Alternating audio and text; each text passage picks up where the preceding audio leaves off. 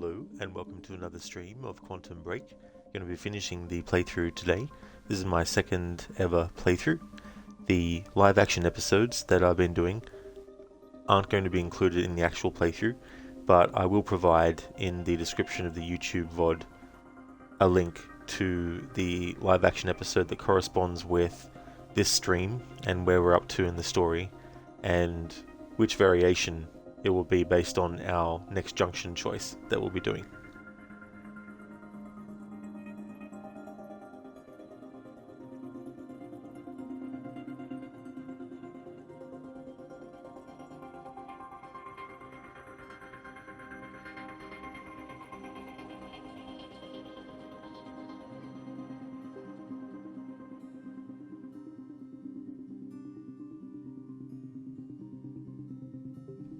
Hello Lynch Mob, how's things?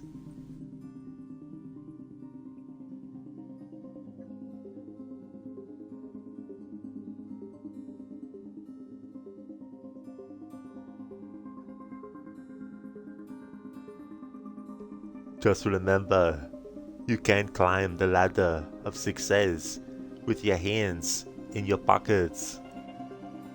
Absolutely not, Mr. Gote. That is definitely true. Welcome on in, dude. Thank you for redeeming that as an Arnie impression. How are you?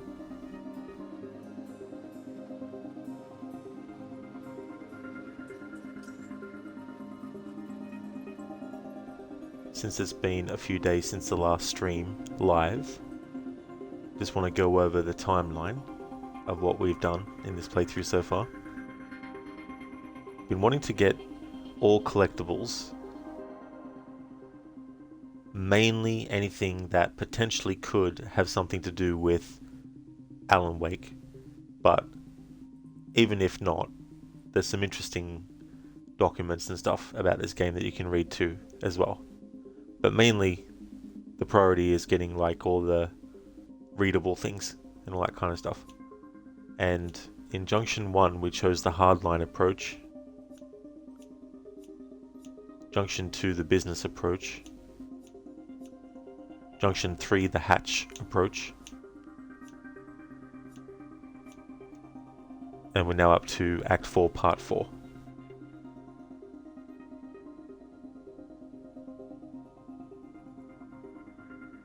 Oh, that's great, Mr. Gote. Downloading updates for games. Watch some Mind's Eye. Apparently it was a flop. Apparently so. Apparently there were some issues with the PC version as well. By one of the people who worked at Rockstar. They don't anymore. Lunchbob, things are well. Just got done playing the new update on GTA Online. That's good. Glad to hear that things are going well. Hope the new update was good.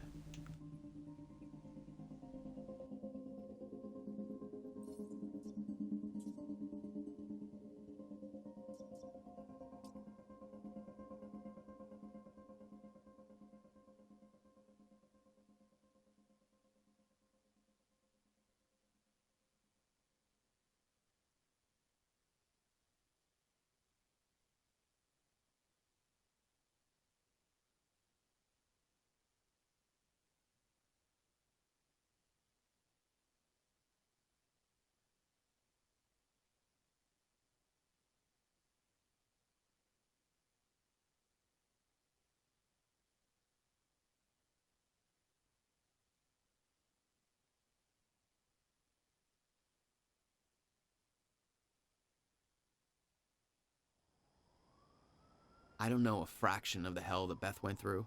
What she experienced when she saw the end of time, how that changed her like it changed Paul. Followed by 11 years of living like a ghost. Beth I'd known had laser focus. This Beth, she had doubts. You okay? Yeah.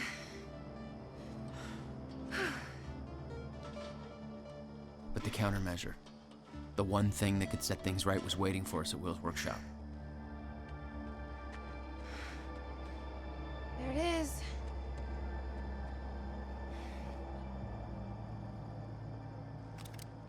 In 2010, Monarch didn't own the area yet. That came shortly after because of what happened with you. But we knew William was building something new in his workshop, and we knew it must be important. We were monitoring the place. Yeah, Beth knew about your presence. She'd done spying on her own. We came over the rooftops to avoid detection.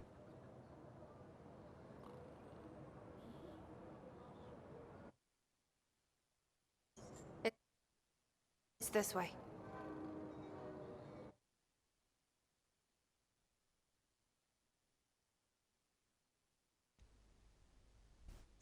Mr. Gote, it was so bad even the company pulled a bigger streamer's copy and just said even we know it's not ready yet. They did it live too. Oh, damn. Yeah, I remember hearing about that project years ago. Huh. It's so funny, you know. This is why I think you shouldn't announce your game until you know for sure that it's at a point where it will be ready and when it comes out it won't have any bugs. Because if people don't know that the game exists, then they're not going to be thinking, I wonder when the game's coming out. Oh, it's coming out now. Okay, this is going to be so cool, and hype it up, and then it comes out and it's got bugs and everything.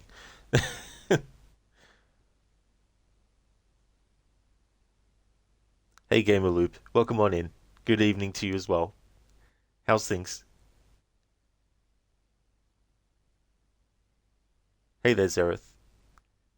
Tomb Raider 1 to 3 Remastered is free via Prime Gaming. Well, that's good. Yeah, I own it. I bought it. I bought them. Lynchmob, the update is not so bad as for playing solo, but at least now you know you're getting another update in December, and you finally get mansions to own. That's cool.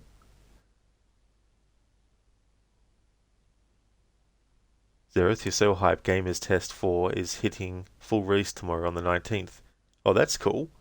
Hopefully the things that they were working on that you got to experience, and anything that needed to be fixed, hopefully they got that sorted. Gamer Loop, it's morning here, but thanks, and you're going really well. Excellent. That's great to hear, Gamer Loop. As for me, I'm doing really good. I finished off my playthrough of Doom 3 yesterday. I will be doing the other Doom games at a later date, but I really needed to change my schedule to fit in the other games that I need to fit in before the year ends. Oh, okay, Zero, so it was Supermarket Simulator. Oh, yeah. Well, I hope you enjoy it.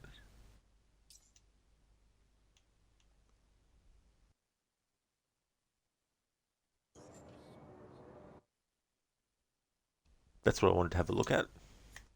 Diaries. Okay, so we need to complete Junction 4 for that one.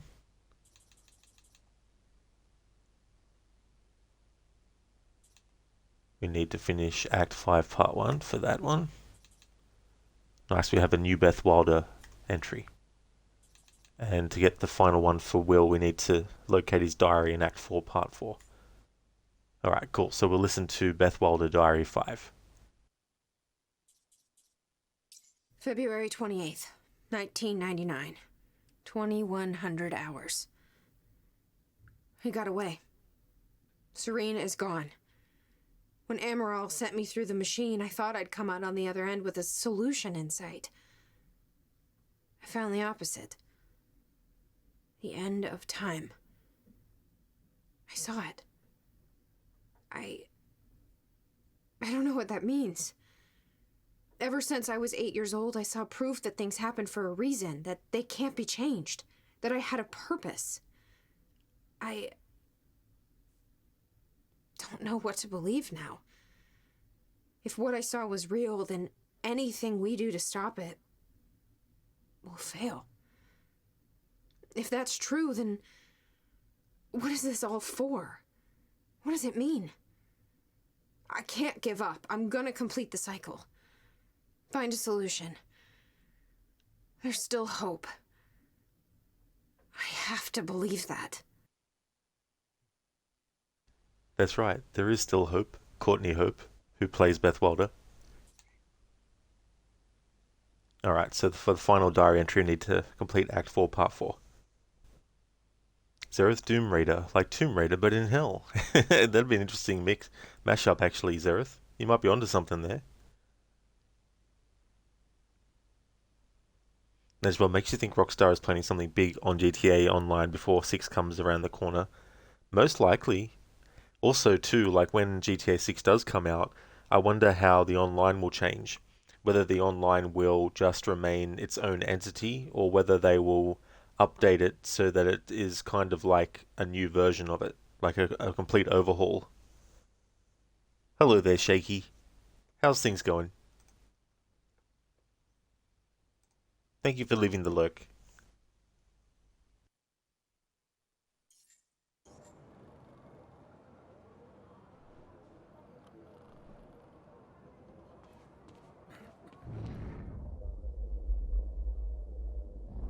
This way, Jack.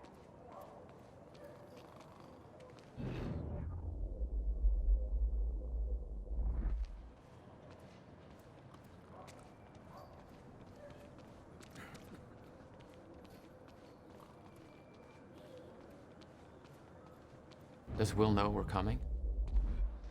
No, he doesn't. I can't believe we're stuck working on the 4th of July. Hey, you don't have to do this. You wanted to take the extra shift. I know. Let's go. What are you gonna do with the extra cash? I'm gonna buy a tanning bed, and I'm gonna live in it. What? It's a reference. You wouldn't get it. Oh, I got the reference. It's a reference to a line that Barry Wheeler says in Alan Wake 1. How he's like, I'm going to buy a tanning bed and live in it after everything is finished with what's happening in Bright Falls. Hey Godfather Al, welcome on in. She sounds like and looks like the protagonist of Control. Are they related to Jesse Faden? Yeah, so Courtney Hope plays Beth Wilder in this, and also Jesse in Control. Remedy doesn't own the full rights to Quantum Break, so they can't directly name characters from this game and put it into any future games as yet.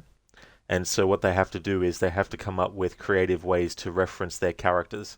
So in Alan Wake 2, the actor who plays Sheriff Tim Breaker is Sean Ashmore, who plays the main character in this game called Jack Joyce. And on a whiteboard, he talks about seeing a red-headed woman, and he's referring to both Beth Wilder as a character and Jesse Faden as a character too. So they have to do that kind of referencing. They can't directly say, hey, in the alternate universe, my name is Jack Joyce, or they can't say, hey, in an alternate universe, there's a version of you called Beth Wilder to Jesse. So they can't do that kind of stuff, unfortunately. Not yet, though. Maybe what happened with Alan Wake 1 will happen with this game too. Alan Wake 1 originally was Xbox and PC exclusive, and then when the rights went back to Remedy, they were able to actually do a remaster and release it on the PlayStation systems. Hey there, Stan. Hope things are going well. Welcome on in.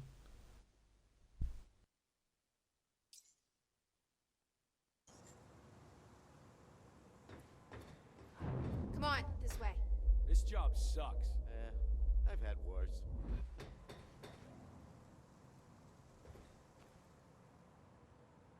Listen to that party. I wish I was at that party. Our shift's over in a couple hours. Maybe we can crash. Come on, this way. Beats going to the in-laws, shindig. Sure, why not? Let's give it a shot. The worst that can happen is they call the cops and we spend the night in jail. I like the way you think.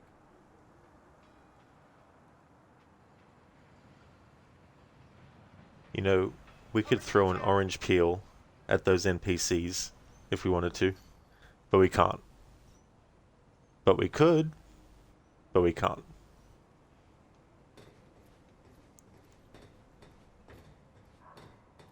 This way, Jack.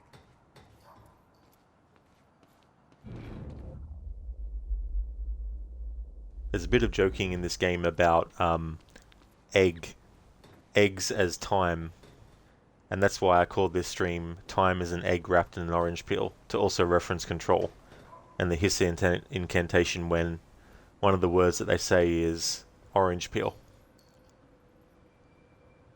But when you think about using Come an on, egg this way. as a time analogy, Jack Joyce's brother, Will, uses that analogy. It's kind of clever too because it's also referencing the fact that there exists things such as an egg timer, where people would actually set a time so that they knew that their egg that they were cooking was actually ready. That's another little funny joke, using egg as an analogy for time, considering there exists such a thing as an egg timer.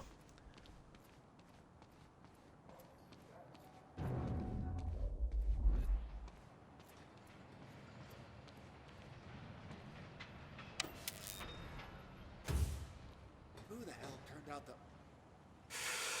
Whoops, sorry. 5 goddamn power outages this week. That's the last straw. I've had it. Where the hell you think you're going, Punch? Let's go. I quit.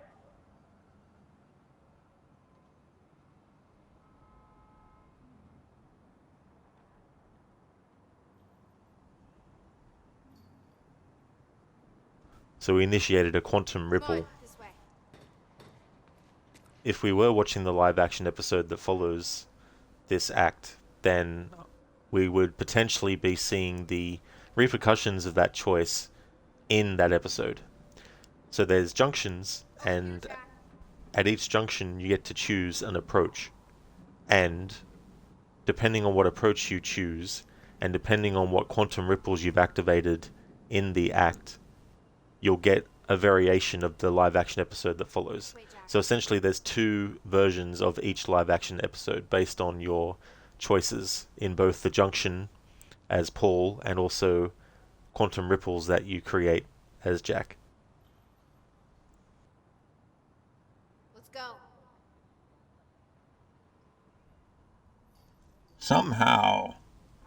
You somehow even managed to get the dog killed. I didn't even think that was possible. Thank you for redeeming that, Dr. Darling. Now, would that perchance be from Dark Pictures' The Devil in Me?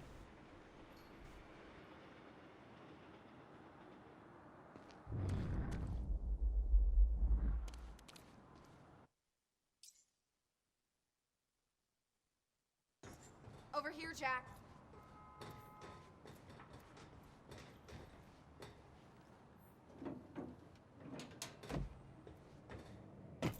From this point on, we may be in their sights.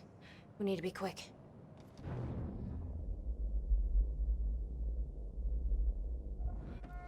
This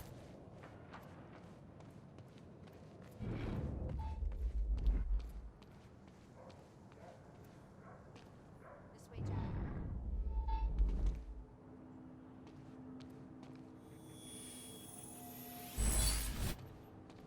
All right.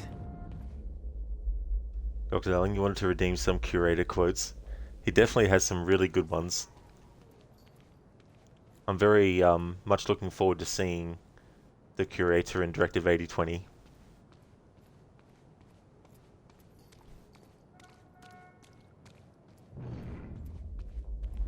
Let's go.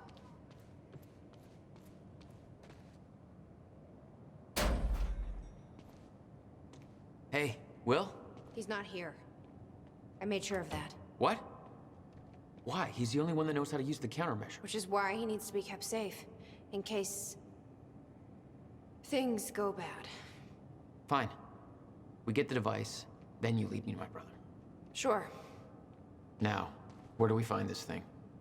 Will said he secured it inside a safe. Somewhere in the building. All right, Will.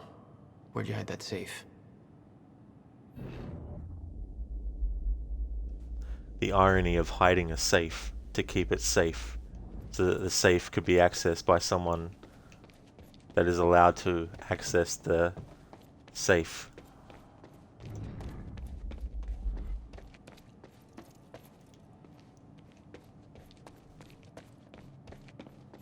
You'd been there before.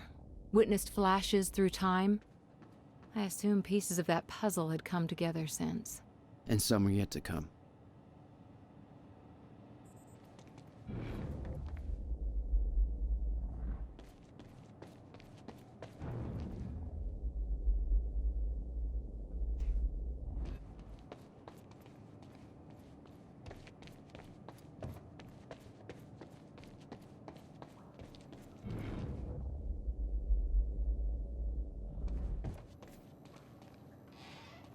Let's see here. The power setup wasn't working, but it must have worked at some point. Maybe I can rewind time to get this working. The device wasn't there, but it must have been at one time.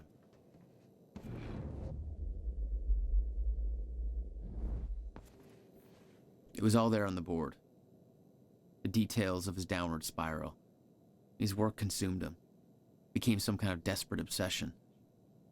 He was never the same. It's not a loop. It's a spiral. Will's whiteboard. Call Jack on birthday. Apologize to Jack for not calling on birthday. June 2nd, don't forget. Don't forget what? Thanksgiving. Remember. Pay electricity. Get electricity turned back on. Jack's birthday equals June 2nd. Buy groceries. Give There's Beth... a locked door over here. Maybe the safe is inside.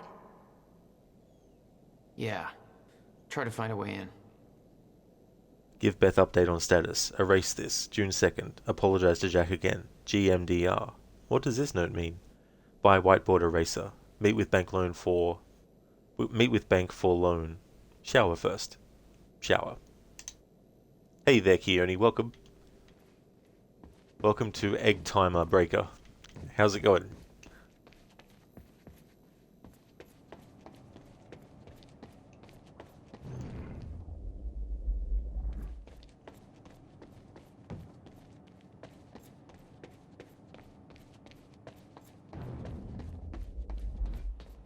We need to find a way inside this room. Maybe there's a key. My Will is too scatterbrained to remember a key. My guess is there's an electronic lock in the most irrational place imaginable. 11 years. Building this thing was his life for 11 years. Yeah.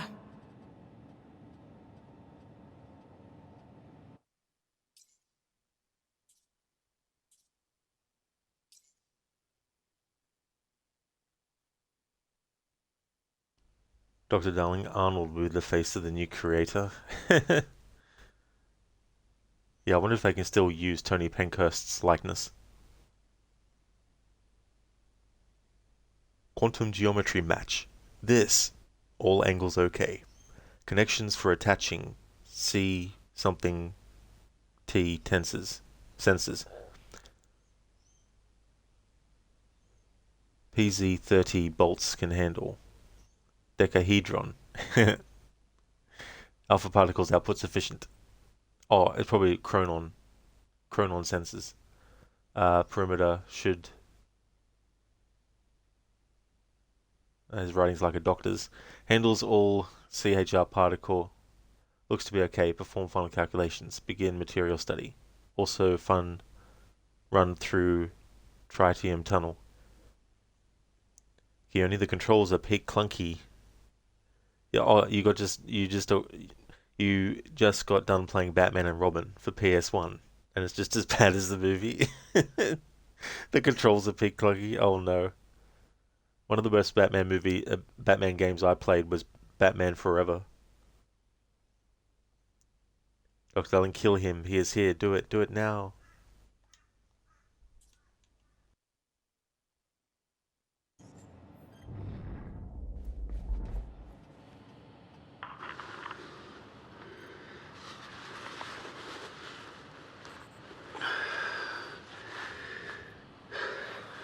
It's April 2nd, 1999. It's been about a month since the incident.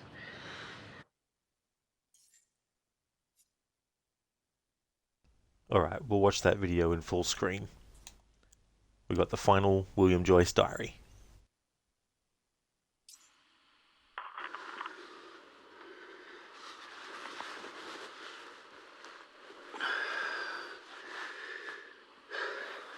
It's April 2nd, 1999. It's been about a month since the incident. Since I was shot by the man from the future. Since Wilder. I've moved the machine. Hidden it. I wish I could destroy it, but I made her tell me as little as possible. The more you know about what'll happen, the worse it'll be. We're all puppets. I can take that for as long as I can't tell the difference. I think she understood. Doesn't matter anyway. She told me the fracture is gonna happen because of what I did. I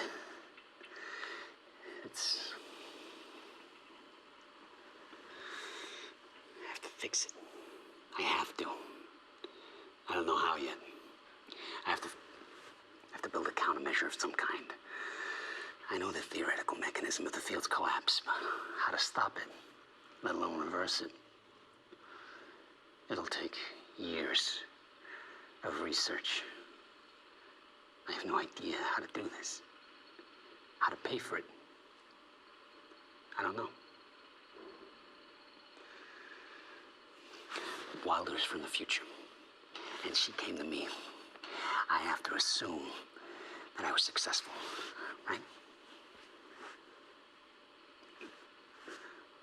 Why else would she come to me?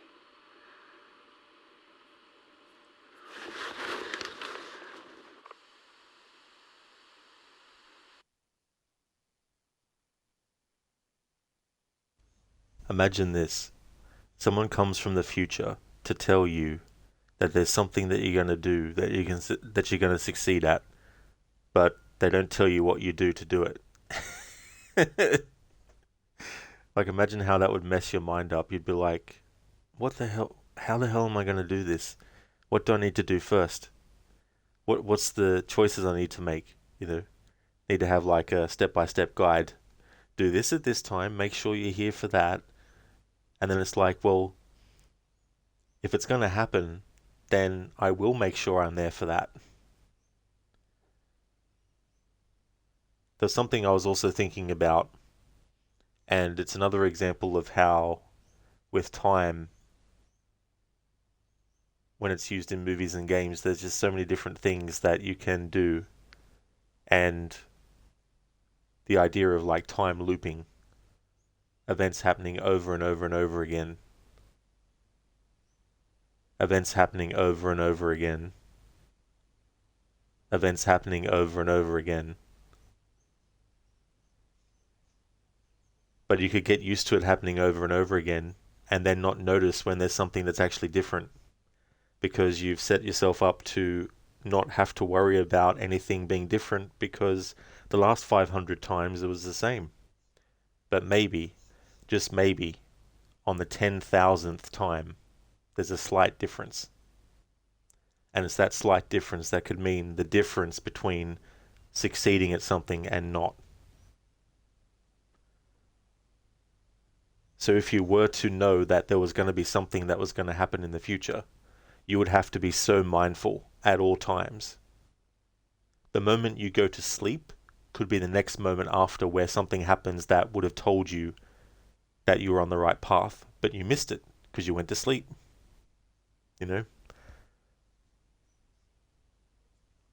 If only Final Destination was like that. I've only actually seen the first two, but I know that there was like a new one that came out. I liked the first one. It was definitely an interesting concept. A premonition of people dying and changing things so that those people don't actually die, and then death as an entity is pissed off that people that were meant to die didn't, and so it actually wants to make sure that they die. Very interesting concept. Something else with time travel that I was thinking about when it came to this video is in Back to the Future 2,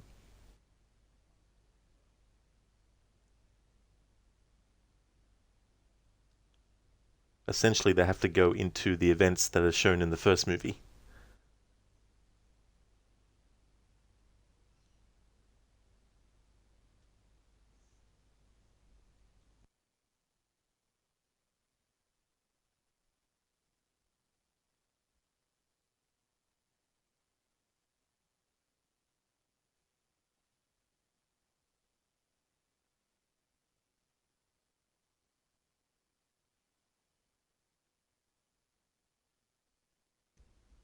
But it's so well done too, the way that they did it in Back to the Future 2.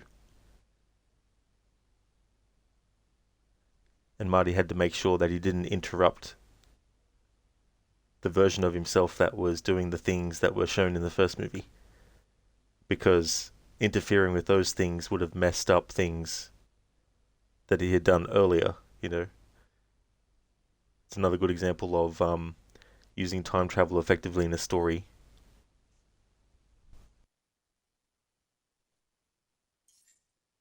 Since I was planning on giving it to you. by the man from the future. But it was stolen before he ever had the chance. Since Wilder Which means this is the only way it can owns the play out. machine, hidden it. I wish I could destroy it, but I made it tell me as little as possible. The more you know about what'll happen, the worse it'll be. We're all puppets. I can take that for as long as I can't tell the difference. I think she understood. Doesn't matter anyway. She told me the fracture is gonna happen because of what I did. You saw something. Echoes. Will was looking for the same thing we I are. have to. I don't know how yet. I have to build a countermeasure of some kind. I know the theoretical mechanism of the field's collapse, but how to stop it, let alone reverse it. It'll take years of research. I have no idea how to do this. How to pay for it. I don't know. Wilder's from the future, and she came to me. I have to assume that I was successful, right? Why else would she come to me?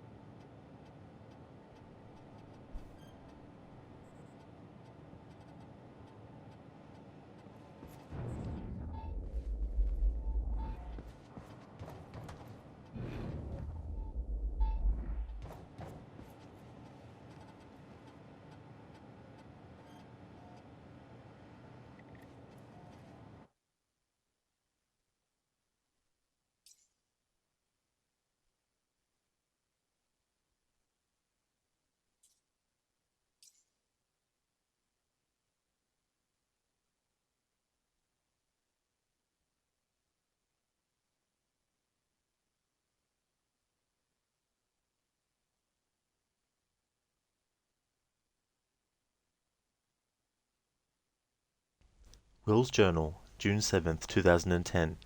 The countermeasure is near completion. I should be celebrating. I should be excited.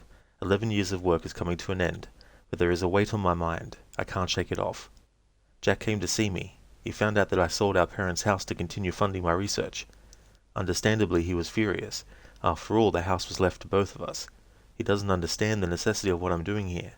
Talking turned to yelling. Yelling turned to pushing. He told me it wasn't mine to sell. He told me they were his parents too. He told me that I was a piece of shit. I was angry. I couldn't contain myself. And then I said it. I still don't believe the words came out of my mouth. I told him that it was his fault. The car crash. I told him that he was to blame for everything we'd been through. I knew it was the one thing that could truly hurt him, and I used it. I can justify my actions as a result of months of fatigue, frustration, lack of sleep. It was wrong. I knew it as soon as I said it. He just stood there, devastated, for what felt like minutes. I could see a wall building between us.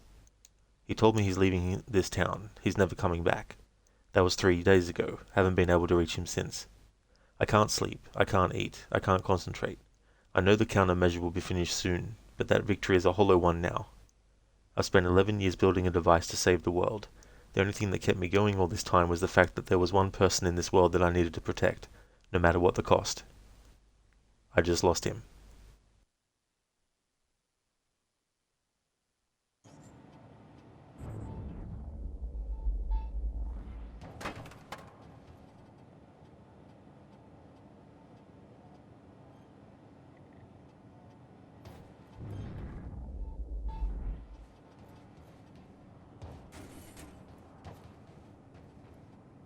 There's some things you need to know. You're the only one who can stop it. There's no theoretical groundwork. It could take even years to build. And it will. You'll have to keep it a secret. Even from the ones you love. It's the only way to keep them safe. You witnessed one, didn't you? An echo. Yeah. It was you. A long time ago now.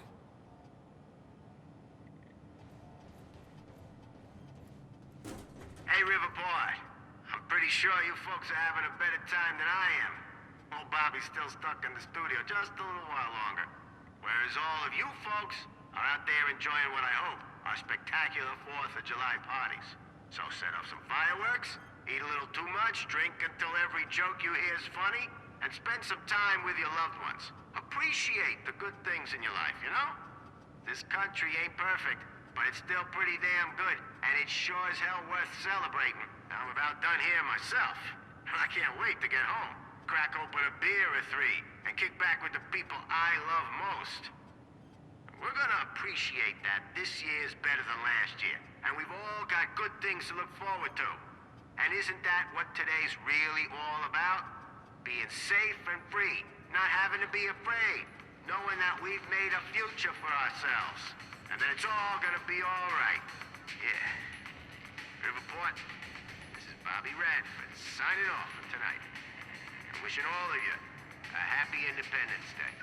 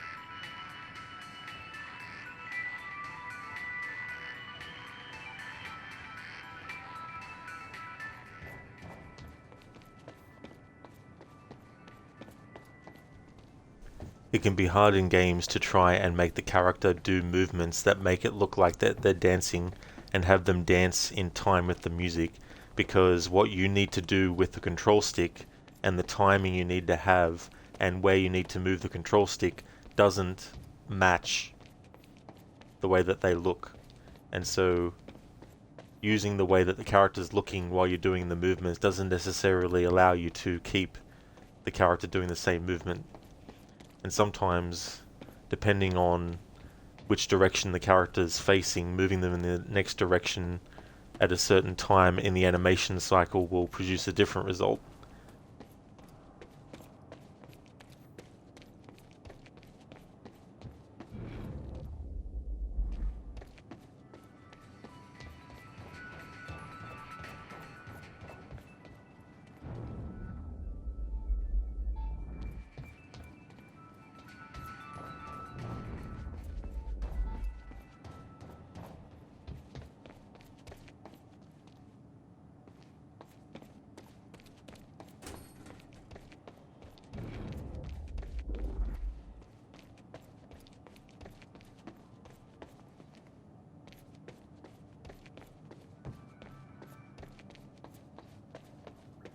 Good one, Keone. Quantum breakdance.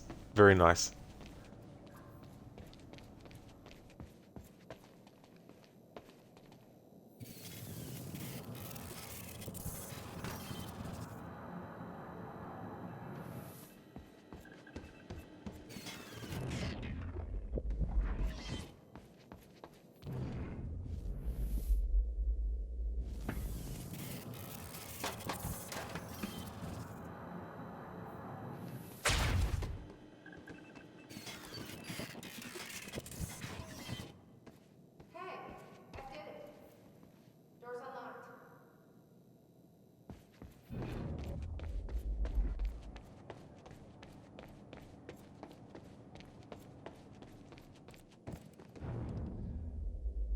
Come take a look at this.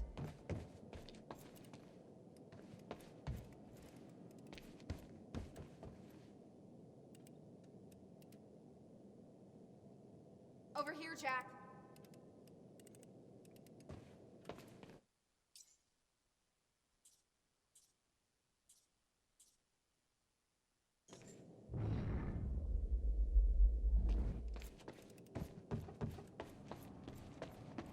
Come here.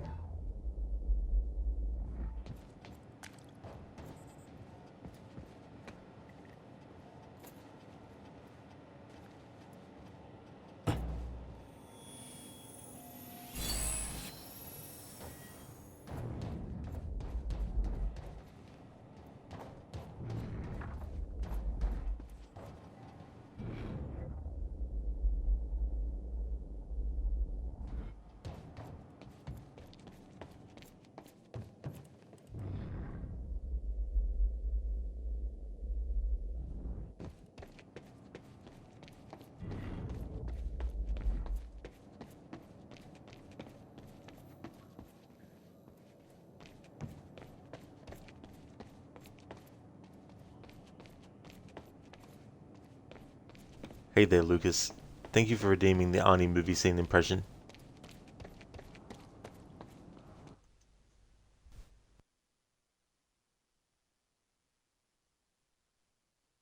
How's things, Lucas?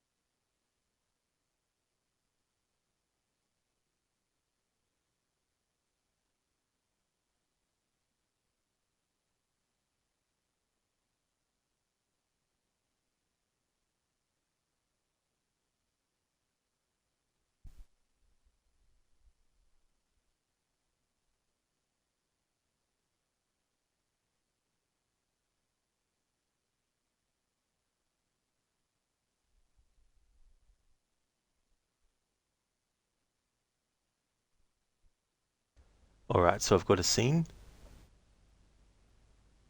And who loves you? And who do you love? Killian! Yes, yes, yes! Hey, what's going on? We don't lie, lie, lie, like our previous winners, Whitman, Price, and Haddad. You remember them? There they are at this very moment, basking under the Maui sun. Their debts to society paid in full. Watch that screen. Yankee 99er, what's the status of the crowd? Food riot in progress. Approximately 1,500 civilians. No weapons are evident. Proceed with Plan Alpha. Eliminate anything moving. I said, the crowd is unarmed. There are lots of women and children down there. All they want is some food, for God's sake. As you were, Richards. Proceed with Plan Alpha. All rioters must be eliminated. The hell with you. I will not fire at helpless human beings. You have your orders, Yankee 99er. Proceed with Plan Alpha. Where is it coming from? The network satellite. Don't touch that dial. Abort mission. We return to base. Saunders, do you copy? Take command. Detain Richards and proceed as ordered. Richards, what the fuck are you doing?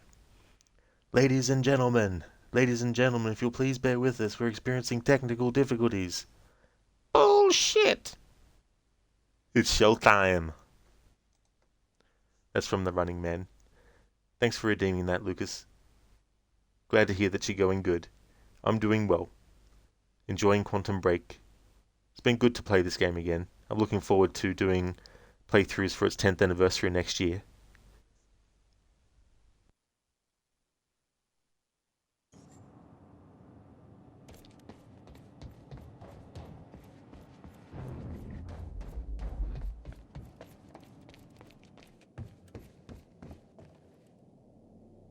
He didn't leave the code. But I can crack it. I just need some time to... Somebody's here. It's Monarch. I knew it. I knew they'd find us. I'll take care of it. Just get that safe open, stay inside. Yeah. Okay.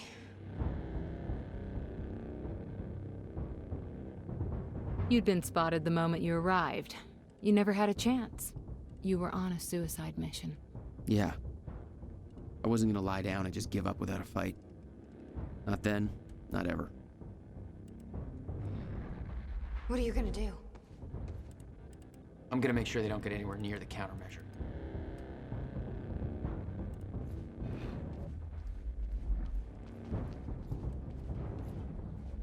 This is Trojan 1 approaching workshop perimeter. Over.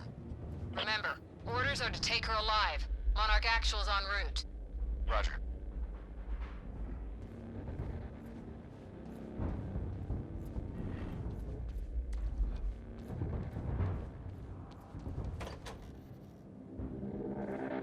Stop right there. Where's the girl?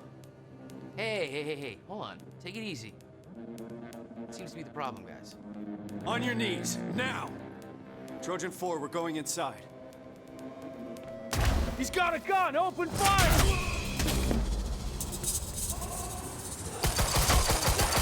Shoot him! Flush him out!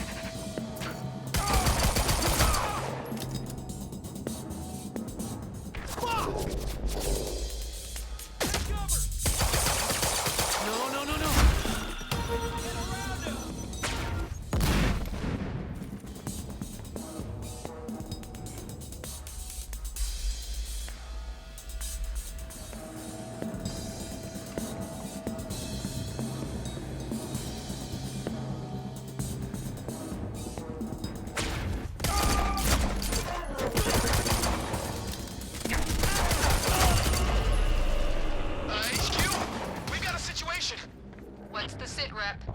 He's got backup. He's... I don't know what he is. Orders are to keep the mission quiet, tidy. We can't afford unwanted attention. He's fucking tearing us apart. I'm on my way. Hold the perimeter.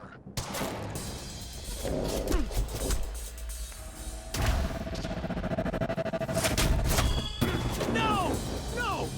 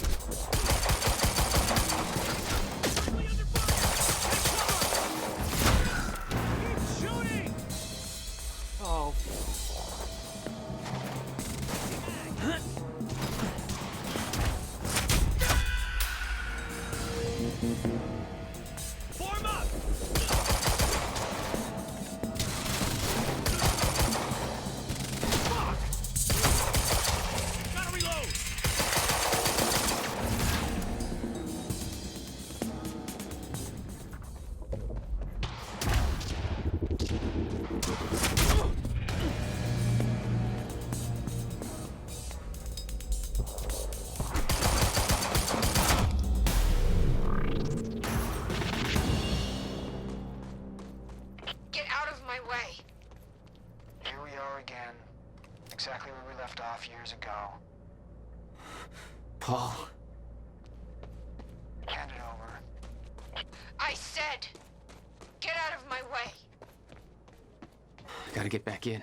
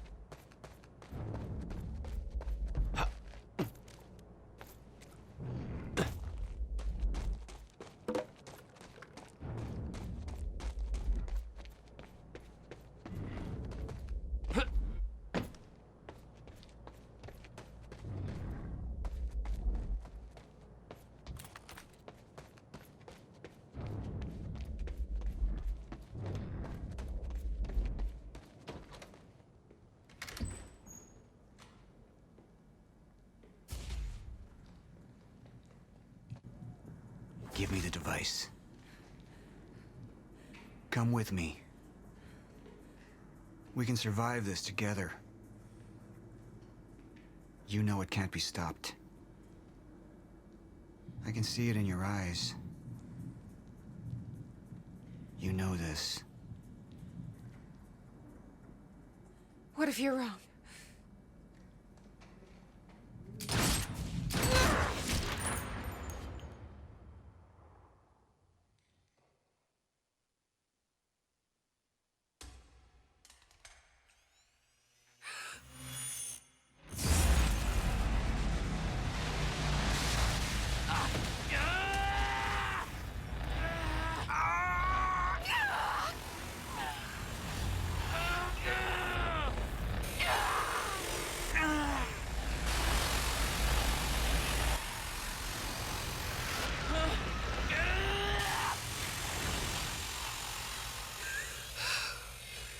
We failed.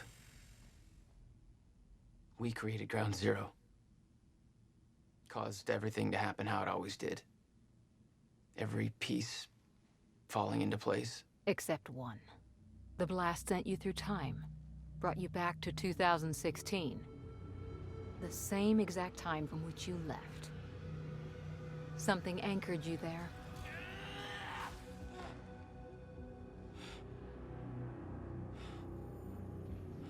We need to know how you did this. You think I wanted to come back?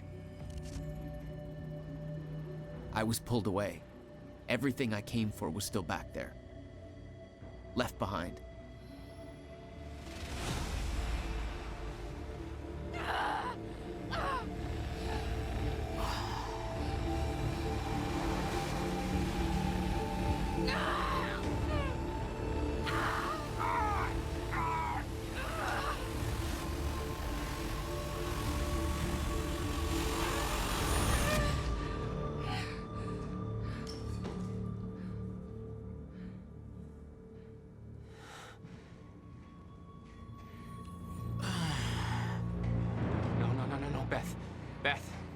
Beth, come on, move. Beth, get up. Beth, come on, get up. Please, Beth. Beth, you need to move, okay? Yeah, that's it. Get the gun. Come on, Beth, move. Come on, please. Beth, move! Paul, don't do it. Don't do it, don't! I'm not wrong. You can't. No! No!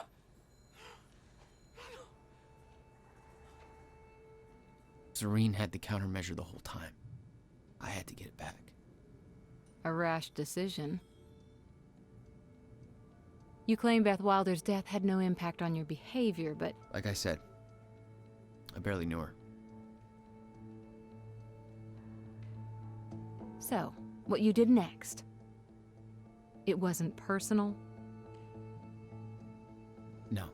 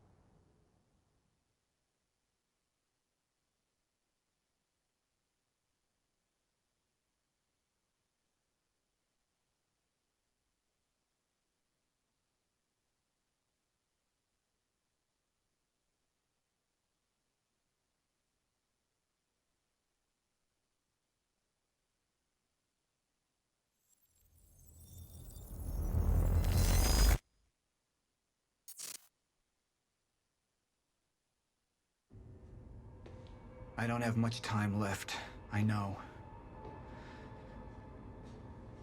I spent 17 years working it out, planning it, building Monarch, because I knew what was coming, and I knew it couldn't be stopped.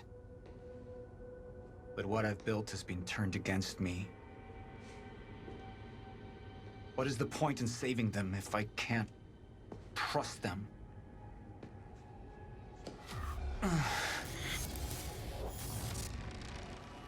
I'm slipping away into pain and rage. The sickness is accelerating. The CFR. It has cost me so much. But I have harnessed its power. And with it, my plan will work. With it, I will keep the lights on when the world goes dark. Mr. Serene? Sorry to disturb you, sir, but I have that cleanup report on Dr. Kim's lab you wanted. Meet me in my office, soldier. I'll be there when I've sealed the CFR chamber.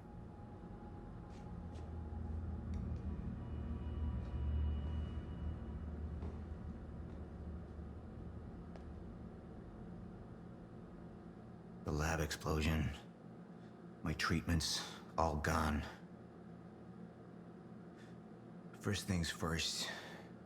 Seal the chamber.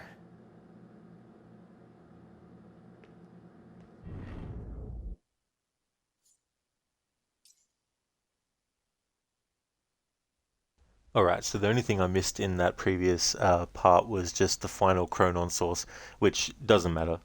This isn't an all collectibles playthrough. What I was mainly just wanting to make sure I got was all the documents and computers and media and any intel, just in case there's also some Alan Wake stuff in there, because I want to cover that for sure, since the first Alan Wake is celebrating its 15th anniversary this year.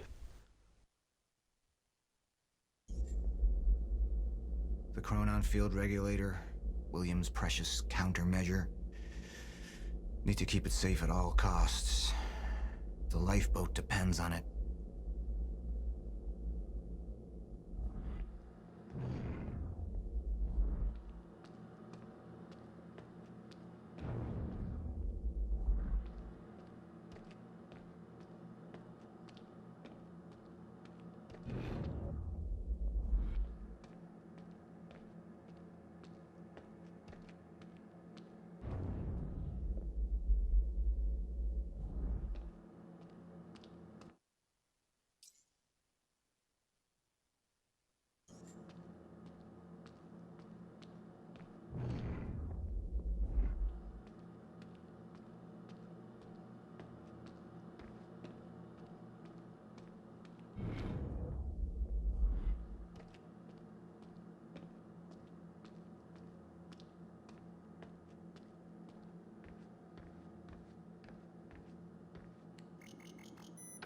The CFR has been secured.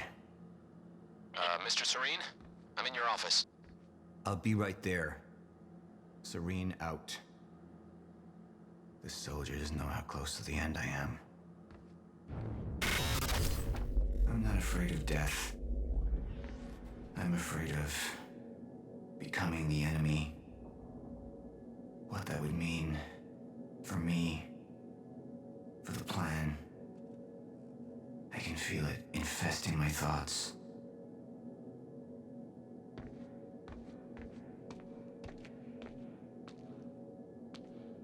Something that I would love to be implemented in narrative-driven games is the option for a camera that, when you press a certain button, it'll switch to that is focused solely on the face of the character that you're controlling, so that if you want to actually see their face emoting the dialogue that they're actually saying, that you can just switch to that camera view and then it'll stay locked on to them, and then that way any gestures that they do that is important to what they're saying can be seen in the one shot without having to try and, you know, predict when it's going to happen. Like when he was looking at his hand there, I didn't notice straight away, and it's part of his sickness. So being able to have a camera that's locked in front of him to be able to show him doing that would be cool.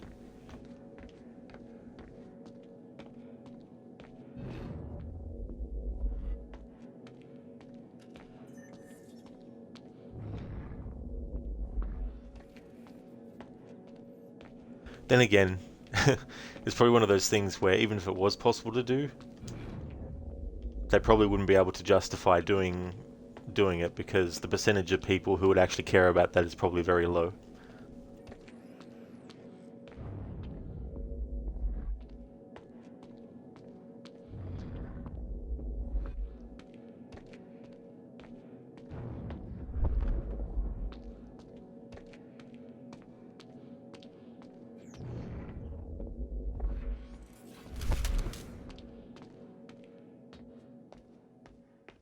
Maybe it's something Supermassive could do in one of their games where you have like a player camera that just stays locked onto your character's face the whole time you're controlling.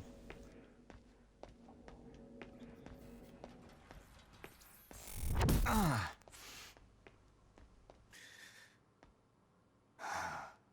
don't know who to trust anymore.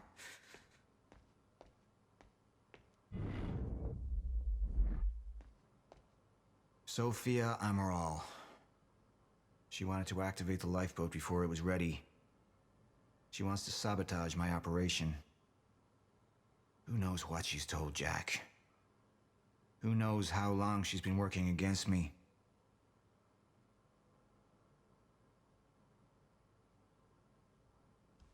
Okay, so he looks at his hand when you're idle anyway. I thought it was just based on what he was saying at the time I first noticed it.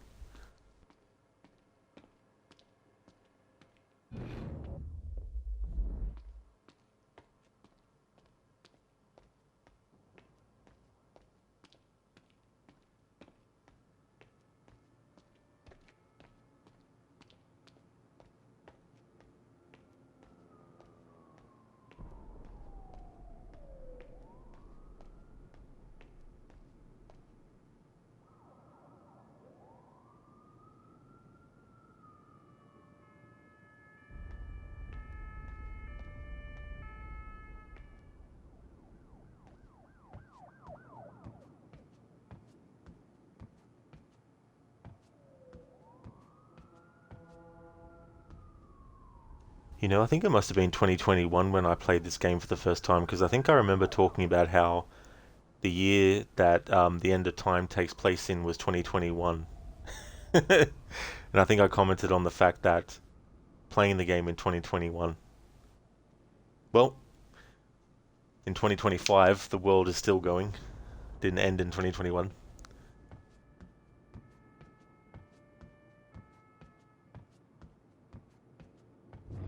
Sir? Be right with you, son.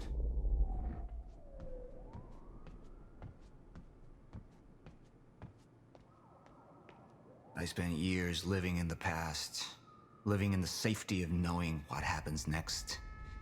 Years of planning, building. It's all come to this.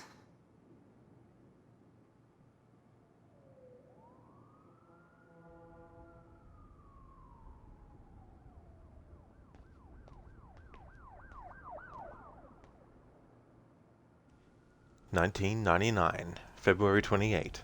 Exit the time machine.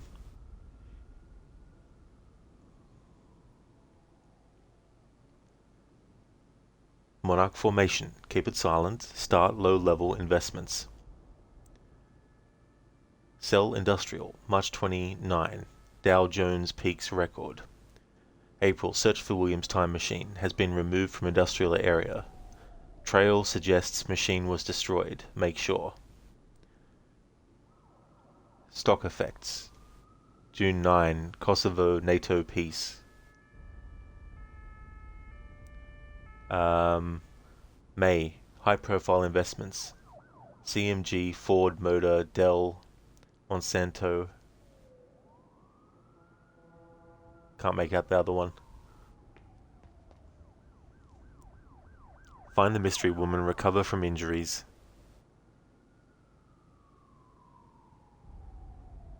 Write down notes on everything witnessed at the end of time. Formulate plan with clear steps.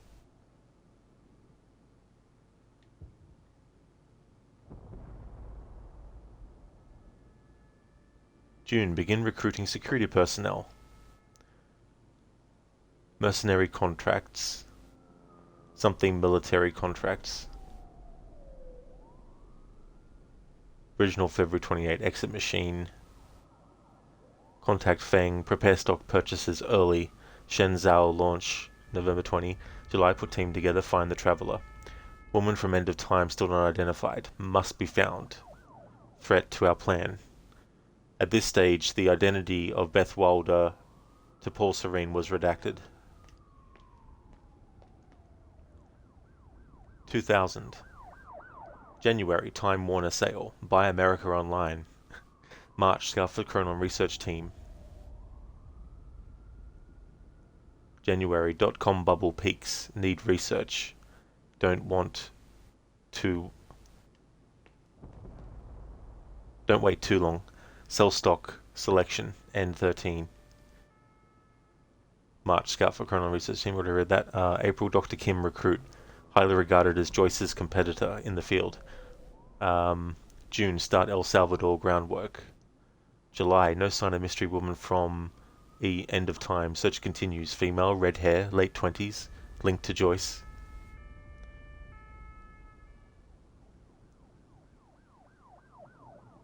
September. William working on a new project. William is developing new tech at his workshop. Observe from afar until more is known.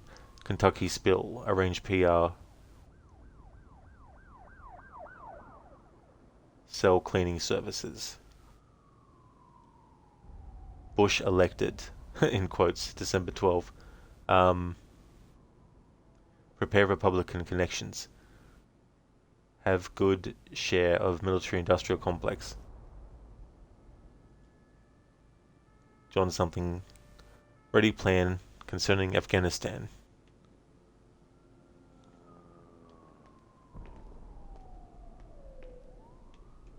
Can I pause this where I want? No, I can't. Okay.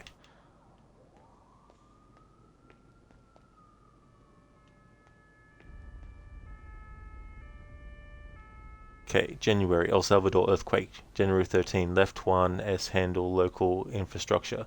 ATH 3.01. February, sell WTC real estate, prepare Monarch PR. March, construct R&D facility on Gull Island. April, start Chronon research.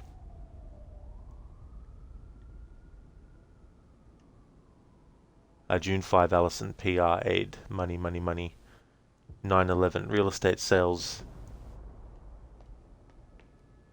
done. Improve relations with PMCs. Warned, Stevenson Invest, New York. Collect assets. September 9/11. October, 25% funding for survival plan. Afghanistan invasion, October 7. Send letters to senators. Prepare for Homeland Security Secretary Act. November, Flight 587, November 12. Call Carla, public PR. Hey there, Shin. May take a vacation and binge watch Doctor Who. Oh, that's good. That'd be good to have a vacation, Shin. Keone who? Exactly.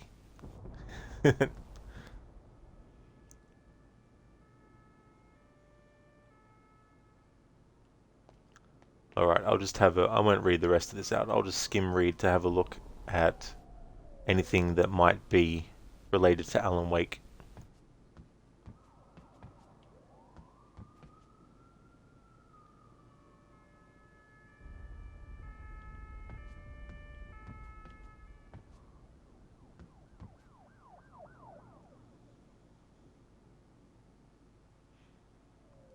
It's so funny, to see years laid out like this, having actually lived through those years, versus watching a movie or something about a documentary about a decade that you weren't even born in. Big difference. Now imagine knowing all this ahead of time. Knowing about YouTube becoming a thing, knowing about Facebook.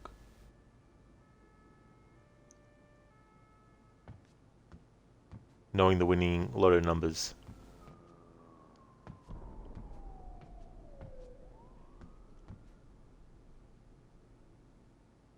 iPhone announcement, January 9, 2007. It's so funny too, because iPhones are commonplace now. Like if someone said, I got a new iPhone, you'd be like, that's cool. So anyway. Back in 2007, you'd be like, I got an iPhone. Wait, what? You got an iPhone? Holy shit. I don't have one yet. I need to get one. It's funny how times change.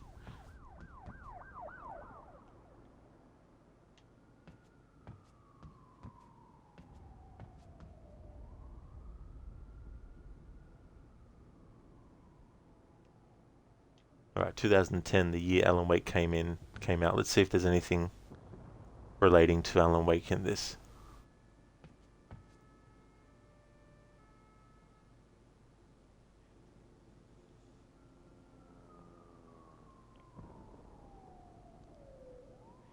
Jin, Doctor Who is your second favorite sci-fi franchise. Star Trek is your favorite. Definitely a lot of entries in those series too as well. It's amazing how long things can run.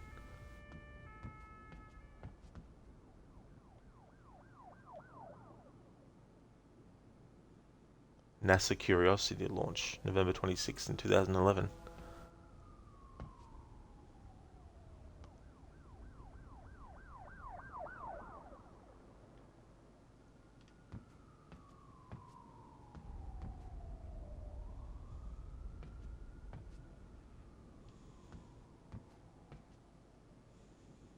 Hmm. 2015. That's when I first played Alan Wake 1.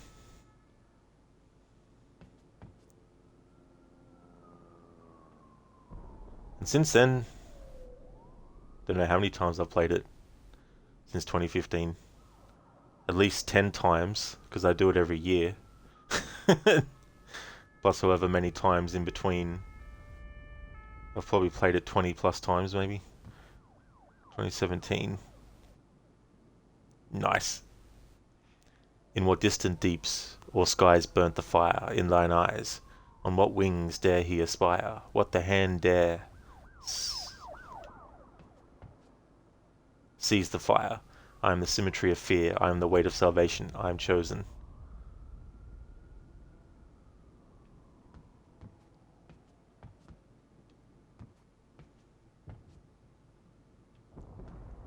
(2019), the year Control would come out, which, when this game came out, was 3 years away.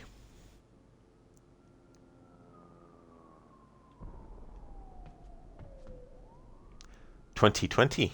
Well, there was something that wasn't predicted. 2021, End of Time. January 5, Solution to Fracture.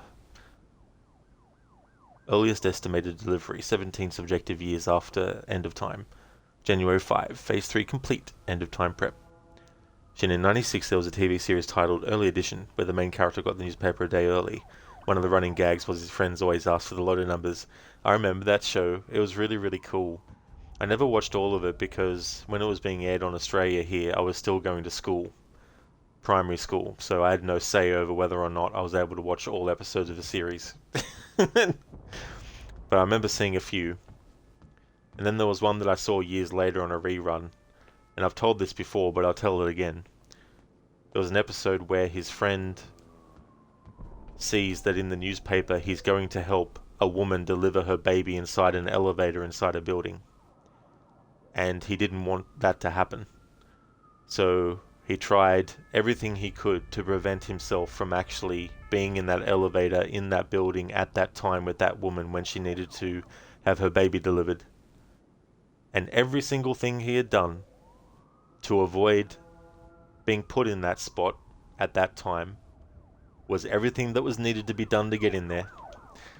And it was a really cool lesson where it's like, sometimes no matter how hard you try to avoid something, the very fact that you're trying to avoid it is what brings you to it.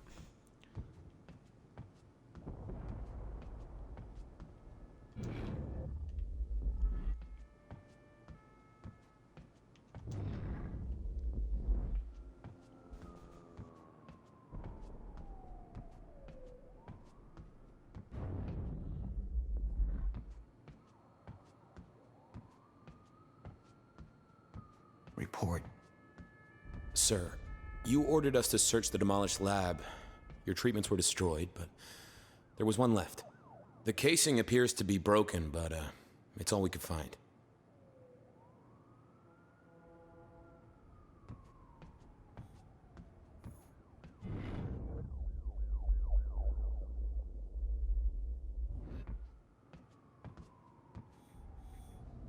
One of my treatments. But it's damaged.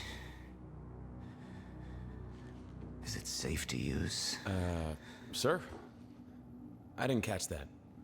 Or is it a trap? Another betrayal.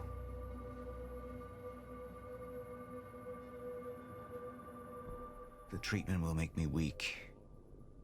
Is that what they want?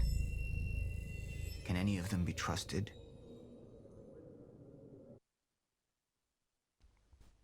Can I still look at the laptop?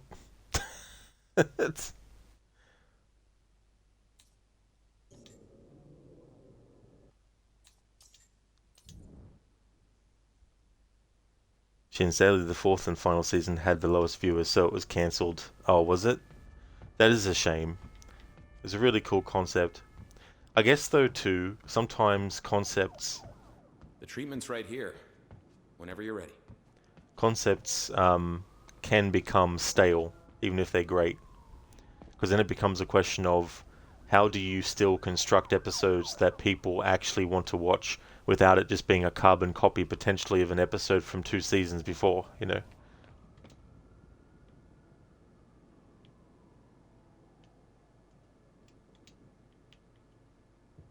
There we go, thought so. I did, Shin. Yeah, I did watch Sliders, for sure. Yeah. Yeah, that was cool too, that show.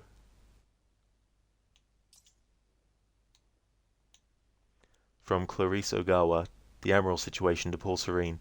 So the activation of the lifeboat strikes me as a prudent measure, and I'm glad we're not taking any chances on that front. However, having discussed the matter with Mr. Hatch, I'm increasingly worried about Dr. Amaral's motives.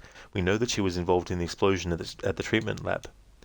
The thing is, she's intelligent and resourceful, but that explosion wasn't something a clever scientist whipped up all by her lonesome. The lab was blown up with military-grade explosives sourced from our armory, an armory she doesn't have access to, and they weren't just thrown in at random. Somebody with a solid understanding of structural weaknesses and demolition expertise set them up. That's military training, so we know she had competent help. That means she's not working alone.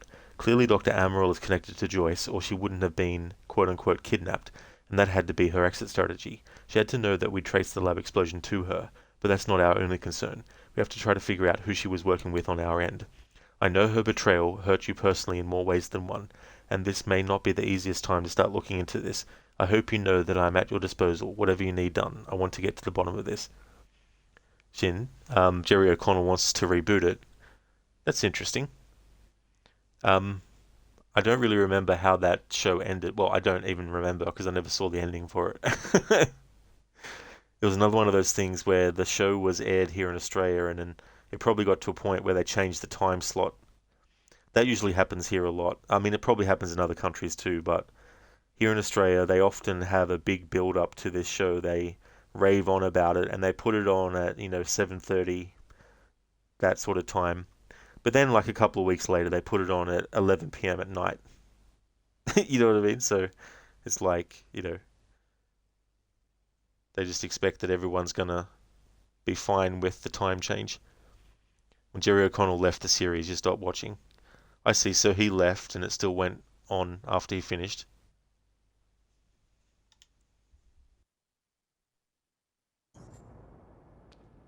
Alright, now to interact with this thing. That's a bit misleading. It says go to your office. And you think, oh, if we go to his office, then that will end the mission. Or that will potentially put us where we need to go. But nope, it's before the office.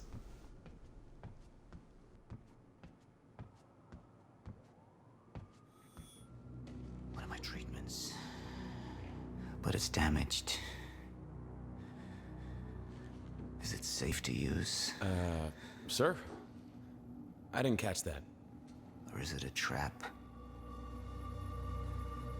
Another betrayal.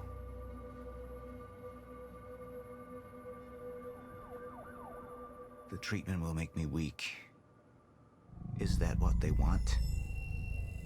Can any of them be trusted? In my first playthrough, when it came to this junction, the choice I made was the control choice. I'm still going to show what that entails, but I won't commit to it. Instead, we're going to commit to the surrender choice.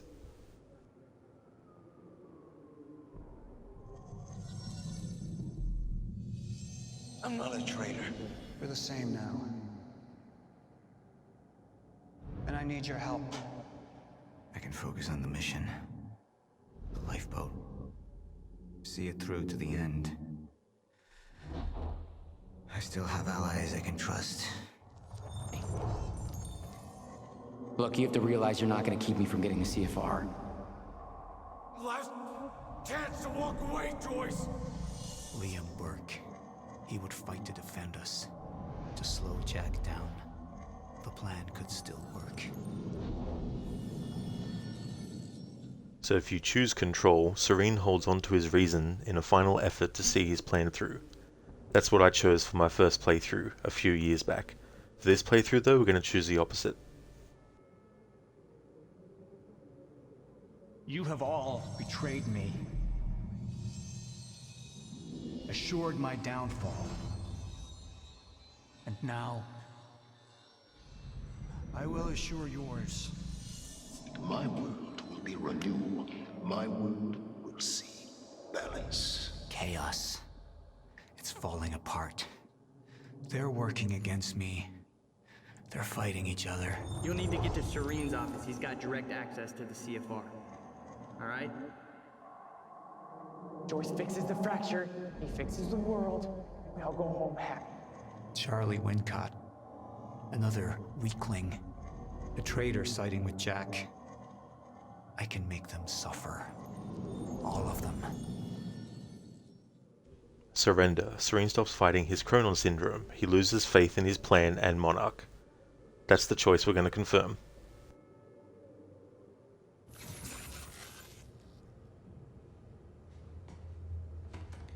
Sir? Are you alright? Who put you up to this? Sir, you ordered us to go through Dr. Kim's lab, find what we can... Who are you working for? You, sir!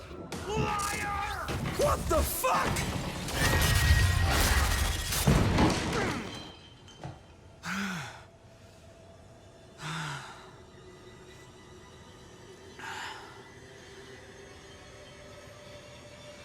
No. could be any of them. I need to be careful.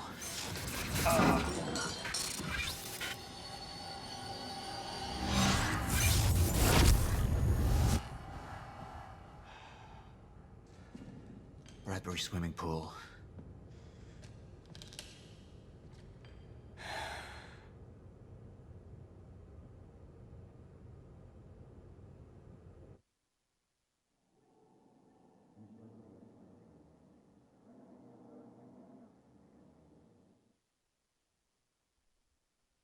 Alright, so the live action episode that will actually be the one that plays after this is based on doing the surrender choice.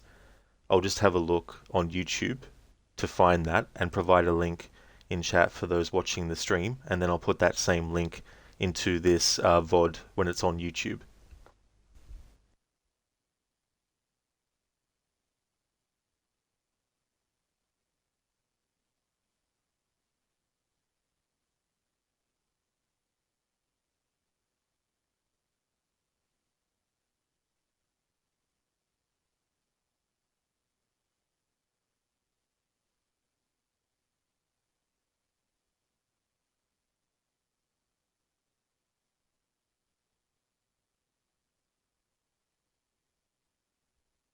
Alright, so there's the link in chat to episode 4, Lifeboat Protocol, the surrender choice. In this playthrough we went with the surrender choice, so that will be the corresponding version of episode 4, and in the description for this VOD on YouTube there will be a link to the same episode as well.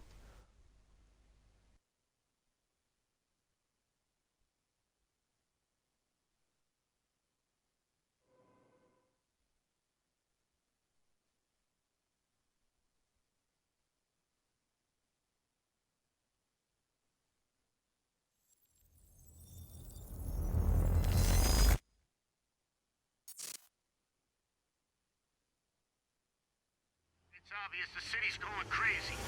The entire world. I can't even keep up with the reports.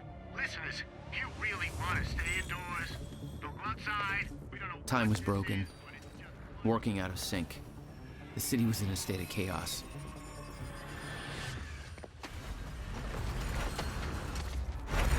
It was out of control. The end of time was closing in. And you still believed you could fix it? The solution was inside Monarch Tower. The countermeasure. The CFR, as Monarch knew it. The key to the lifeboat protocol. Monarch's survival plan. But that didn't seem to matter to you. I had a better plan.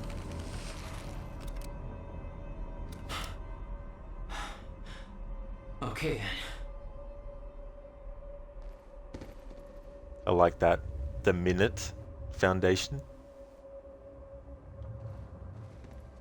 I wonder what the hourly rate is working at the minute foundation.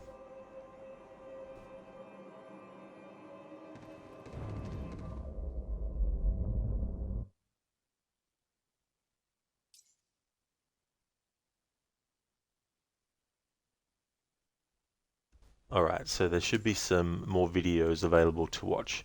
So we have Beth's final diary. We have... Okay, so we need to complete Act 5 Part 2 for that one. For Jack. We've got Paul Serene's 6th diary entry. Alright, so we'll watch the ones that we unlocked.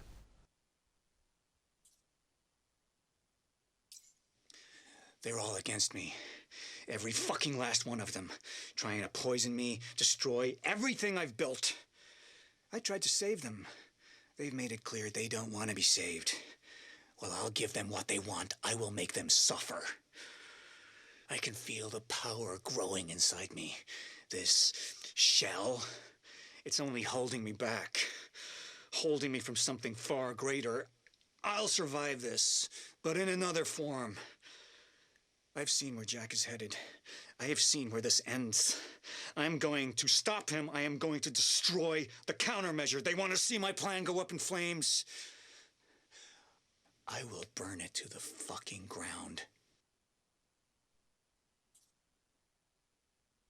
Alright, so to get Paul Serene Diary 7, we need to get all the intel in Act 5. Same for Diary 8.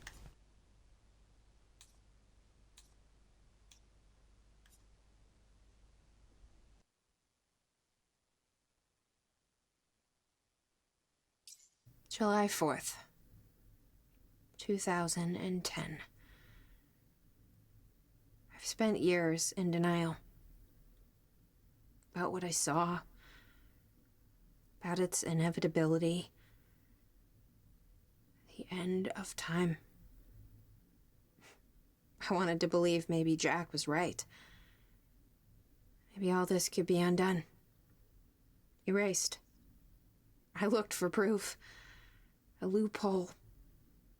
Something.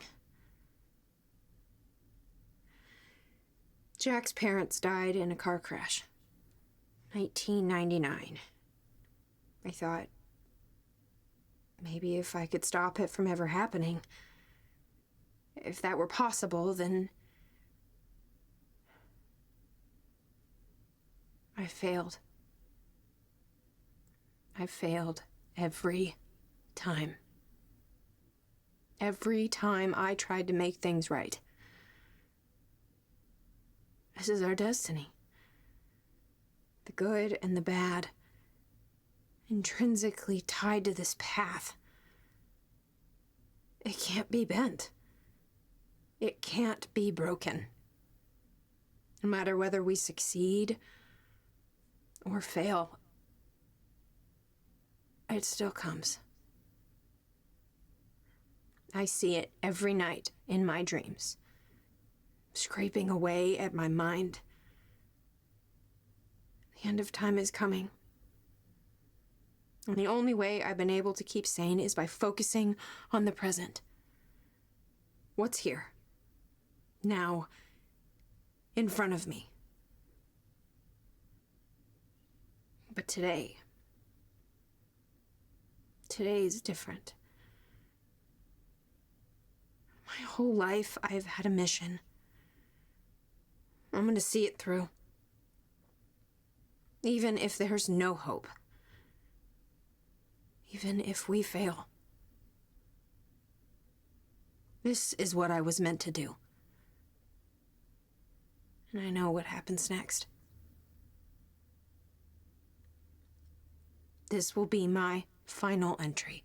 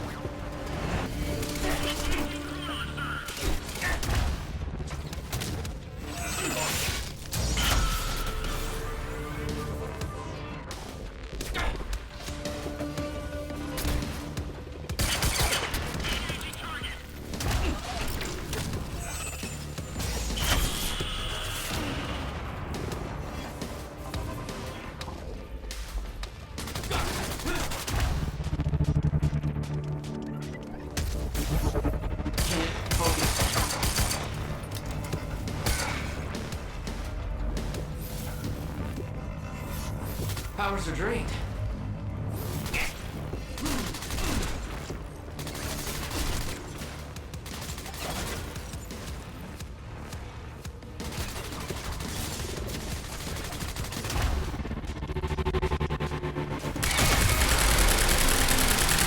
Now, where do they keep the countermeasure?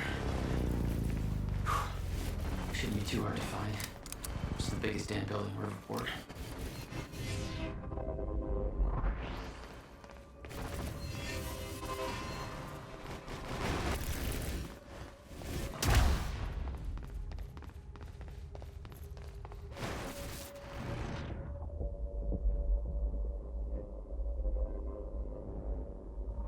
Hello there, Ryu.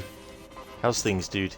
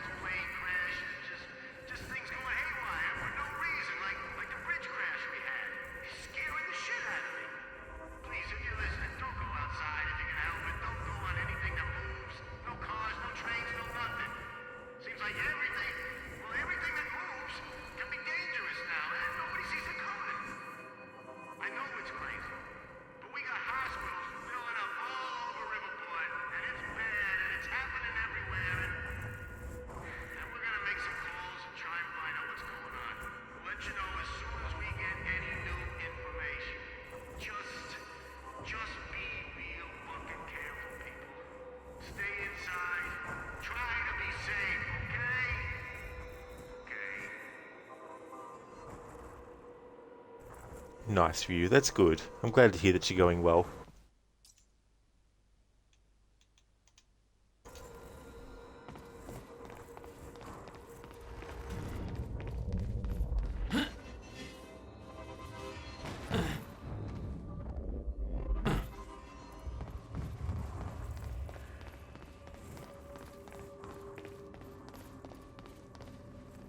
Joyce, you hear me? Charlie. You're here for the CFR, right? The countermeasure. Well, you're kind of lucky because Serene's left the building. We're in lockdown, but the good news is I know this system like the back of my hand. I can open doors for you. All of them. Cute. You'll need to get to Serene's office. He's got direct access to the CFR. All right?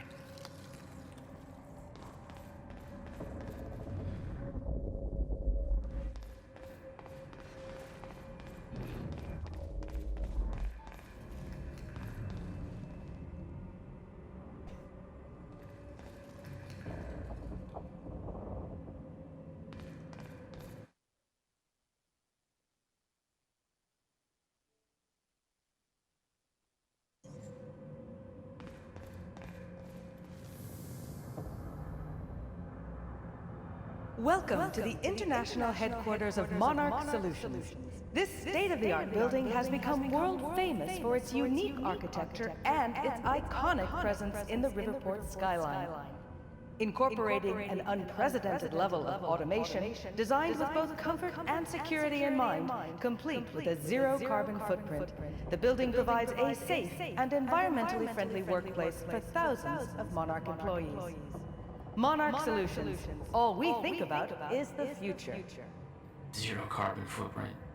Yeah, and a bunch of dead civilians. And so much for keeping the environments and everything stable and not hazardous.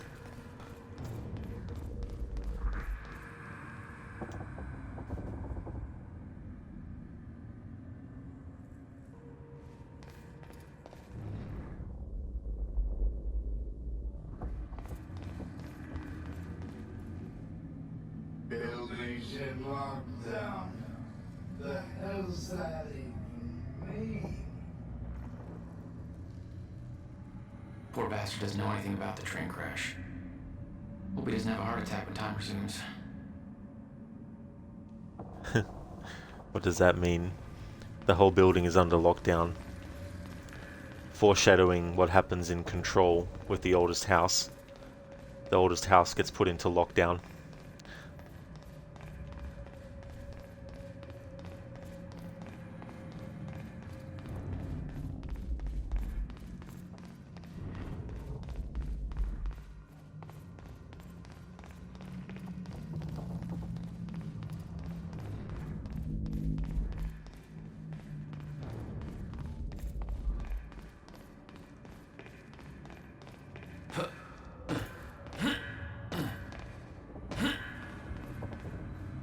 Mr. Hatch! I thought you...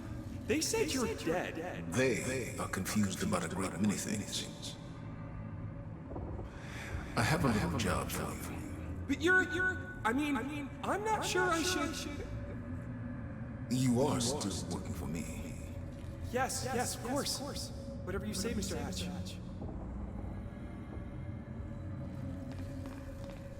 When one door closes, another opens.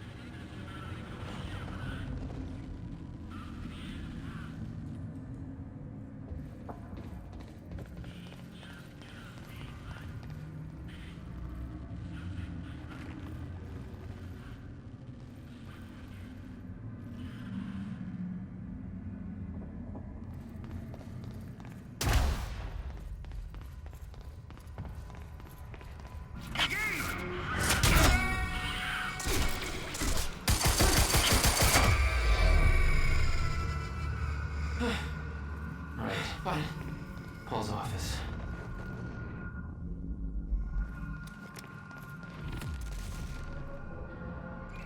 What's going on? I thought this would be the one place things were under control. Yeah, right. It's all chaos. This whole survival plan Monarch has, it's falling apart. And there's something weird loose in the building. I don't even know what.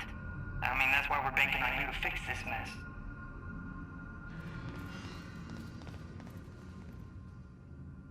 All right.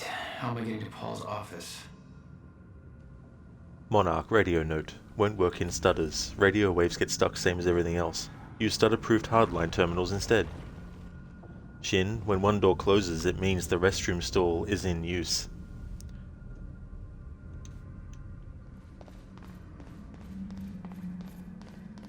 But what if the restroom isn't in use by a human, it's actually a ghost?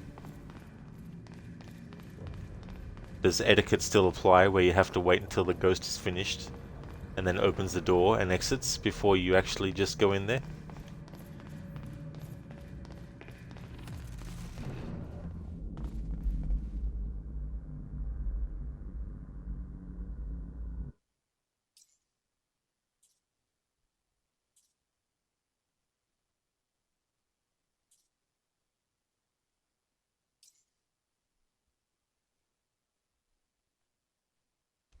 From Luther Talbot, let's bail while we can, to Pablo Torres. Dude, we gotta get the fuck out of this place. I don't care what it's like outside. Did you hear that speech Serene just gave? He's unhinged. And he looks all fucked up, too, like he's sick. This lifeboat thing's not gonna work out. I don't trust that guy to plan his way out of a wet paper bag anymore. He's way out of control. He's not even here anymore. He just climbed into a chopper and fucked off to God knows where. He's supposed to be in charge. How is that being in charge? And I heard he killed a guy. What the fuck? The other thing is, that Joyce asshole's bound to show up here soon. I'm not going to be collateral damage for whatever thing he's got with Serene. I've seen the stats Clarice had. The body count he's racked up now is insane. Who's going to stop him? The grunts? Ha ha, fuck no. They can fight him if they like, but I didn't sign up for this crap. I'm just here to coordinate shit. I'll take my chances outside. I'd rather freeze than get killed by that freak. At least that way you don't even know it's happening. I'll take that over a bullet. I'm leaving, and if you have half a brain, you're coming with me.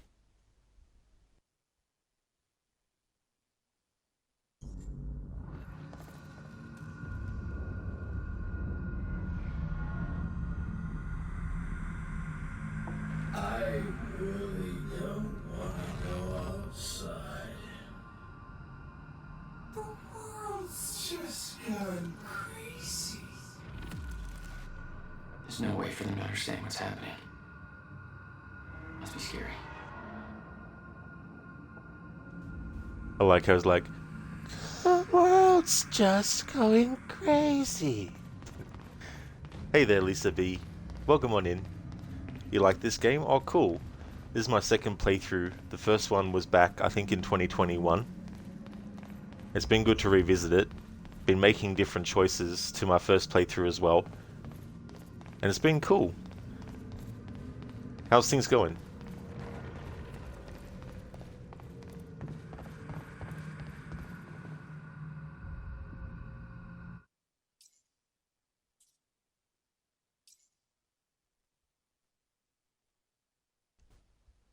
From Clarissa Agawa. Shifter alert to Monarch HQ Chronon active personnel. Attention! The lifeboat security protocols are now in full effect. Our stutter proofing has failed, and we have reports of shifters in the building.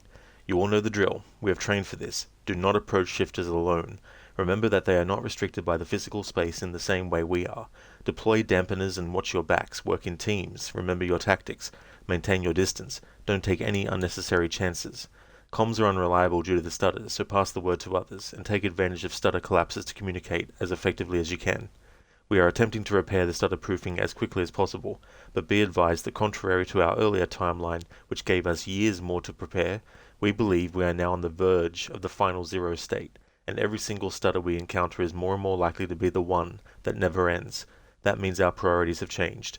The lifeboat protocol is in full effect, and ensuring its success is our only objective, whether the opposition is shifters, Jack Joyce, or anybody else. It's vital that we all remember our training. If we do things right, we will make it out of this, and we will make our way into the lifeboat. Good luck, and make me proud. Yeah, Lisa, at the moment, it's Xbox and PC only. Hopefully, though, at some point, it'll actually be multi-platform. They might have to do a remaster or something, because Alan Wake 1 was the same. Microsoft used to own the rights fully to that, and Remedy finally got the rights back, so they're able to do the remaster of Alan Wake and actually release it on PlayStation consoles. Glad to hear that you're going good. That's awesome. Gonna be finishing this game today. Been trying to get all the collectibles. The priority ones are just basically emails and all that kind of stuff. But I've been wanting to cover any Alan Wake stuff as part of celebrating that game's 15th anniversary this year. So I think I've looked at everything that's in here.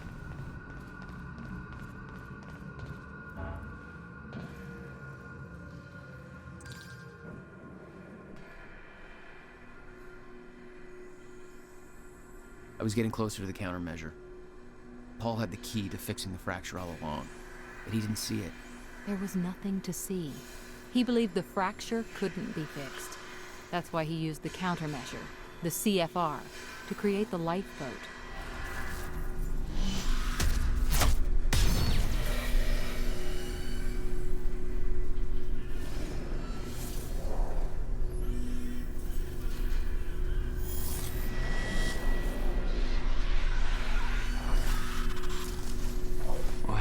fuck is that? Damn.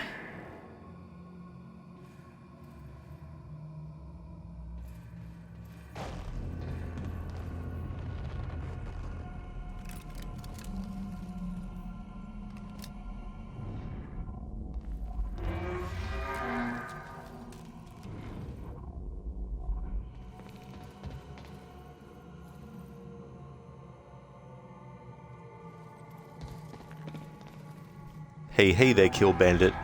Thank you so very much for the 24 months in a row. That is amazing. Really appreciate it a lot. Thank you for using your Prime as well for that. That's cool. I hope you're having a good day.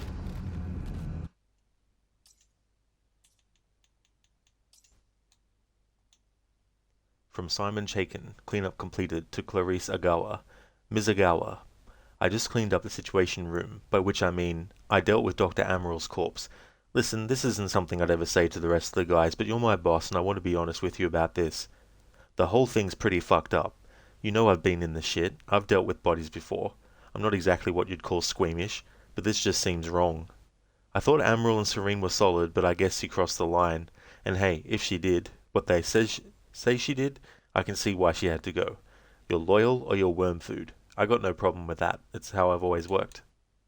But there's protocol. We're supposed to be disciplined. Professional. We got to tie up a loose end. You better believe we'll do it. But we do it by the book. You bump somebody off in the middle of the meeting like that? I don't know what that is, but it ain't business. That's just some street gang bullshit. You do that, it makes me wonder what else you're going to do when things don't go our way. So I've got concerns here. Just want you to know that. Anyway, it's done. I'll be at my post if you need me. Oh, you did, Lisa? You watched someone else a while back play this? You love a choice-based, so hope it comes to PlayStation 5 soon. Oh yeah, I really hope they do something with it, because next year will actually be the 10th anniversary for it. So it'd be kind of cool if they announced that they were able to do like a re-release and release it on PlayStation finally. Cheers, Kill Bandit. It's going so-so, is it? I gotcha. Well, I hope things can improve for you today, Kill Bandit. Thank you for joining the stream. I'm working on the final act now. We're definitely going to be finishing the game today. Lisa, your favorite is Detroit Become Human. That is such a wonderful game. I did a playthrough of it recently where I had to fail everything. So that also meant when there was a timer, I just had to stand there and let the time run out. Which was kind of funny, because there's that part where you're doing the whole blocking off the... well, not blocking off the entrances, but you're basically going to that place where all the other androids are and you're going to free them. Well, you got 10 minutes to actually do what you need to do. And I just stood there for the 10 minutes. I actually used it as a break. So I let the game running, went on a break, and then came back. And there's a part where North is like, Marcus, what are you doing? You need to hurry up. And then he was like something like, I'm doing the best I can. And I just had him standing there the whole time. It was so funny. Some of the reactions and stuff.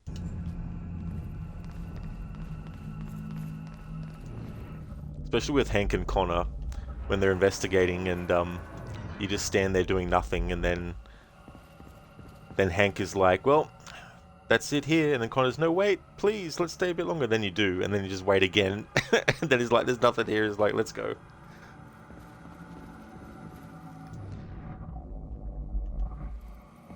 Mr. Hack, sir, I mean, if I deactivate the stutter proofing system, won't that, if time stops again, then the building will be...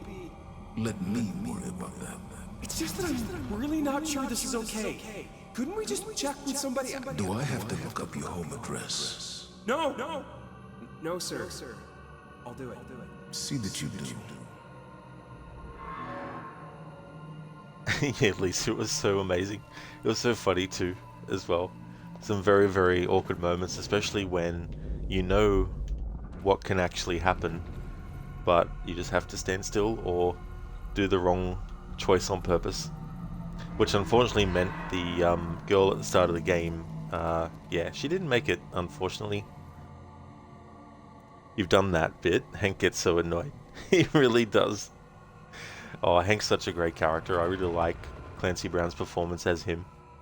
And what's always funny to me is that one of the roles that he played that I grew up watching him in was the first Highlander movie where he played the villain. And the funny thing is, in that movie, the main character is called Connor as well. So whenever there's a scene with Hank and Connor and he says Connor's name, I can't but help but think about the Highlander role that he did. Mr. Gote, please sir, don't Google Maps me. And then Mr. Hatch is like, I'll Google Maps you. And you're like, no. Those men died fighting something that lives outside of time. The very reason our weapons program was built. Serene knew they were coming. Weapons weren't doing the trick.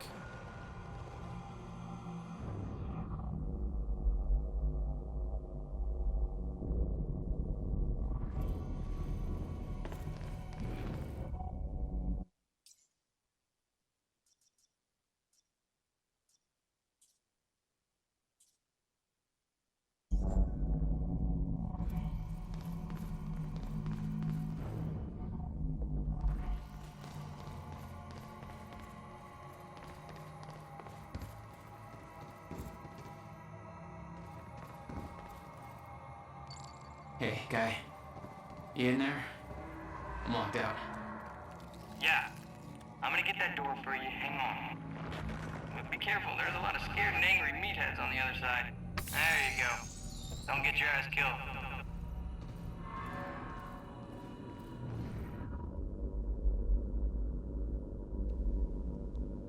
Lisa, yeah, that's a sad bit.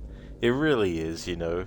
And when you commit to a playthrough like that and you've already played it and you're like, I know what's coming up and I know what I need to do to prevent it, but I can't for this playthrough. You bet. You love Connor, the guy that plays him as a streamer too. I really like that a lot. It's cool the amount of actors in video games who actually become streamers. One of the ones that I watched most recently who became a streamer is Rob Wiedoff, who plays John Marston in Red Dead Redemption 1 and 2. He's actually doing a playthrough of Red Dead Redemption 1. Like, he had played it in the past, but he wasn't very good at it, so he never actually went back to it or played it all the way through. He would just go off and do, you know, other stuff in the game. But yeah, he's actually committed to doing a playthrough of the story and everything. And yeah, it really is cool. Especially funny too, because some of the reactions that he has...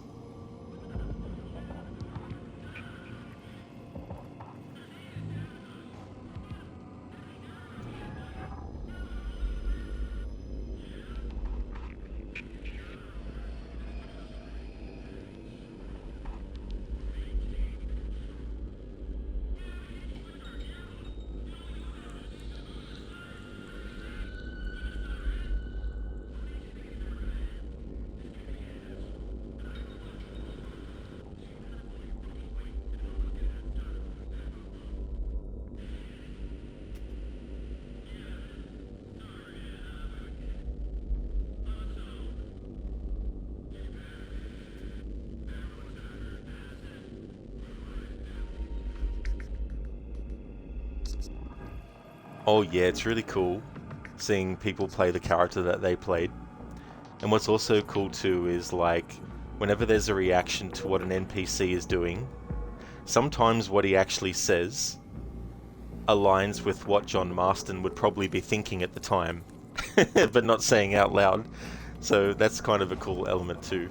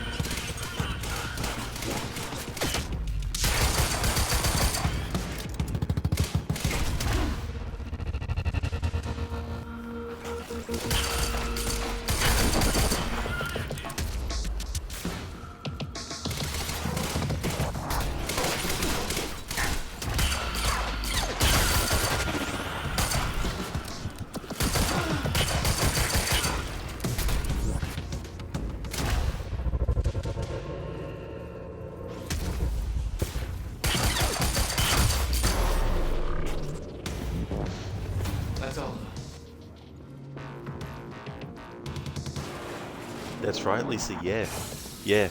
The character in this game that plays the wife of Connor's actor plays now what was the character's name? If I go to it won't let me access timeline. Oh yes, it will.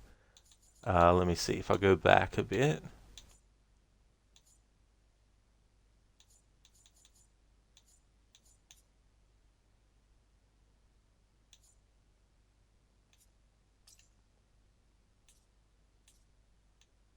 Yeah, so there's nothing that says, but yeah, there's a character that the main character meets. She's a protester, and yeah, that's who plays her, the wife of the actor who plays Connor in Detroit Become Human. Yeah, yeah, that's cool too as well. Yeah, it's amazing, the people that like Adam Jensen's actor from Deus Ex Human Revolution. It's funny because in that game he plays the main character, and his real life wife actually plays a character in the game that was with Adam Jensen, but they broke up. So it's funny when people who are married or with each other end up playing characters in the same game.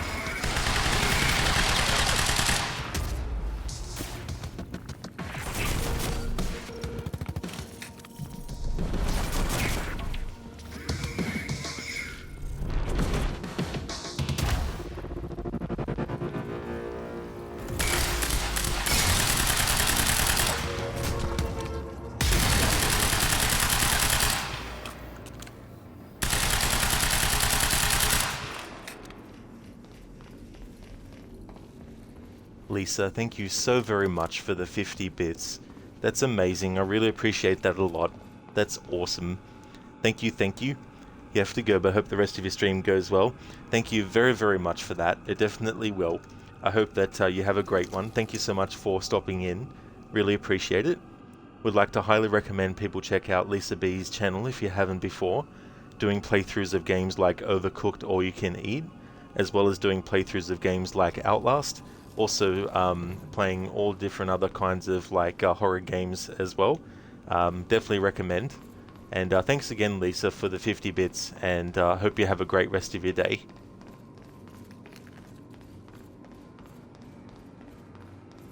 Oh, that's all good for the shout out. Absolutely no worries at all.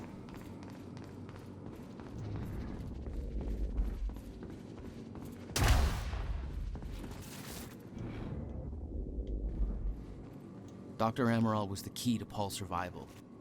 So why was she killed? Serene believed she was working against him, wanted him dead. I wonder who made him think that.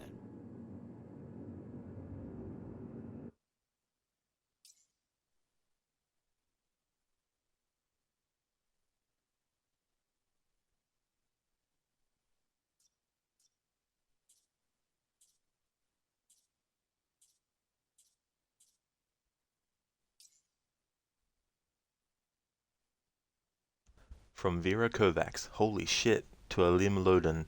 Alim, I know I was saying that there was no way Amaral would make it out of this thing alive, but now I feel just sick about the whole thing. I don't know if you heard, but she came back. Except now she got killed. Right here in the building. I don't know what went down exactly, but she was meeting with Serene, and she didn't walk out of that meeting. That's fucked up. I feel sick. Holden from Acquisition says she blew up some lab on the island, and she wasn't actually kidnapped. She set the whole thing up with Joyce. I don't know if it's true or not. I mean, have you talked to her? She's nice. She always believed in what we're doing. I just can't believe she'd do something like that. It doesn't make any sense. Maybe I'm wrong, but I mean, what the fuck, man? Serene just killed her? Just like that? This scares the crap out of me. Please write back. I don't know what to do. This wasn't what they said it was going to be. The world's going to shit outside, and now I don't feel safe in here either. I could use some help here. This is seriously bad. Let me know what you want to do. V.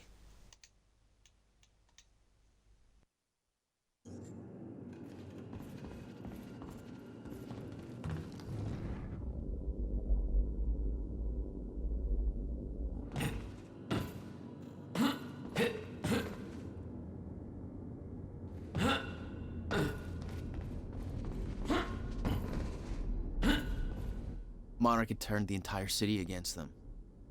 Used threats, violence to try to wipe out any evidence of their actions. It wasn't working. Document Monarch Hardline Protocol. Hardline Protocol. Eliminate initial witnesses. Reaper Squad. Identify, prioritize further OPSEC threats. Eliminate, intimidate, silence is required. No loose ends. Unfortunate accident. Allow no access to the site. Stonewall. No follow-up statements plus no proof equals nothing for the media to work with. Info warfare. See Charlie Wincott for details. Contain and shut down all online leaks. Track and neutralize users immediately. Disrupt cell phone connectivity. Filter out content as required.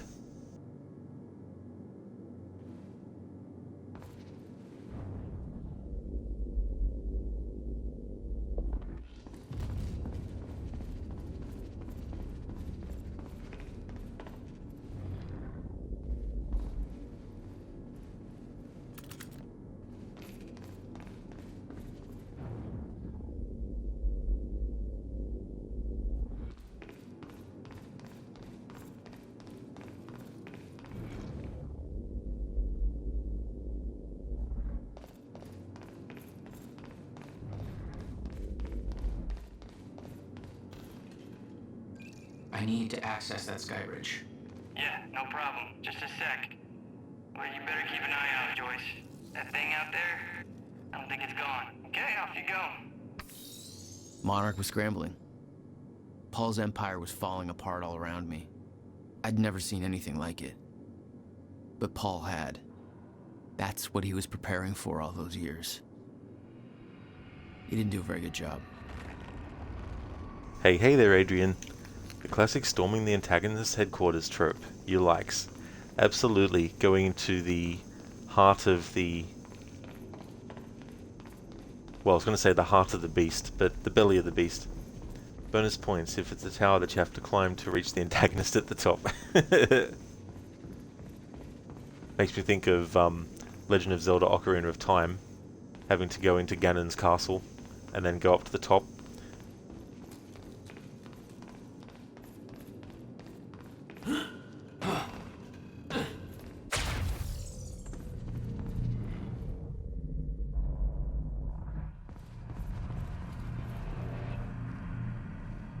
Pretty sure they didn't even scratch that thing.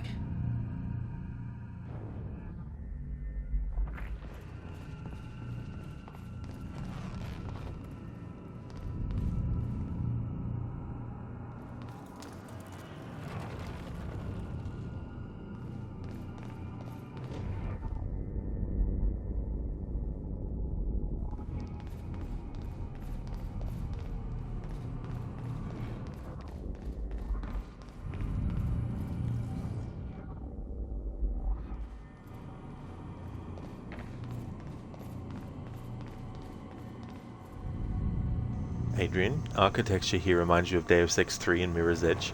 Mirror's Edge final level was a massive skyscraper called the Shard. That's a good game, that one. I still remember playing it back when it came out, and it was really, really fun.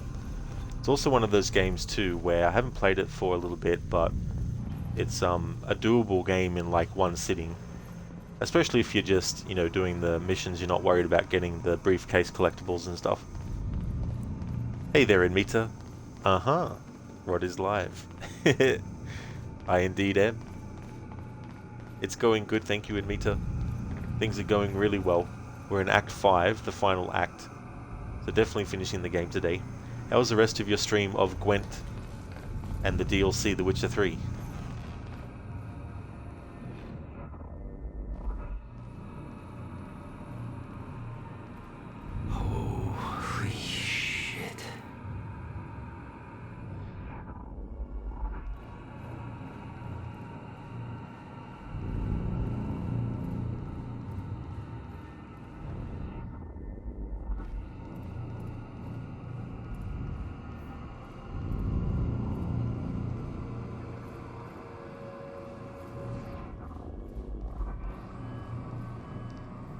time machine here? Shit. This is where they brought the university core. This is Paul's machine. Looks like they have it on the top floor.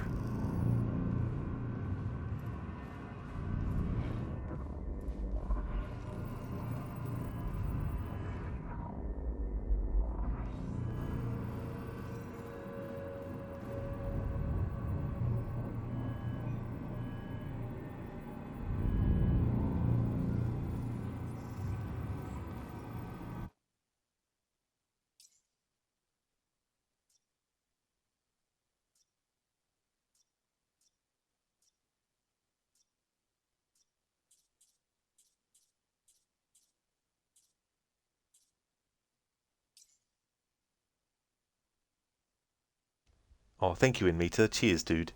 It was good. You made some progress in terms of question marks, clearance at sea. Then went to Faro to complete all the quests it has.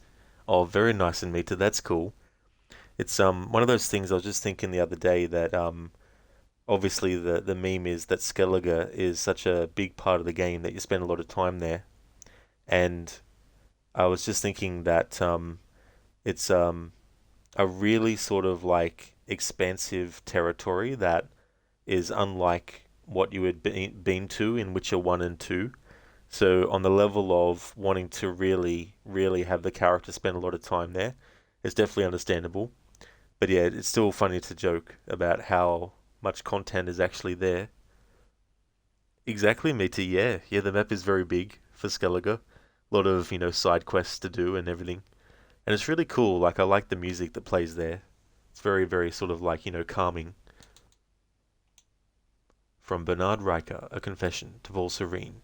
Mr. Serene, I know you're not in the headquarters right now, and whatever mission you left on must be incredibly urgent, so you probably won't read this until you return. I know you will be very, very angry with me, but I have to tell you what I've done. Using my maintenance access, I've deactivated the stutter proofing at the building. I know you will be furious, but I did it because Martin Hatch threatened my family. I'm not going to lie. I'm scared to tell you this, because I know you're on edge as it is, and clearly under tremendous pressure. But I have admired you and your vision for as long as I have worked for you, and I want to believe you can still fix things. So you have to know that it's Hatch. He made this happen. He knew exactly what would. I'm sorry, there are now dead people at my feet, and I don't know how to fucking deal with this. They're strikers. They weren't here when I started writing this email, and now they are. There's a lot of blood. I literally had to wipe it off the screen just to be able to keep typing. It had to be a shifter that killed them. Their chronon harnesses were broken. I couldn't wear them if I wanted. But without one I'm safe, right? No shifters outside of stutters, well that's what they told us in training, so I'm safe, and when a stutter hits I don't even notice, unless a plane hits the building or something. God, I have fucked up so badly. People are dead because of me, not just these two, but throughout the building. The stutter proofing was supposed to keep the shifters out, and now everybody must be dying, somewhere between the seconds. Everybody could be dead already, I don't know. I can't take this. And don't trust Hatch. I think that son of a bitch is after the CFR. I think he was never on our side. This is all some kind of weird game to him. Shit, I don't know why he's doing this. I'm just an engineer, and I don't know how to deal with this. It's too much, sir. I don't know. I know you must be furious at me. I deserve it. Believe me, I know. But please don't take it out of my family. Goodbye. Bernard Riker, Senior Chronon Tech.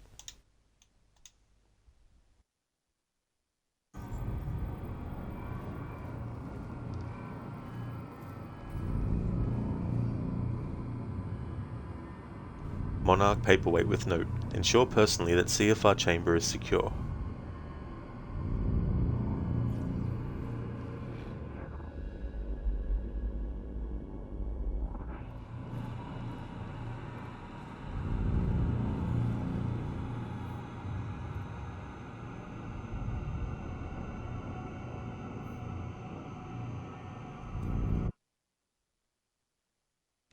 In Mita, there was a moment when you're trying to clear some question marks at sea, where some sirens appeared out of nowhere and almost destroyed your boat.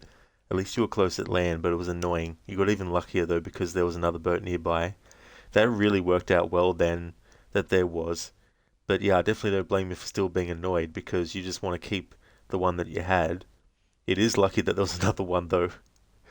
And to quote the NPCs from AC2, this is my lucky day. It's so funny when they say that. Money, money, money. This is my lucky day.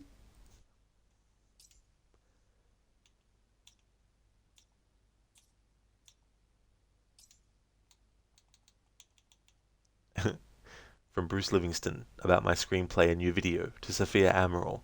Hey Sophia, still haven't heard from you about my screenplay. I know you're busy with all your work, but this is really taking off in a big way, so let's try to get going on this, okay? I know this thing is going to be huge, so I just went ahead and mortgaged my house to make this thing reality. It's my dream, and I'm going to follow my dream. And once I get the Kickstarter going, this thing's going to pay me back for the mortgage, so no problem. I already shot a short promo thing for the KS campaign. Let me know what you think. I'm going to star in it, but I've got a really cool part for you too if you want it. You'd be perfect for it. Also, like I said, I'm going to need that science feedback stuff soon. Let me know ASAP.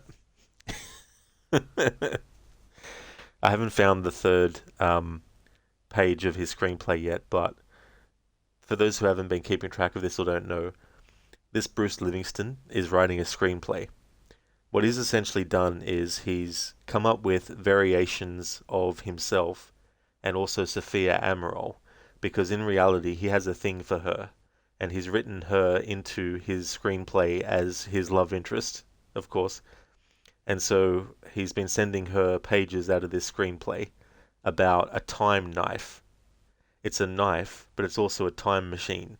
And when you get stabbed with it, you go back in time or something. So now he's saying in this that he's mortgaged his house and everything. It's like, geez, man. Taking being a simp to a whole other level.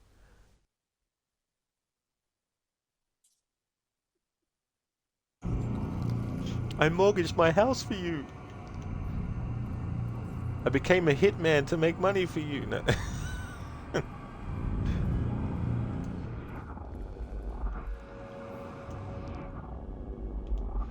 Talking to his friend and be like, I don't know, man, I've done everything. I've done everything you're supposed to, right?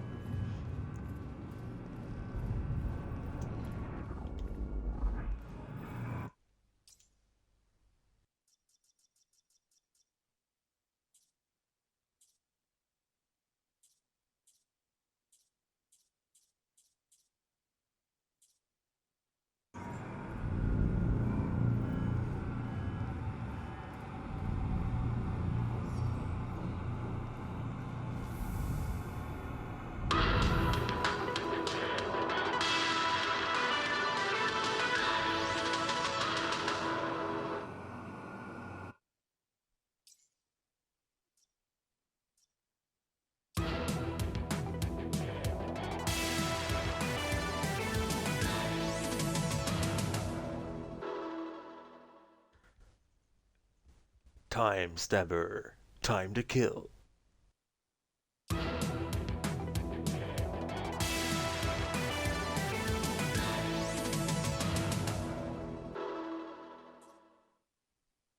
I like how they show us the short teaser that he came up with.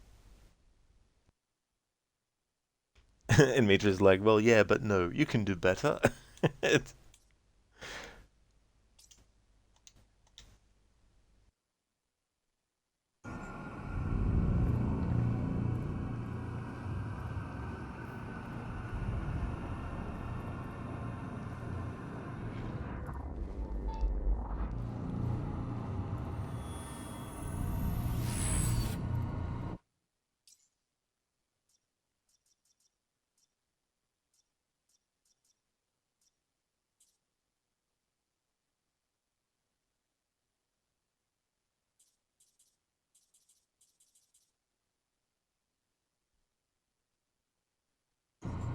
Alright, that's it. Actually, isn't that... I think the jacket's just throwing me off. Because it looks like Barry Wheeler's jacket from Alan Wake. Except he wasn't wearing like a flannelette shirt or anything. Yeah, his jacket had sleeves, whereas that guy's doesn't.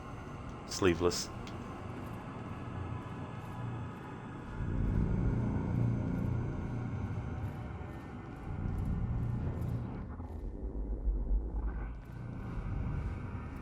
Also, it's been a very long time since we actually saw Barry. They've referenced him in Alan Wake 2. There's emails that you can read about him, but we haven't actually seen him in anything Alan Wake related since Alan Wake's American Nightmare. At the start of that game, Barry's asleep in the motel while the episode of Night Springs that Alan has actually written and has come to life is playing on the television while Barry's snoring.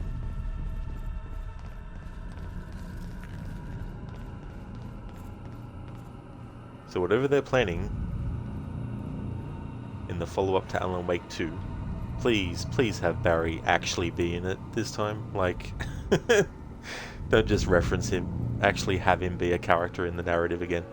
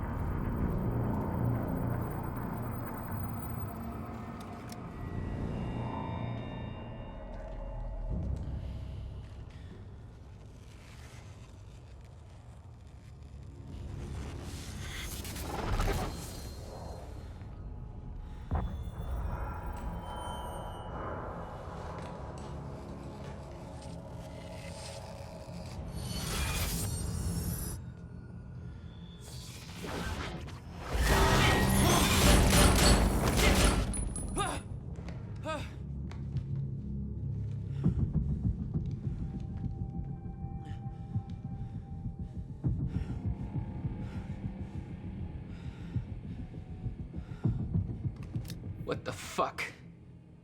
Was that Hatch? The train. All personnel, stay clear of the lower levels. There's a possible hazard. Repeat, stay clear of the lower levels. There appears to be a train crashed into the building. The situation is under control. All personnel should remain in secure areas. There are intruders in the building. Repeat, remain in secured areas. That's what it was in Meta. It was the wind. The wind did all that. Yeah, Kearney. Like, what the fuck was that?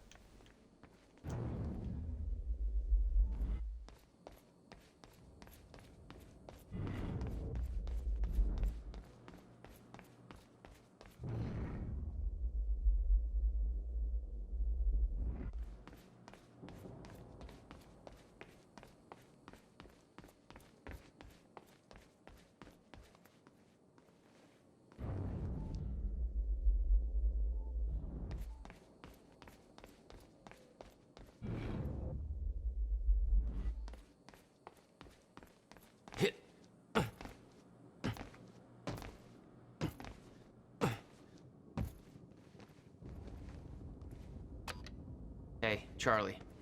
I got another locked door here. Not bad, Joyce. That's Serene's office. Let me just unlock that bad boy for you. Serene's got access to the CFR chamber from his office. I'll meet you there. Ah, there.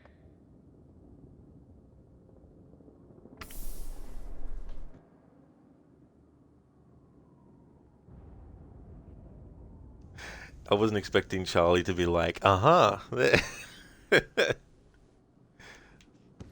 Yeah, and Mita. He's like, uh-huh. There we go.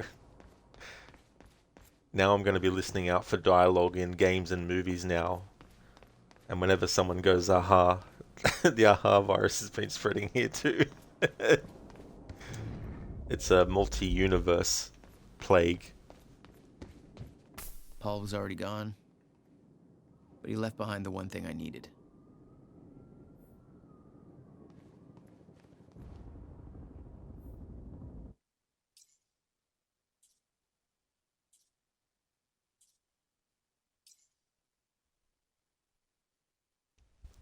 Untitled Note. I have left this message here for you to find so that soon when the time comes and I ask you to choose, you can do so with your eyes open and with some hint of understanding. I have no secrets, and the only things I choose to omit are the ones that you, in your current limited state, would not be able to grasp, no matter how hard I tried to make you understand. I have walked down the same path you are on now. Once, from your perspective a long time ago, although time no longer has such meaning to me, I too came in contact with a time machine. In my case, it was not a man-made device, but a natural one, in a cave. It should come as no surprise, really, that such things exist, much like natural nuclear reactors do exist, such as the now defunct ones at Oklo, Africa. After all, the Maya-Joyce field has its irregularities. I too became chronon active. I too developed chronon syndrome. And in time, I too lost control and became a shifter. Became at once everything and nothing, was everywhere and nowhere, died countless deaths and was still alive, my every probability, every possibility happening at once. I promised I would not lie, and thus I tell you. The noise and the pain and the rage were more than anyone could suffer and not go insane. I burned in this fire for a long time. There were brief moments of awareness in this endless nightmare, different versions of certain key moments in my life that I found myself reliving again and again, trying to make things right, like a puzzle, on and on and on. I am convinced that the stutters and the end of time saved me, for those were the only places, the only times, where I could even briefly stop and rest, and slowly find focus and control again, and ultimately master this state, not emerge from it, not be cured, not go back to what I was before, for there is no such thing, but to learn to be in one place and everywhere at once. My perception is altered, like that of someone who has seen a perceptual illusion, and discovered that the picture is both a young girl and an old woman at the same time. Once you see them both, you can never not see them. We are such limited beings, we play with just one piece, on just one square on an endless chessboard, just one life, one timeline, in an infinite multiverse of possibilities. Am I an exception? The only one who has found his way to the other side? Or is this just a shifter's brief dream before a stutter collapses? There are other shifters, you, your best friend, who is now your mortal enemy, Dr. Kim, others, some of whom you know. It doesn't matter who, because they are gone, and when they emerge, if they ever emerge, they will not be who they were, just as I am not who I was before. I have done my part in helping you all achieve this state. If time is an ocean with a frozen surface, then the stutters and the end of time are holes in that ice, opportunities to come up for air. I have a plan. It's already in motion, but it would be futile to try to explain it to you, like trying to explain 3 dimensions to someone who can only see 1. But make no mistake, I do not look down on you. I strive for humility even as I shift this world from one state to another. I will make this possible. I stand in between. I don't see myself as a gate. I remain humble. I am something smaller. A hatch. Hey there, Ifriet. How's things going?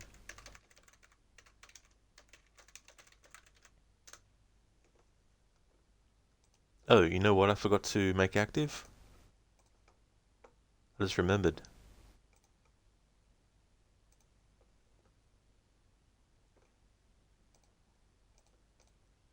The Remedy game quote. I didn't have that channel point active.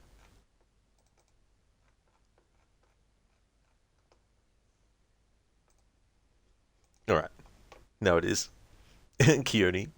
Ha, virus.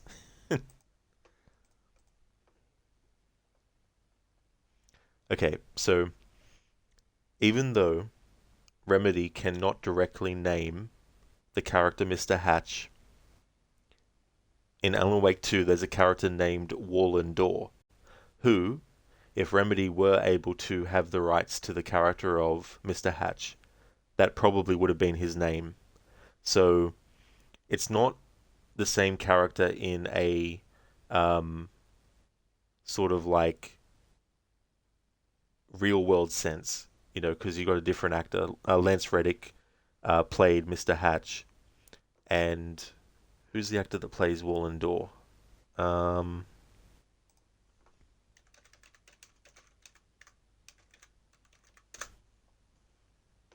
David Harewood. So David Harewood plays Wallen Door, Mr. Door, in Alan Wake 2. So keeping that in mind, this letter here where he says, I stand in, I strive for humility even as I shift this world from one state to another. I will make this possible. I stand in between. I don't see myself as a gate. I remain humble. I am something smaller, a hatch. Now this is a free Remedy quote, but Mr. Door in Alan Wake 2 says, "A door that stands between two rooms is in both. A door that leads anywhere is everywhere."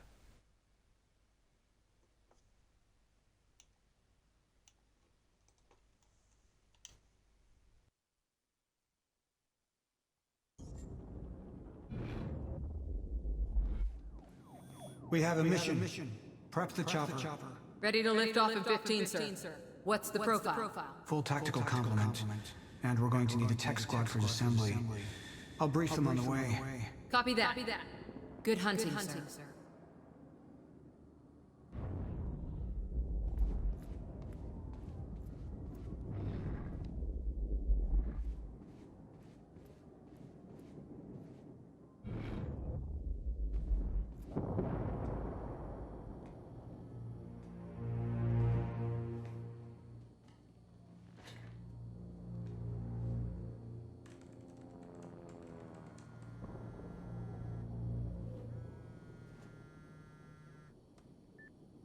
My office alarm went off. Is that you skulking around, Jack? Fuck you.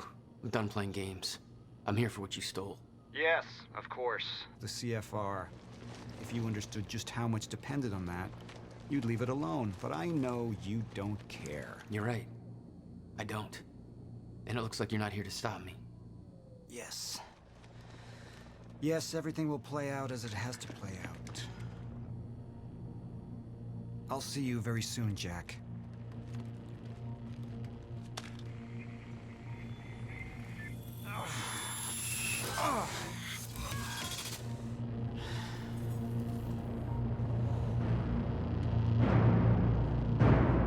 There was an inverted triangle on his chest.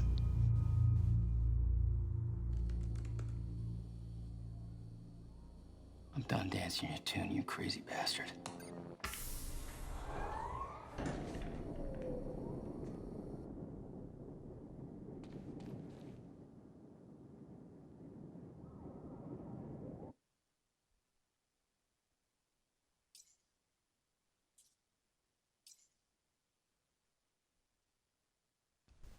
Alright, so from Paul Serene, fix this mess, to Clarice Agawa.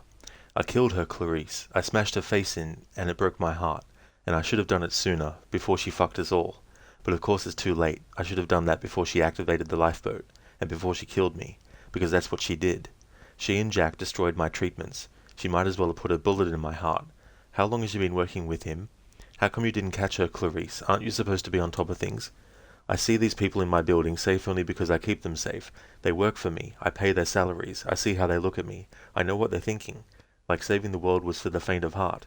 How much of her poison did she spread before I stopped her? Fucking Sophia. Forget it. It's done. I'll deal with it all. But I don't have time for this. I have to get to the chopper. Make these people fall in line, Clarice, and make sure lifeboat is in order. I don't know if I'm coming back, but if I do, I expect everything to run right. Get it done. Paul.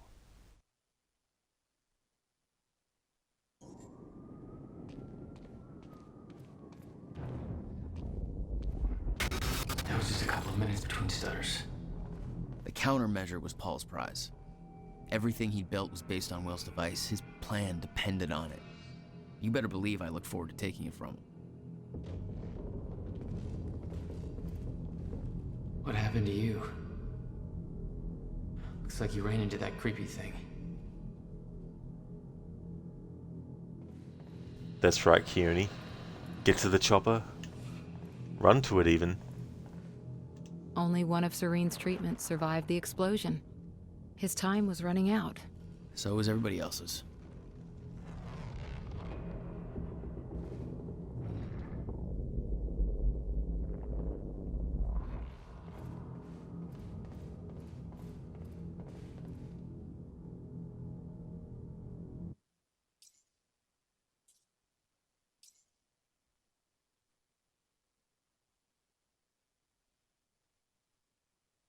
To Paul Serene from Sophia Amaral, Time Machine Core. Paul, we now have finalized the plans for acquiring and transporting the Time Machine Core from the university lab. Your instructions are quite clear. We won't actually move in until your younger self has entered the machine, and the men will try to take the Joyces alive, with the understanding that Jack Joyce in particular could be a threat, and neither can be allowed to escape under any circumstances. I'm still quite uncomfortable with all this, Paul. I understand your reasoning, and I know the stakes are high, but I don't want to see anybody hurt. It's antithetical to my role as a scientist, and I wish you'd reconsider. Surely there's a better way to resolve this. Moral implications aside, the loss of Dr. Joyce's expertise alone would be a great blow. If everything goes smoothly and quietly, we will transport the core directly to the Monarch Tower via ground route. If there's commotion and it seems there's any risk of detection, we will instead airlift the core to our dry docks operation, and then move it discreetly from there to headquarters. The construction of the new time machine frame at the top of the Monarch Tower has been finished since last year. Once we have received the core, it will be installed into the time machine per your orders.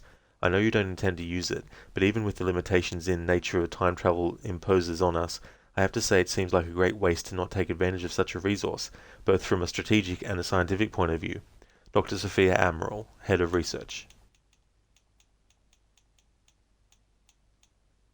Paul responded to that by saying, Sophia, I understand why you would feel that way, but this isn't something I take lightly. It's my experience that time travel only complicates things, and while my own trip through time has given us great opportunities, it's also set me on this path. I want to control it, not use it. That said, I want to have the machine ready to use for emergencies. My foreknowledge of future events will end very soon, and it might prove to be useful to have the option of obtaining more detailed information from the future. Obviously, given that the furthest you could go back is the machine's activation at the university, visiting the past seems fairly useless. Also, ensure that the machine is heavily guarded at all times. Nobody is allowed to operate the machine besides myself, and I want the corridor to remain undeployed unless I give specific orders to the contrary. As for the Joyce brothers, I intend to give William the option of joining us, if possible, but I know him. He's a very stubborn and unstable man, and I don't know if we could ever trust him. I don't need to remind you that he built, in that ridiculous little workshop, with very limited resources, a device that broke the local physics at ground zero, and caused my Cronon syndrome. I don't intend to give him a chance to show us what else he could do if he decides that we're a target. That, along with the visions I have seen, there are certain sentimental reasons that make me wish I could let William live, but I doubt that he makes it possible for us. As for Jack, I'm not too worried about him.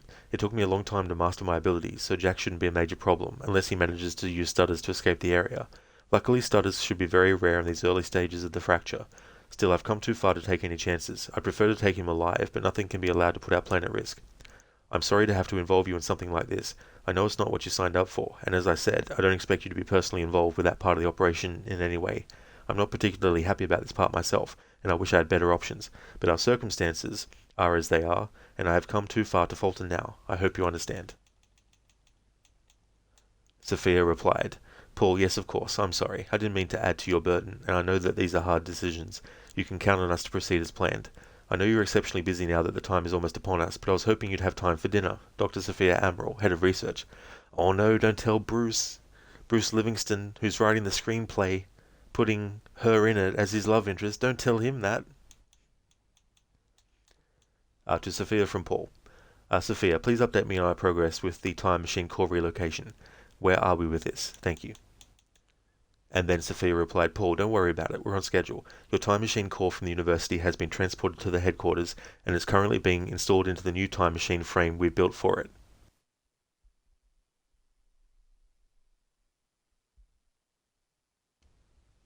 You'll have direct access to it from the CFR chamber as requested. And no, before you ask, you can't actually access the CFR chamber from the time machine. That elevator can only be activated from within the chamber, so no one working on the machine can get to the CFR. I thought you'd appreciate that layer of added security. I know how important it is to keep the CFR safe. Anyway, I know you don't actually intend to use the time machine, but should you ever need it, all we need to do is deploy the corridor. It's actually all hooked up now, but we're still running some final diagnostics. The tech should be ready with it before the gala's over. Dr. Sophia Amaral, Head of Research.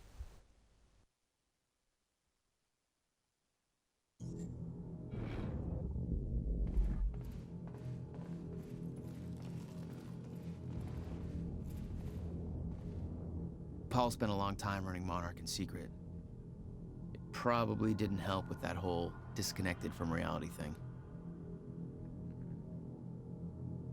Reflections on the end. I wish my memories about the end of time were clearer, but it was anything but a clear time in my life, and the world was such a jumble, a frozen mess of different timelines crashing together. I was running for my life the whole time, trying to avoid the shifters. Not an ideal state of mind for gathering intel. And it didn't help that she kept chasing me, trying to kill me. Beth Wilder, one of my own people.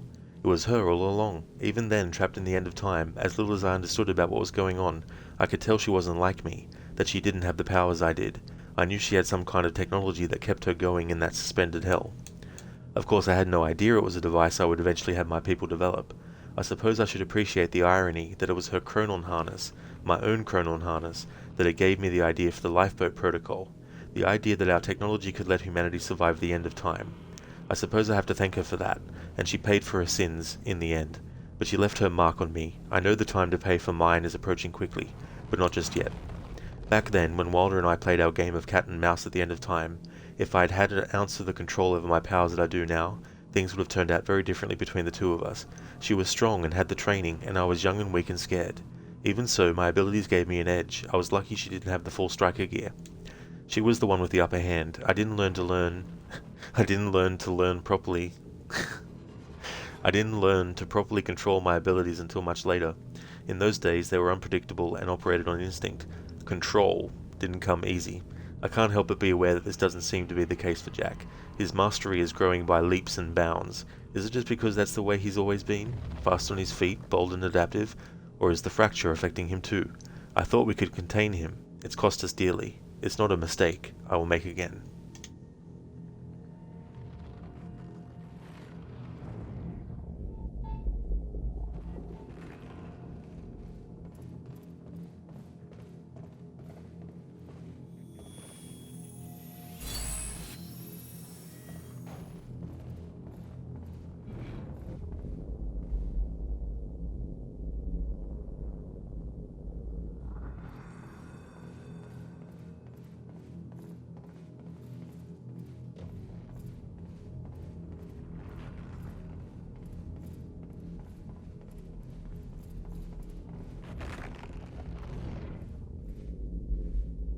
In me to learn how it is to learn. In order to learn the learning that you need to learn, you first need to learn how to learn. 17 years, he lived through twice. All of it mapped out, from memory. He knew the market trends before they occurred. He had the tools to make a fortune, and he did.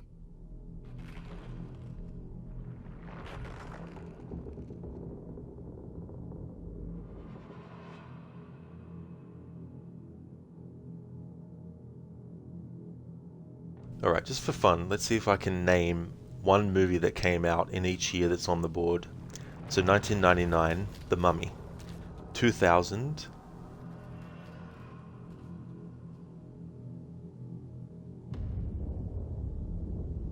Shit. 2000. I'm drawing a blank on the year 2000, what movies might have came out then. And this is without looking it up. So the year 2000, Bicentennial Man with Robin Williams. There we go. 2001, the first Tomb Raider movie. 2002, the first Resident Evil movie. 2003, Prince of Persia: The Sands of Time movie. No, that was 2010, sorry. 2003 was when that game came out. Alright, so a movie from 2003.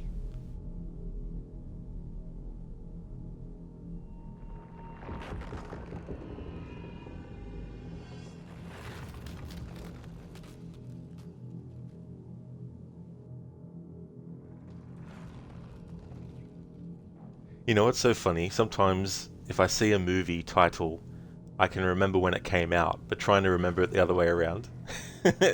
Trying to think of a movie that came out in a certain year, when there's certain movies I know what year it came out in.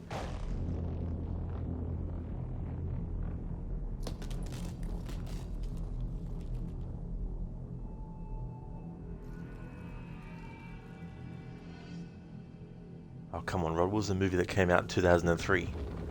Bloody hell.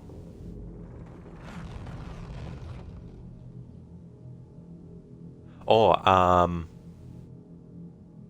2003. Was it 2003 when that came out? I wanted to say, X-Men 2. But that can't be right. Or maybe it is. 2003. X-Men 1 was 2000. Oh, Terminator 3, Rise of the Machines, that came out in 2003. Alright, 2004.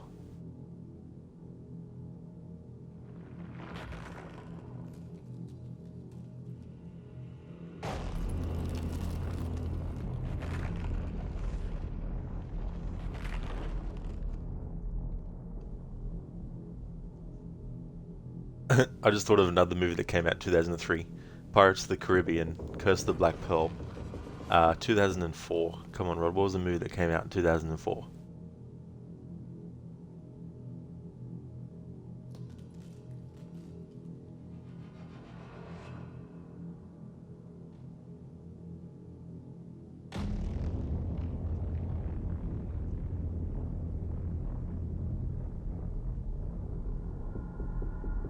Yeah, mate, it's funny how memory can work.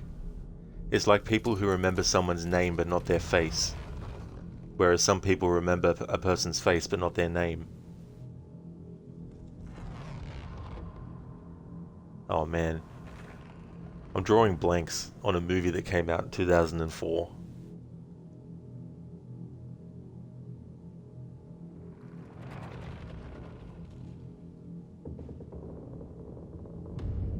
I was just thinking the sequels to Pirates of the Caribbean, Curse of the Black Pearl, I think Dead Man's Chest and At World's End, I think they came out in the same year but 6 months apart. Or maybe they came out a few months apart, but one ended up being in 1 year, not the other. But damn it, 2004. I can't think of a movie that came out in 2004. Fucking hell. Alright, I'll come back to that. 2005, the Doom movie came out in 2005. 2006, the first Silent Hill movie came out. 2007. I think in 2007 the movie 1408 came out with Samuel L. Jackson and John Cusack. I think it was 2007. 2008, the first Iron Man. 2009. Oh, the first Avatar. I think that came out in 2009. 2010, Prince of Persia: Sands of Time movie came out in 2010. 2011. I want to say the movie Super 8 came out in 2011. I think. 2012. What was the movie that came out then? 2012. Oh, The Dark Knight Rises would have come out then. 2013, a movie that came out was The Conjuring, the first one. 2014, what was the movie that came out then? 2014.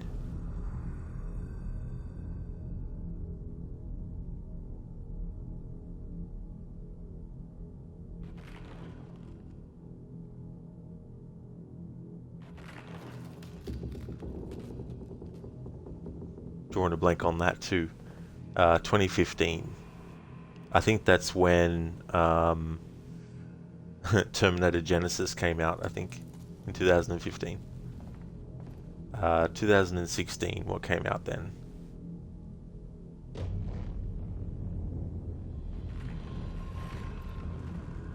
(2017), I think Logan came out in 2017. 2018, don't know, 2019. It's so annoying, because like I can think of a movie and then say what year it came out. Like The Running Man came out in 1987. Then you had Taking Lives came out in 2004. That had Angelina Jolie in it. Raise the Lost Ark came out in 1981.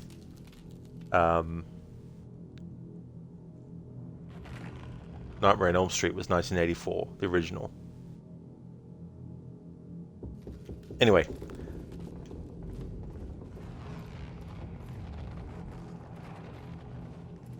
So I was able to think of a movie that came out in 1999, 2000, 2001, 2002, 2003, 2004. I think Taking Lives was 2004. with Angelina Jolie in it. 2005, 2006 and 7 and 8 and 2009 and 10 and I think 11 was when Super 8 came out. 2012, The Dark Knight Rises. 2013, The Conjuring. So I couldn't think of something that came out in 2014 or 2016.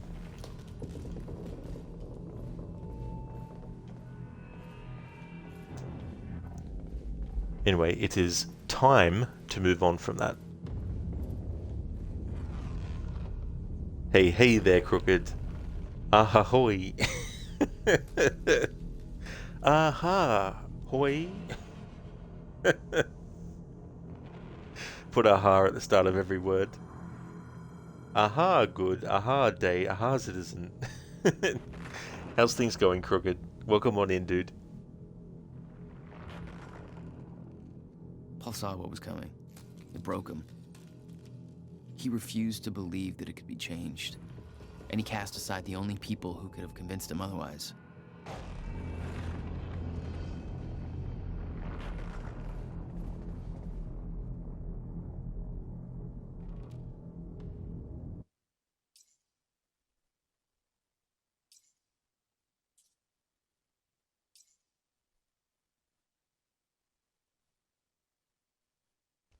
From Sophia Amaral, Quantum Ripple Research Unit, to Paul Serene.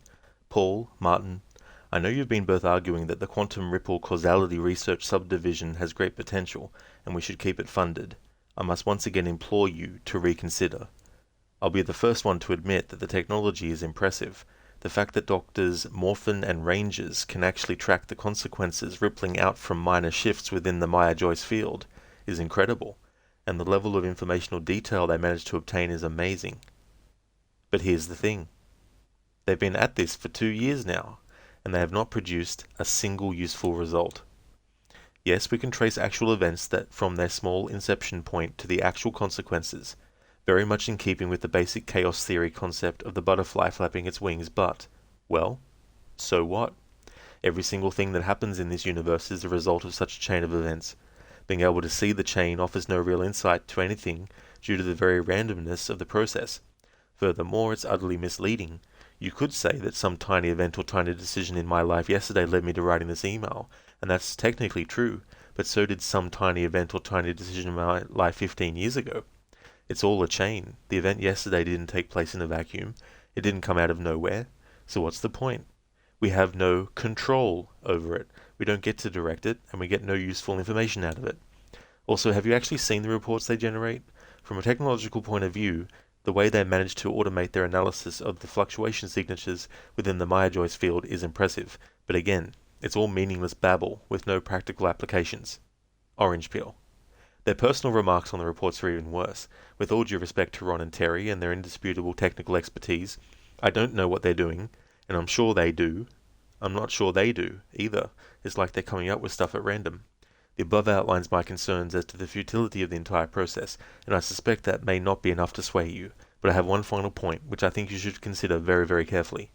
The entire program is an unforgivable waste of Monarch resources. I don't mean money, although the entire Quantum Ripple Causality Research Subdivision is costing us millions and millions of dollars, but that doesn't really matter, because I know we can afford that. However, there's a more vital resource they're consuming. Each time they fire up their rig and delve into the Maya-Joyce field, they eat up a huge amount of chronon particles. They are a finite resource, and as you know, we are projecting that the Ground Zero's yield will rapidly diminish as the fracture takes hold, which will happen very soon. You may not understand what the real impact of this is, so let me put it to you in practical terms. Every single time they detect and analyze a quantum ripple, it costs us a week of potential life at runtime minimum. Given Monarch's primary purpose and the total lack of useful results, I believe that's a luxury we cannot afford. I recommend shutting them down immediately, or at the latest, during our next reorg. We can reallocate their resources to something useful and put Ron and Terry's expertise into great use designing the lifeboat. I'm sure we wouldn't regret putting them to work on that, given their track record of working with Chronon Tech. Sophia Amaral, Head of Research. Crooked, aha, how, aha, is aha, the aha game, aha, going aha today. Aha, it aha is aha, going. Aha, good, aha, thanks.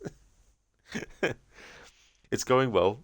making good progress, making sure to get as much of the intel as I can, especially these ones that have the folder on them, because these are related to unlocking certain videos. So to unlock the last two entries for Paul Serene's diaries, we need to get all the intel in Act 5. And some of them are unlocked simply by just completing parts of the story as well. Could you think you're having a stroke? I don't blame you with all that going on. Like, damn. If you hear more Aha Dictionary. Who was it? I think it was Maxi was talking to. It's like, imagine having it so that every single time Lara shoots her gun, instead of the sound effect for a gunshot, it's just uh-huh.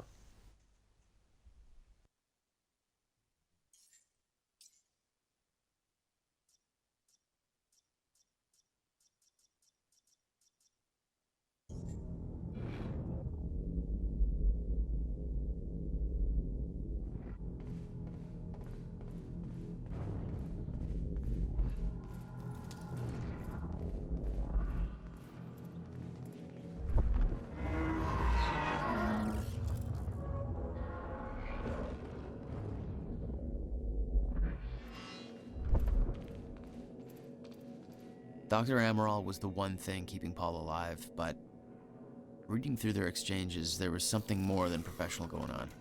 That's not my place to comment on. Crooked, that would drive you nuts. For like a little while, it'd probably be funny, but after a while, yeah, it'd get annoying. Especially the rate at which you shoot sometimes. Like for weapons like a shotgun, for example, it'd be like, uh-huh, uh-huh. But for like the Uzis, it'd be like, ah, every time.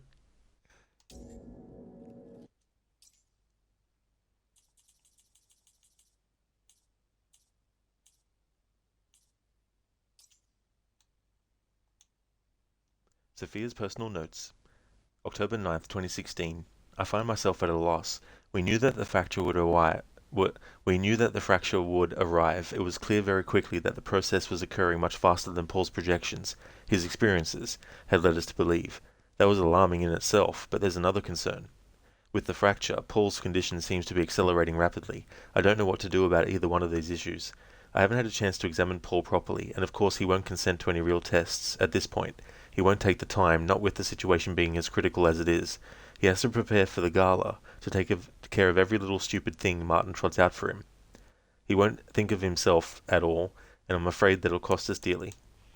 So I don't know, I'm just speculating, but I believe this acceleration is a reaction to the stutters in time. In zero state, his wave function is further disrupted by the excessive chronon energies within his body. Before the university incident, before the fracture, the condition was progressive, but controllable. The lack of stutters helped keep it in check. Now its progress is rampant, and I worry that it may reach a critical point soon. We always knew that was a possibility, but all of our projections assumed we would have years, time enough to come up with a cure, or a way to stop its progress. Which means there's a very real chance that in the near future, Paul's condition overtakes him, and if he does become a shifter, I don't know what to do about it. We haven't been able to help Dr. Kim. I don't know what we could do for Paul. I don't know what to do. The treatments are still working, but they take a toll on him, and their effect is greatly diminished. I'm concerned we may hit a point where he's forced to use them so often that the treatment becomes worse than the condition itself, and yet I don't see any other options. He will not rest. He insists on doing so much. I know he chafes under his dependence on the treatments. He sees it as a weakness. I'm afraid I may lose him. In Mita, you were playing ESO off stream last night and you heard the guard say, "Citizen, you got caught stealing." It reminded you of Crooked's Redemptions. That's really cool in Mita.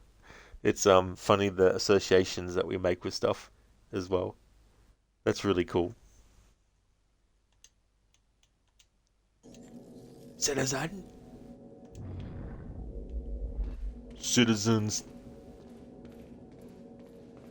Paul was a powerful man, the leader of an empire, but behind the veil, he was a dying man.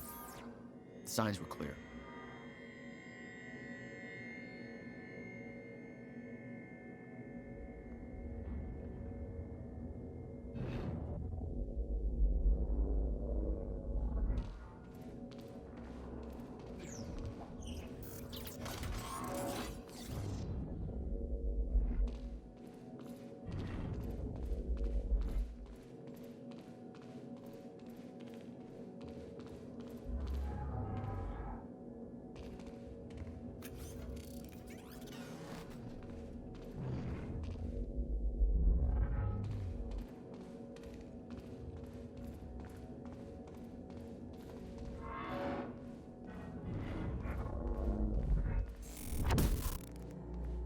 You're not supposed to be wearing that. No, look, I can Joss. explain. Joss, Wheeler.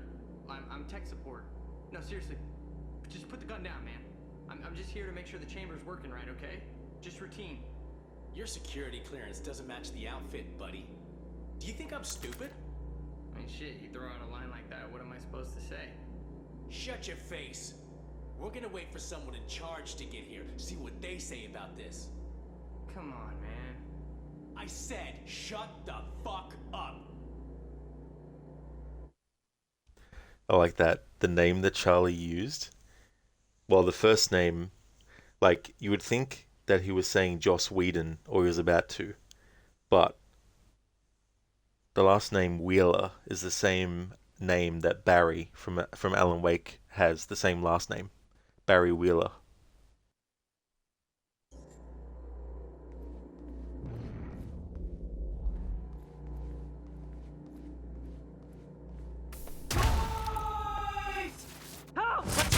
HQ, Charlie, get down.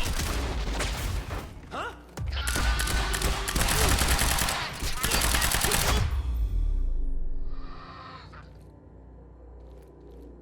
Joyce, thank God. Shit, that could have been real bad. You're Charlie. Yeah, let me get this door open.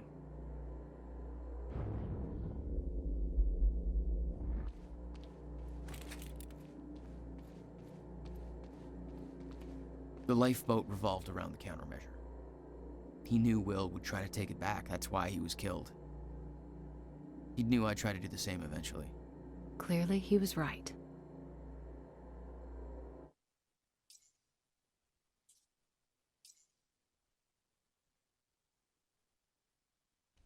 From Lauren McStevenson, read me right now, CFR procedures to lifeboat maintenance. People, because there seems to be a certain lack of clarity about when it's appropriate for someone to enter the CFR chamber and mess with the Chronon field regulator, and because I just had to fire Kevin Janeway because he did that exact thing, let me remind you of the approved CFR procedure. You do not touch the CFR, period. I may touch the CFR because I'm the lead technician in charge of it. Dr. Sophia Amaral may touch the CFR because she's our head of research and she knows what she's doing. Mr. Paul Serene may touch the CFR because he's Paul fucking Serene, and it's his CFR. Nobody else touches the CFR. On occasion, some enormously lucky individuals who have been personally trained by me and are proven to be very, very dependable and incredibly good at their jobs, who don't have a track record of trying to enter the CF chamber like paint-huffing imbeciles because they just wanted to take a closer look at it, and who have remembered to bribe the lead technician in charge of the CFR with Tom Waits tickets, may be given written instructions to perform specific procedures on the CFR. That will be a great honor and a sign of a significant degree of trust, and those people should be accorded all professional respect and an appropriate degree of brown-nosing and or passive-aggressive displays of envy by their peers. Or, to put it another way, you do not touch the CFR, unless you want to join Kevin in the how to stop being an arrogant dumb shit who jeopardized the only hope for a future for the entire human race because his mansplaining ass thought what the CFR really needed was a random dude who knew better. Self-improvement course down at the unemployment office, which I'm sure is where we all believe he was escorted by those armed men. There are no exceptions to this. The entire lifeboat protocol depends on the CFR being present, properly connected, and functioning normally. You do not want to jeopardize this. This is bigger than any of us, and we are not here to fuck around. Lauren McStevenson, lead CFR tech. So, Lauren, what you're saying here is we can touch the CFR?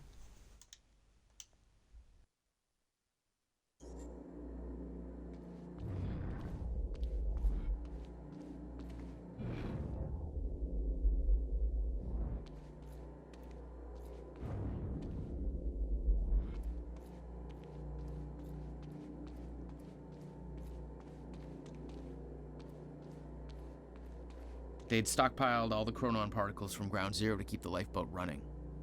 Enough to hopefully last until a proper solution was discovered.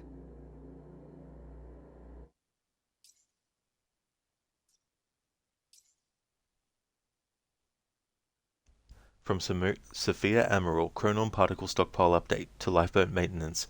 Everyone, please be advised that we are now at a point where lifeboat activation may occur. Accordingly, I have ensured that preparations are underway for activation. As a part of that, what chronon particle stores still remain at the Ground Zero harvesting operation are being moved to the headquarters and placed into the master chronon particle repository, ready to be placed under the CFR control. Please be aware that what we have managed to accumulate until this point is very likely to be all the chronon particles we ever have access to. Due to the fracture's effects on the Maya-Joyce field, the Ground Zero anomaly is showing definite signs of weakening. As a result, the chronon particle yield decreases drastically and will soon drop to baseline.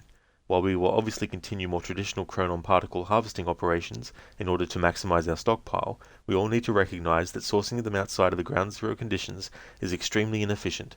Or in plain terms, unless we find another source of chronon particles, and I don't believe we will, what we have now is all we will ever have. Please be aware that all use of chronon technology eats into our limited resources, and while we of course recognize that we need to have our strikers and other soldiers operate in stutters, each operation undertaken will eat away at our stockpile, and, in very real terms, cost us days of lifeboat runtime. Accordingly, we have to plan all use of this technology closely and choose our battles carefully. That said, we should also realize the ongoing situation with Jack Joyce constitutes an emergency, and will most likely require unconventional chronon particle investments. Just the same, we should be aware of the cost.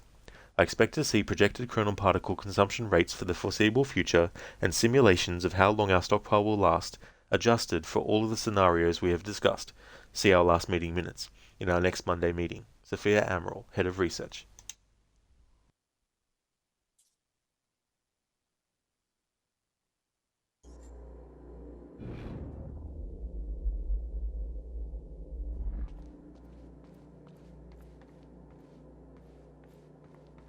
There you go, Joyce. You're just hoping you know what the fuck you're doing. Yeah, me too.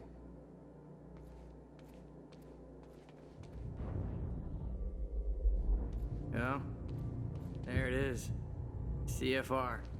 Countermeasure. Whatever it's called. Help yourself, Joyce.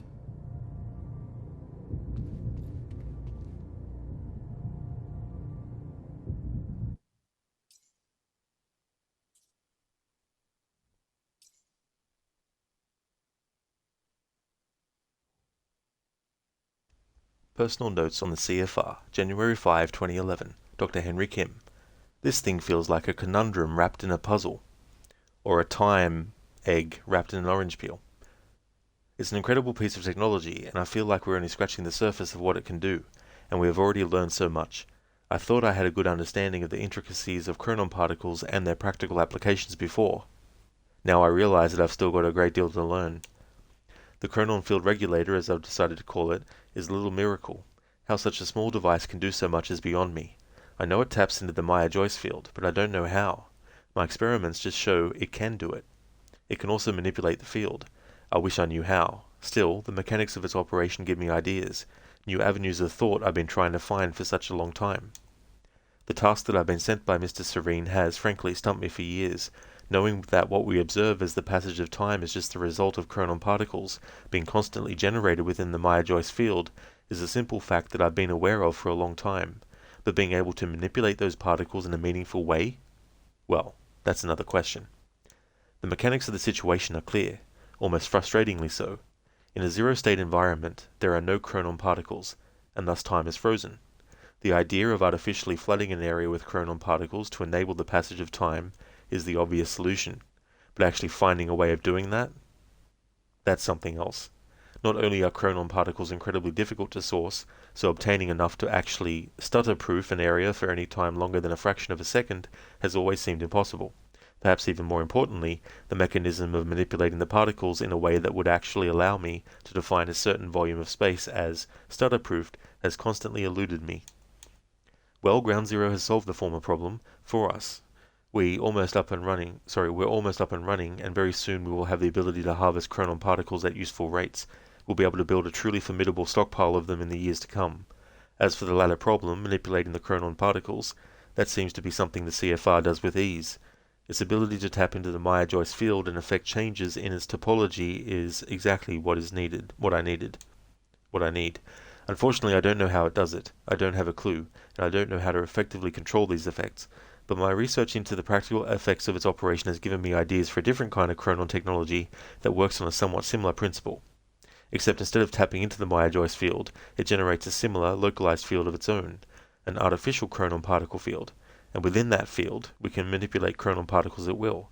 This means that we should be able to create stutter-proofing technology, allowing us to shield a certain area from the effects of zero state, and I believe I will be able to miniaturize the technology to allow for personalized devices with the same effect. Almost like an environmental suit of sorts, with a harness the user would wear to create a chronon field around his body. There are still many challenges here, one of which is that any significant volume of stutter-proof space will incur an unacceptably high drain on chronon particles, which are a decidedly limited resource. Obviously, with the lifeboat protocol requiring a large stutter-proofed area that we can maintain for years, quite possibly decades, this is a critical issue we have to solve, and Mr. Serene has made that quite clear to me. Frankly, even with Mr. Hatch backing me, the thought of disappointing Serene over this makes me quite anxious. I understand his concerns, and they are of course entirely founded, but the man's intensity is unnerving. In any case, I'm hopeful that I will figure out this problem soon. I'm hoping to be able to use the CFR itself to regulate the flow of chronon particles. Given its nature, I suspect it might be eminently suitable for such a role in the lifeboat project and cut down on our chronon consumption rate by a great margin. My control over the CFR is limited, but this seems to be a very basic functionality for it, so I'm optimistic that I can do it. I'm still looking into it, one thing at a time. We've already made great progress, and I will say that Mr. Serene's been quite complimentary with these successes, so I think he'll give us the time we need. Well, it's not like he has a lot of choice in the matter.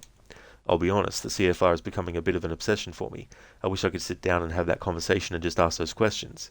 How did he build it? What it's actually for? But I've been denied that opportunity. A part of me wants to open the CFR up and get to the bottom of it. But the potential consequences terrify me. We've already seen what it can do if unleashed.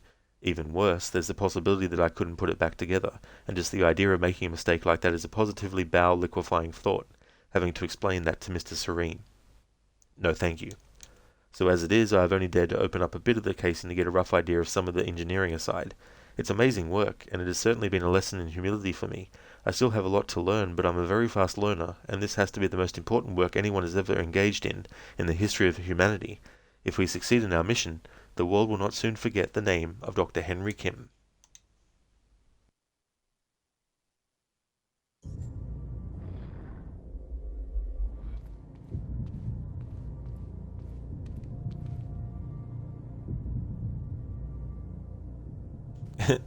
Charlie's badge. Charlie Wincott, Data Samurai.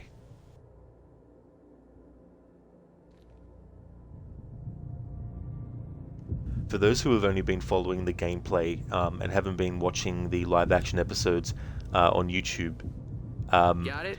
Can we get the hell out of here? Charlie is one of the characters that you get to learn a lot more about. Knowing about him isn't necessary for the gameplay story, but if you're interested in the other characters in this game that are mentioned that don't appear very often in the game itself, then the live action episodes will have them in it as well.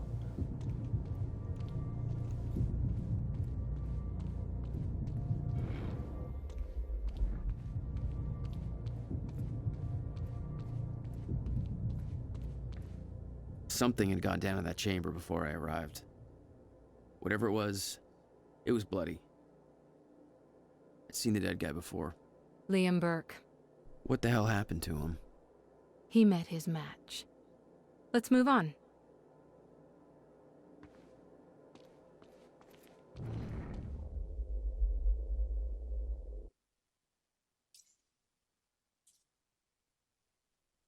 Awesome, so we got all the intel in Act 5, Part 1.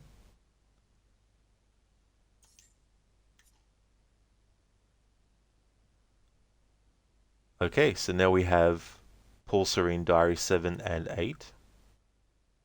We won't get these Jack Joyce diaries until we actually finish each part of Act 5. We've already gotten all of Beth's and Will's. Alright, so I'm going to play the ones related to Paul Serene.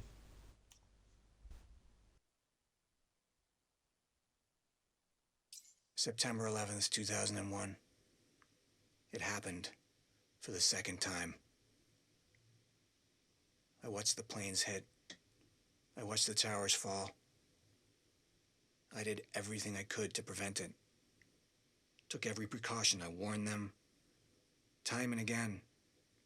And just like every other thing I've tried to change, I've failed. It can't be done. I'm living in a cycle that cannot be broken. And I know where it leads. I thought I could prevent the end of time. I can't. But I can use this power to survive it. To ensure that when time ends, life doesn't. I'm refocusing Monarch's efforts. We'll develop technology to counter the effects of the fracture. We'll develop weapons to fight back against the enemies that will thrive there. I went back to William's workshop. The time machine is gone. He's working on a new device of some kind. I have no doubt she's involved somehow. So I need to keep my distance. I'll intervene when the time is right. I built an empire. It's time to put it to use.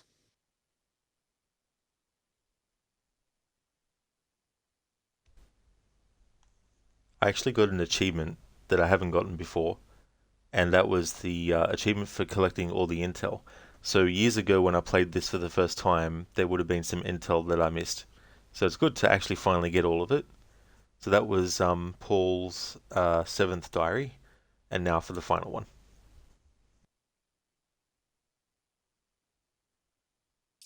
July 11th, 2010.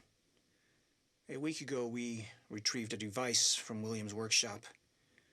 Dr. Kim believes it can be repurposed to develop our lifeboat protocol, the key to our survival. I killed her. The first sacrifice in the name of our mission. I could see in her eyes she would never fully accept what must be done. I pray that I never have to look in Jack's eyes and see the same thing. I'll make him understand. I'll make him see.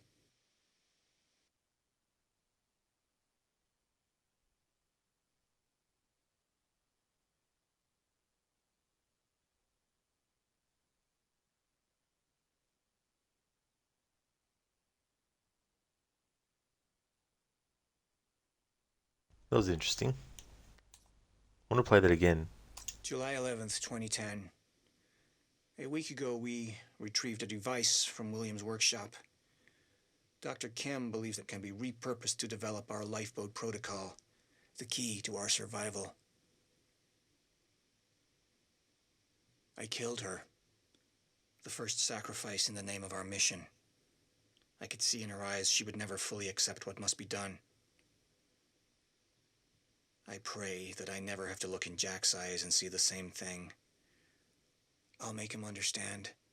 I'll make him see.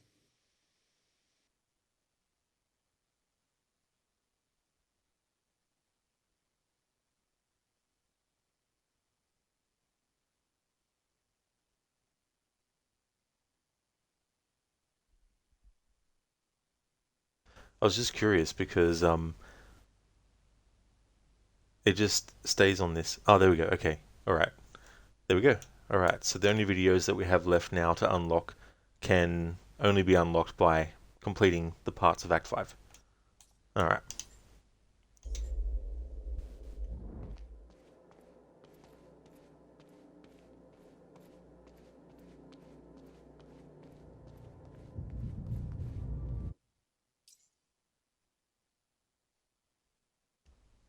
So the only thing that we missed is the Chronon source that was earlier, but it doesn't matter. For this playthrough, my main priority was any intel and also any other documents that could be related to the Alan Wake, but also this game itself, because I find a lot of this stuff interesting too.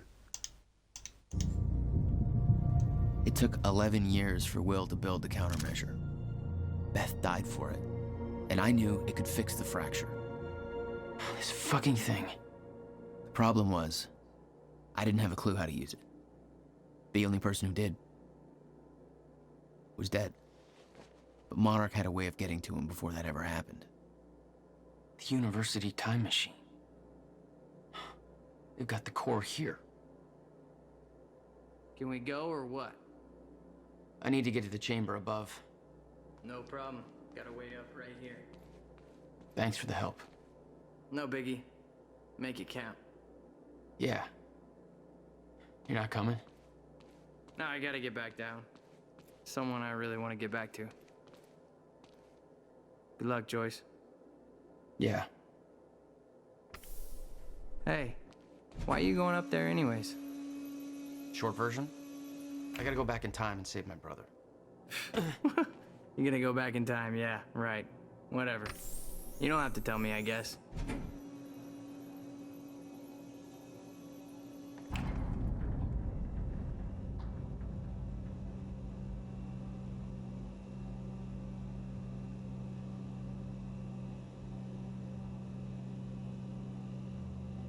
Paul took the core of the time machine from the university, hooked it up to his own machine.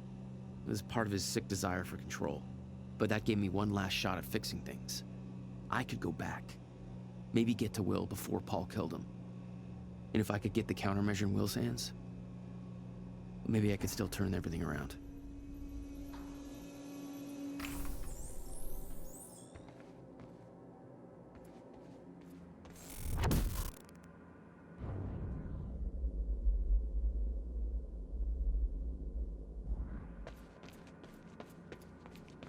The core was set, the machine was prepped.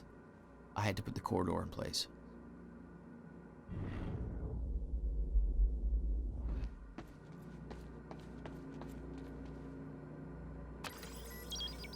Okay, this should do it. Deploying the corridor. Phase 1 underway. Please clear all personnel from the operating room.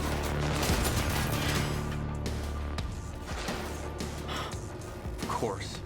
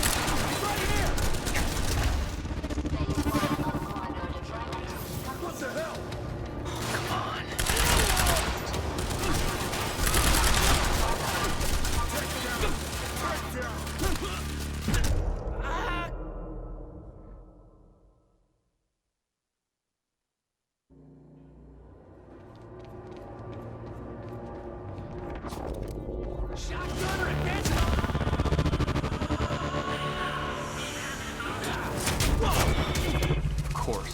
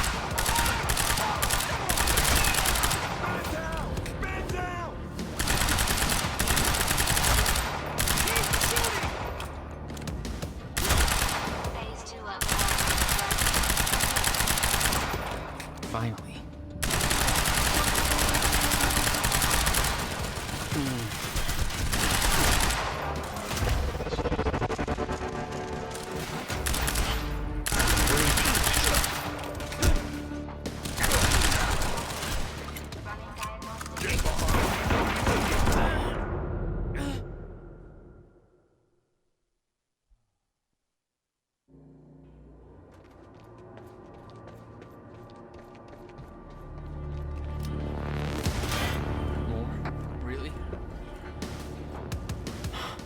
Of course.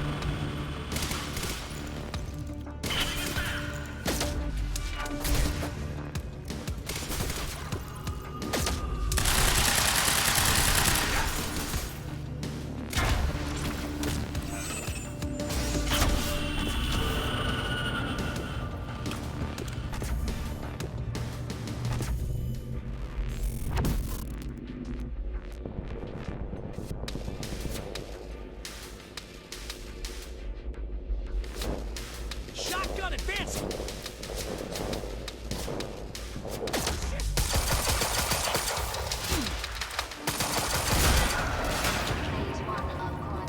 Let's chill! Come on.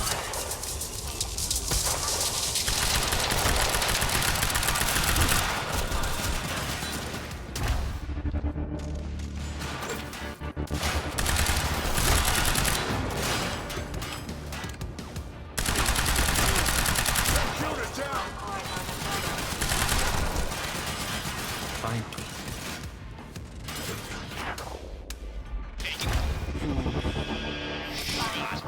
Engage!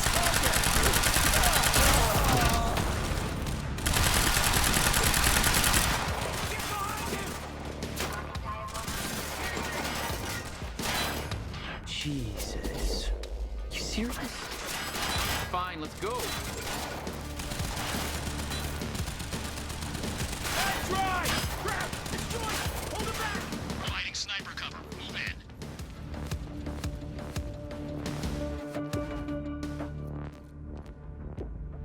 Frag out! Grenade!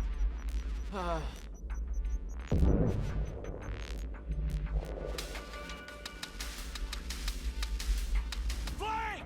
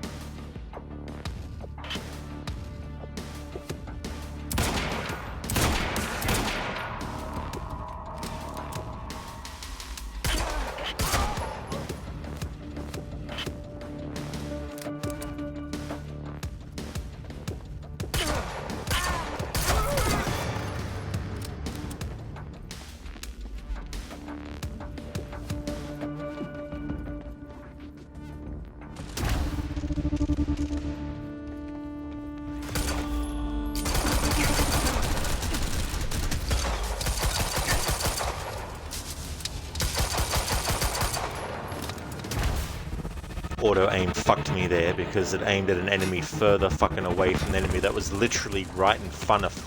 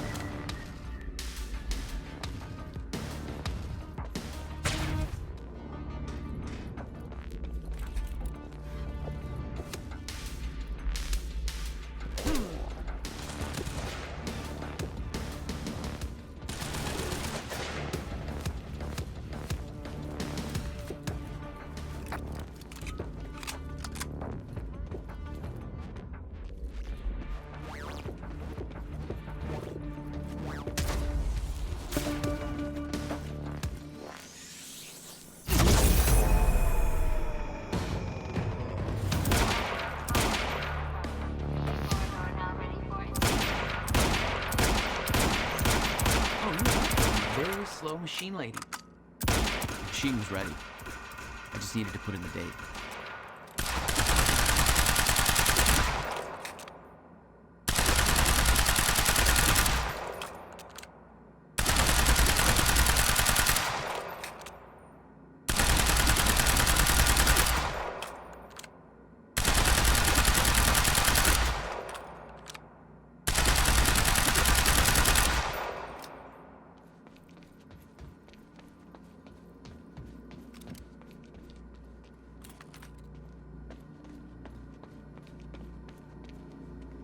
In Meta, there was a part in Mass Effect 2 yesterday where you ran out of ammo and couldn't find any, but you needed to defeat at least 5 enemies that were shooting you all the time.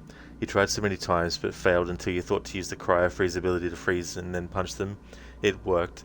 That's good that you found a workaround. Sometimes it can be a situation where you get stubborn and you keep trying the same thing over and over again because at some point you get to the point where you're like, no, I want to prove you can do it this way. And sometimes, after a while, you will succeed. But then there's moments where you just have to be like, nah, clearly this is something that isn't possible. And so being able to find a workaround that actually works is a great relief. The earliest I could go back to was the time that the core was first activated. At the university. Not much time to rescue your brother. I didn't have a choice. You better be as advertised.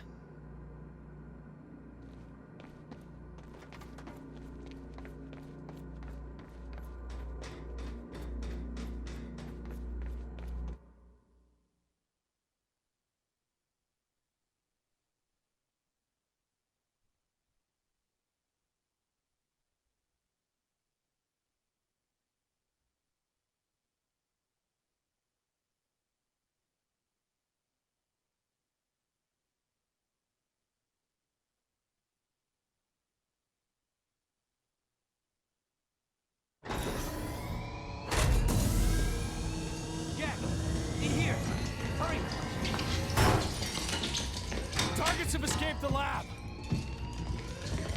What's up, fellas? Oh, shit!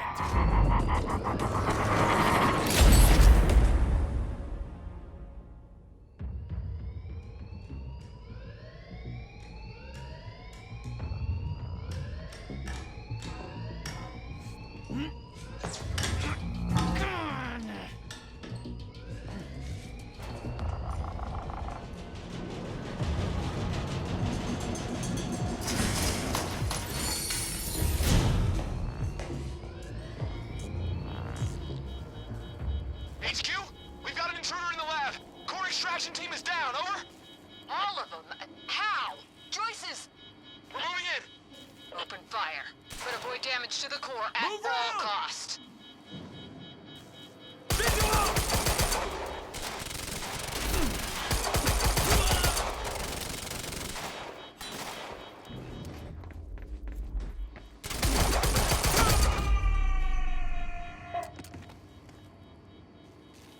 I got there after the fracture initiated.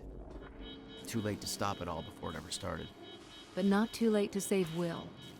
All you had to do was get to him in time. Yeah, that was the plan.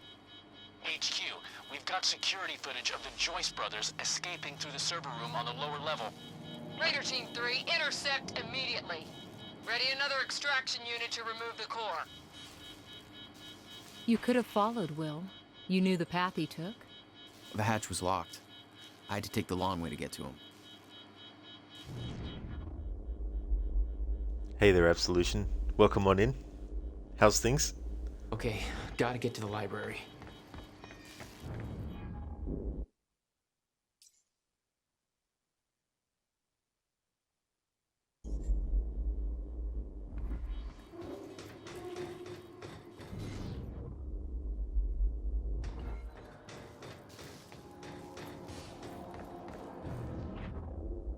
Have to reach Will before it's too late.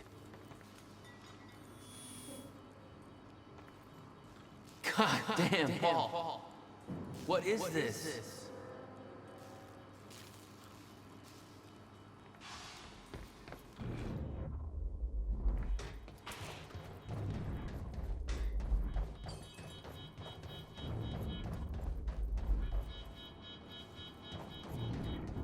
Locked. Gotta find another way out of here.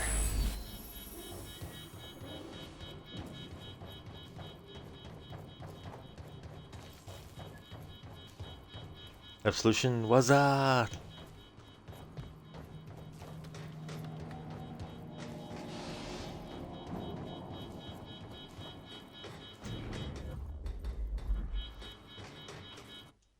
So in this level, there's only one document. That's the priority. Chronon sources. If I get them, I get them. If not, doesn't matter. As long as I get that document.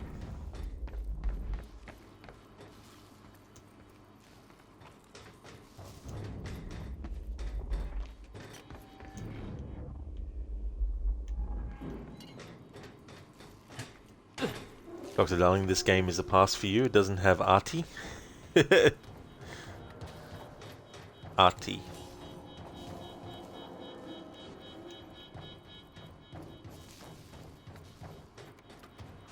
What does he say? Water is the way of the world.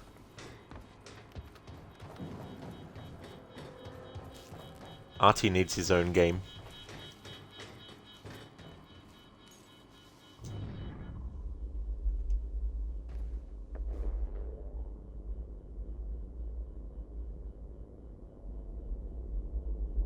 Prowler team, ready the heavies in the underground parking. I'm not hearing any response from Raider Team 3.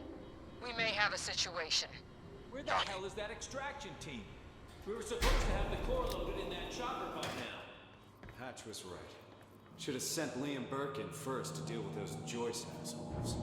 Directive was take alive if possible. Alive ain't Burke's calling card. Seriously, where's that goddamn extraction team? Hello there, Code. Afternoon to you as well.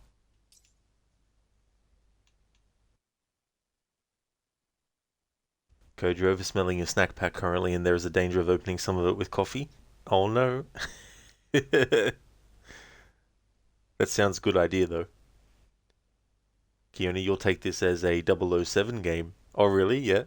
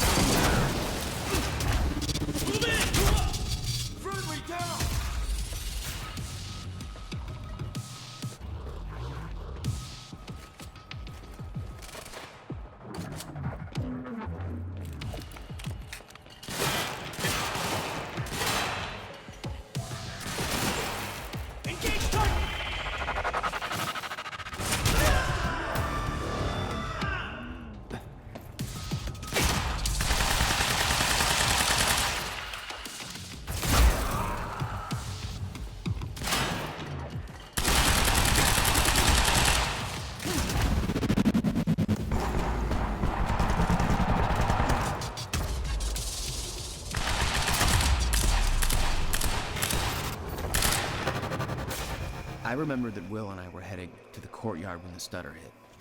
That's where I needed to cut him off.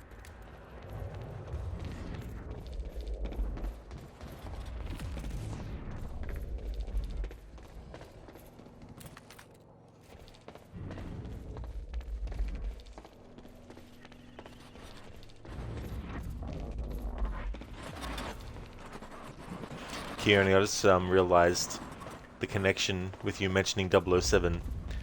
The James Bond movie Quantum of Solace, while playing a game called Quantum Break.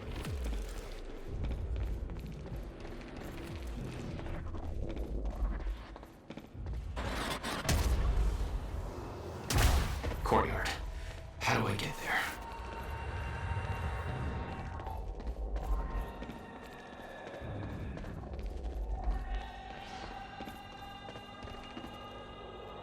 You never tried to stop Monarch from extracting the core. The fact that they stole it was the only reason I was able to return to the past. It's not a logic I wanted to mess around with.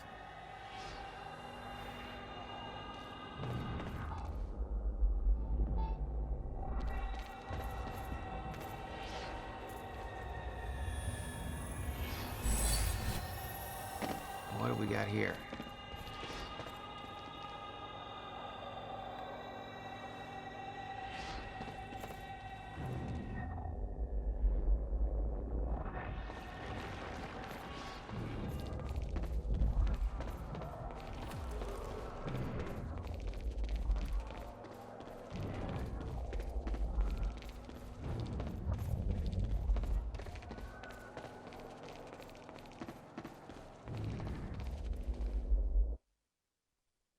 Dr. Darling, thank you for redeeming a remedy quote. Anything from Artie? Alrighty. Code, no, this is the DLC for the Starfield. The DLC for the Starfield, eh? A likely story.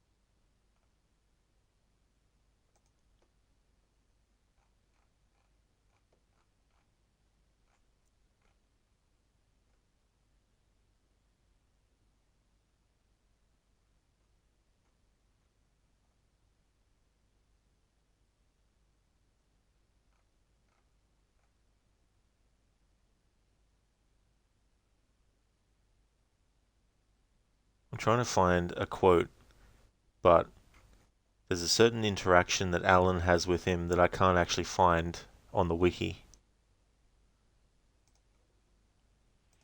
So what I'll do is I'll go to YouTube and I'll just try and... Well, that's if someone actually has a video that has subtitles active.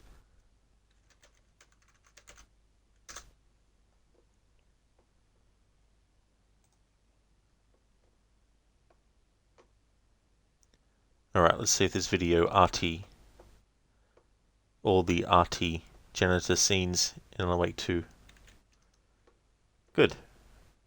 Alright, so they have subtitles. That helps a lot.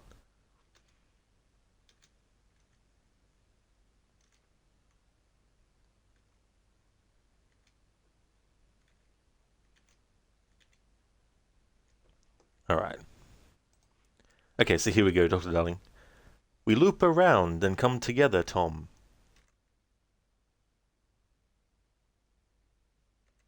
I have put everything ready for the visitors.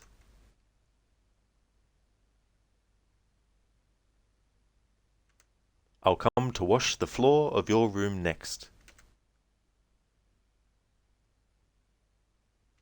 All you need is water and Veleda.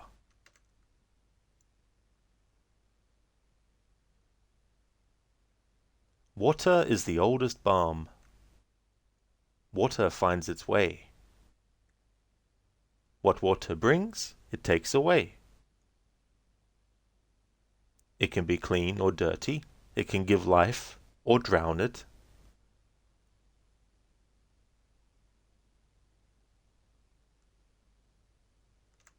There we go. That's from Alan Wake 2. Thanks for redeeming that, Dr. Darling. Step into the FBC. There's lots to do. There's lots to read. But look, don't touch, and don't scream much. Let's join the Threshold Kids. Let's join the Threshold Kids. Thanks for redeeming that as an Arnie impression, Dr. Darling. Those videos in Control, which are very, very creepy. I don't know what missings in actions is. Grabbing the redemptions while you still can. You might fall asleep while reading books later. That's totally fair, Dr. Darling, for sure. Thank you for redeeming those.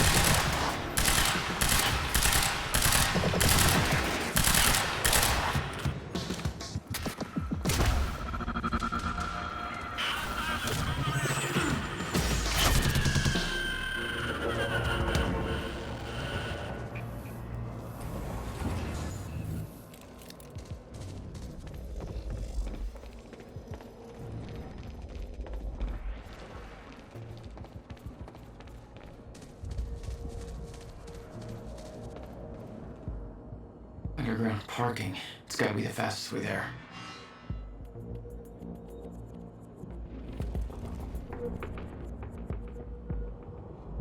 I saw an Alan Wake reference in the first Night Springs episode that you come across in Alan Wake.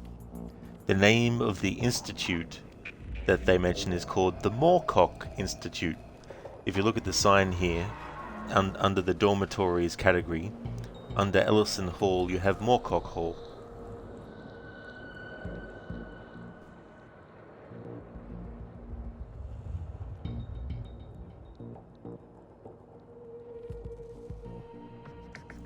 Requiescat in pace.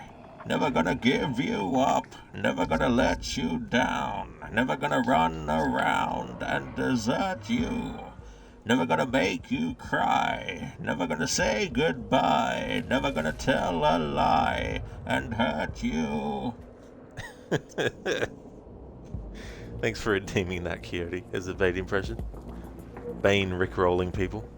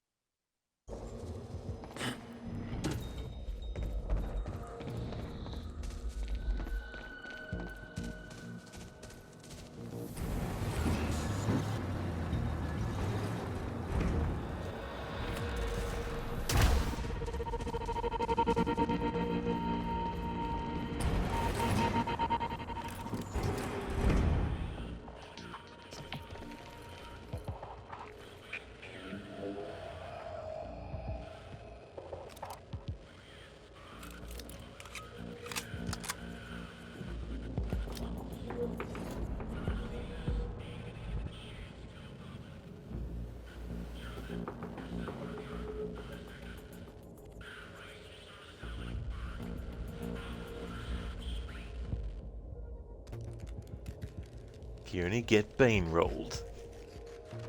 Code and still no sponsorship from Pringles? No.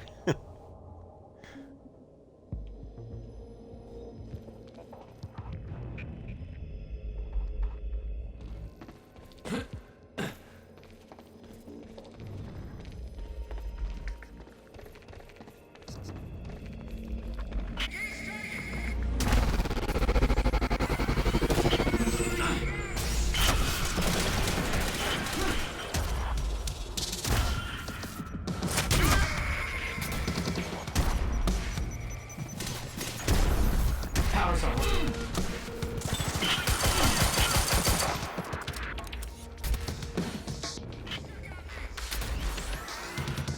That's my cue.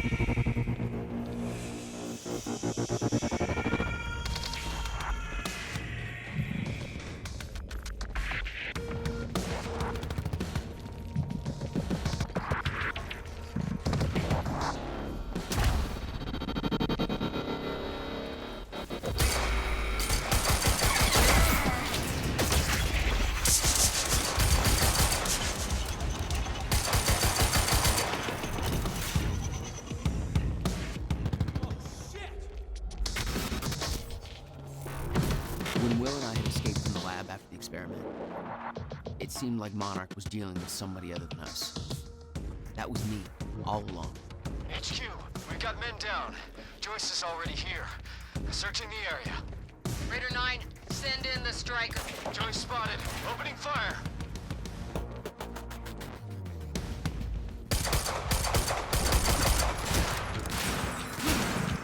I love the auto aim in this game sometimes. Sometimes when there's an enemy right in front of you, the game will auto aim to a sniper 5,000 miles away. And then sometimes when there's only one enemy in front of you, it won't lock onto them. It's like, make up your fucking mind, Jesus Christ.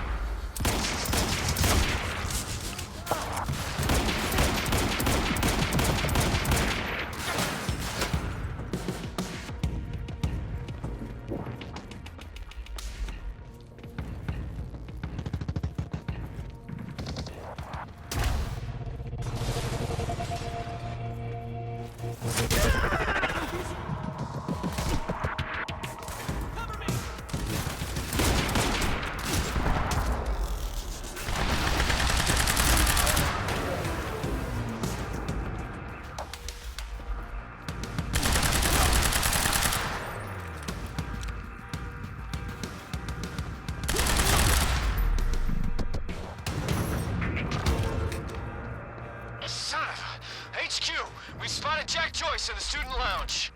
Bandit 4, that shouldn't be possible. I'm getting reports of gunfire in the underground parking. Are you sure it's Joyce? I need visual confirmation. Didn't expect two of me, did you?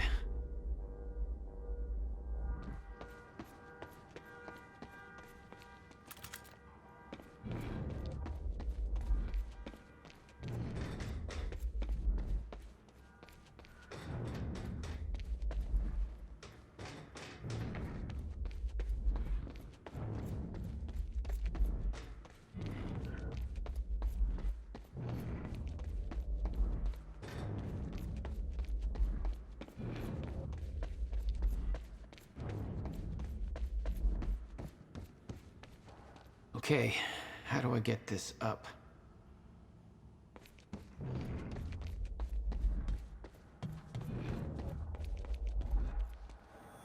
Burke, the hell are you doing down here? Fuck if I know. Let's go see Wade.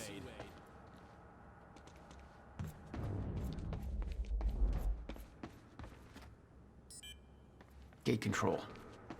I don't have the code. Burke, the hell are you doing down here? I need the gate. They need me up there. Fuck if I know. Let's go see Wade.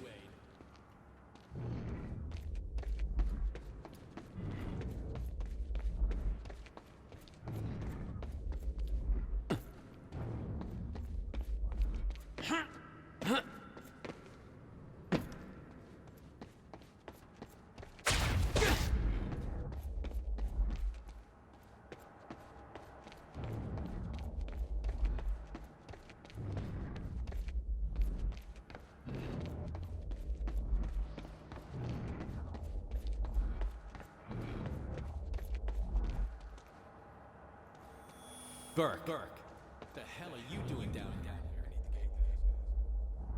Fuck if I know. Let's go see Wade.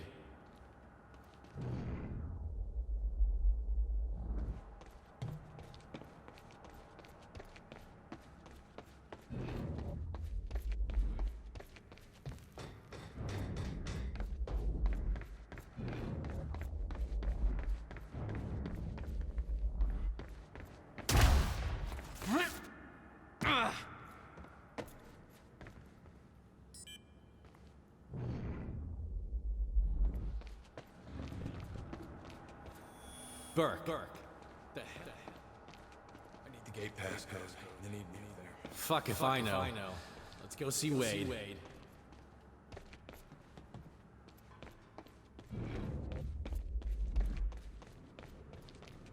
Hey there, listener. Good morning. Welcome on in. Quantum Break is coming along really well. We're in Act 5, Part 2. And so after this, there's one more.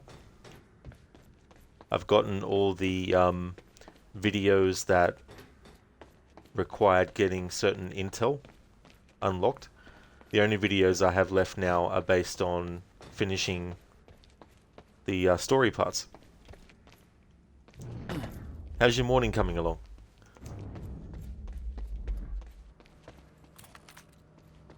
One more part or one more act? Well, it's the last act, and then after this, one more part of Act 5.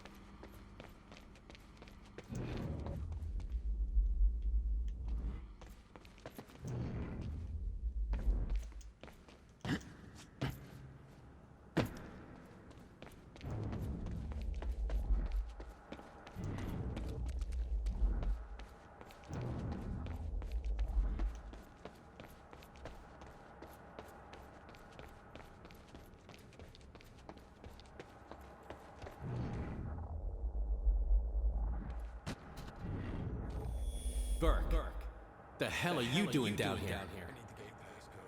They need me up there. Fuck if I know. Let's go see Wade.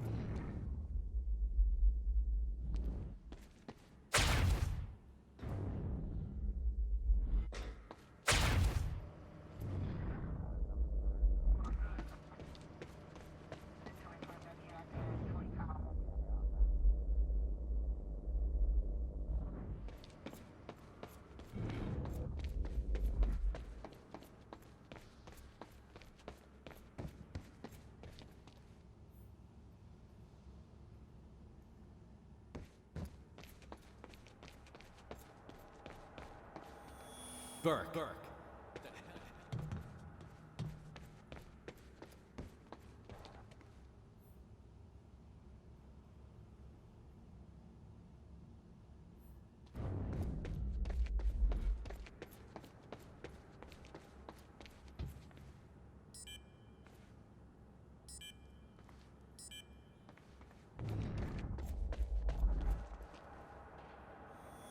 Burke. The hell are you doing down here? Fuck if I know. Let's go see Wade.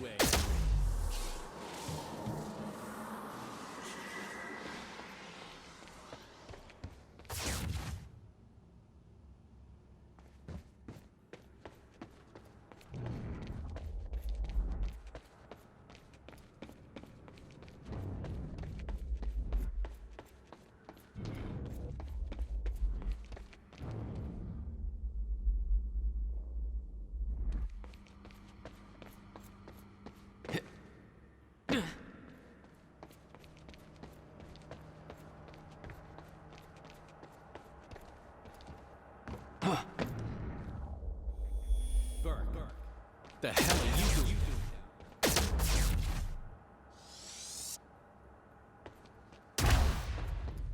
Civilians heard gunfire in the physics building.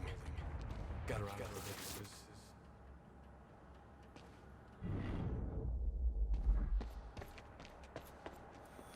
Burke. Passcode. They need me up there. Fuck. Let's see Wade.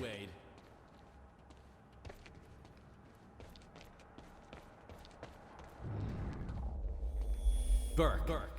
The hell are you doing down here? I need the gate passcode. They need me up there. Fuck if I know. Let's go see Wade.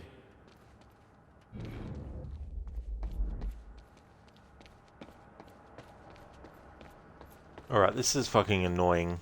I seem to remember that you need to find different points at which these two characters are having a conversation. Burke. The hell are you doing down here? I need the gate passcode. They need me up there. Fuck if I know. Let's go see Wade. But then it stops here. Oh, so now it makes them appear up here. I don't know what I did wrong before, but I must not have actually done it when the fucking stars were aligned in the right fucking alignment for the right time of the month and the fucking centigrade moon or whatever the fuck up your ass.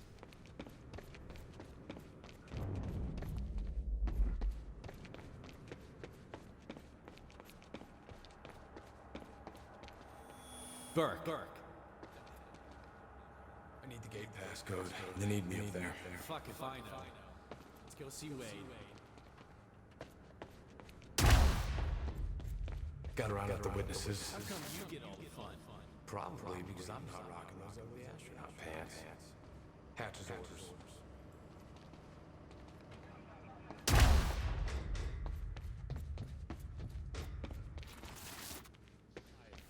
Neighbor of the beast, you know? All right. 665. Okay. Get your team prepped for combat. I don't have a good feeling about all this. Nice. That's a foreshadowing of a reference that gets made in Alan Wake 2.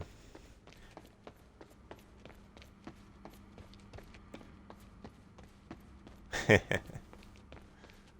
think it's in Control as well.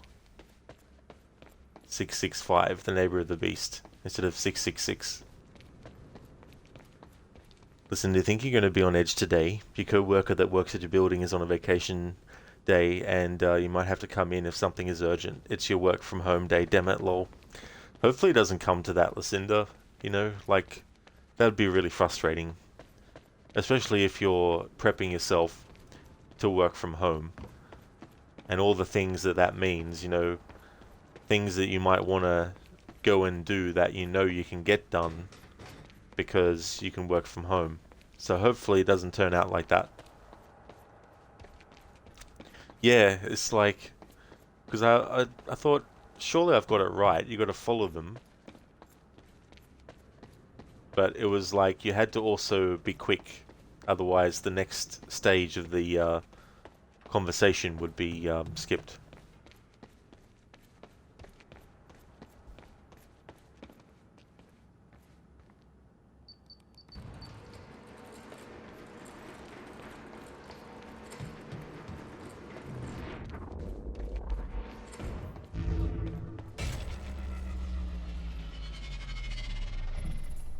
I'm not done with you yet.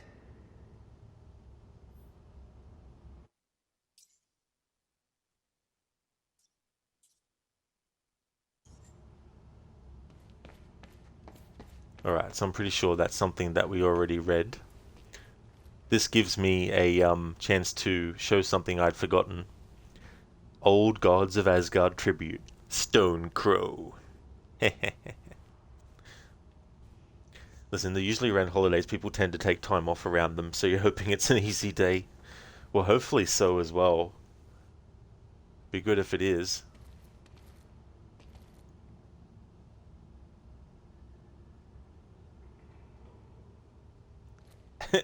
Failed costume party. Theme. Everybody is dressed as the guy who forgot there was a costume party until 2 hours before, didn't have time to buy a costume, and desperately tried to be creative and put something up on short notice, but kinda failed. I mean, to Alan Wake 1, you guess, or was it 2? Yeah, so Old Gods of Asgard, they have songs in Alan Wake 1 and 2, as well as Control. And real-life band Poets of the Fall, they play as the Old Gods of Asgard.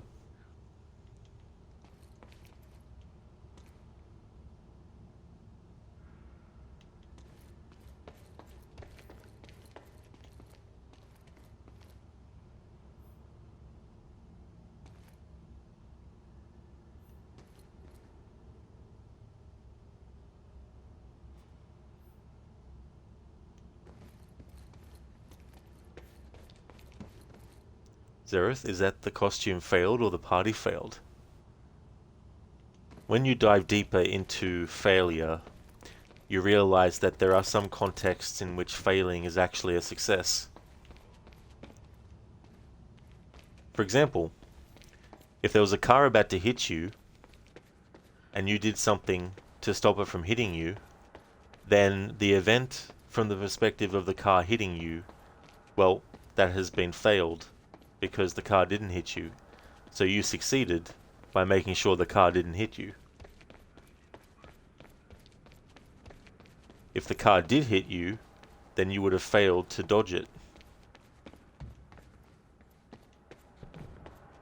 But that means that you successfully avoided not getting hit by it.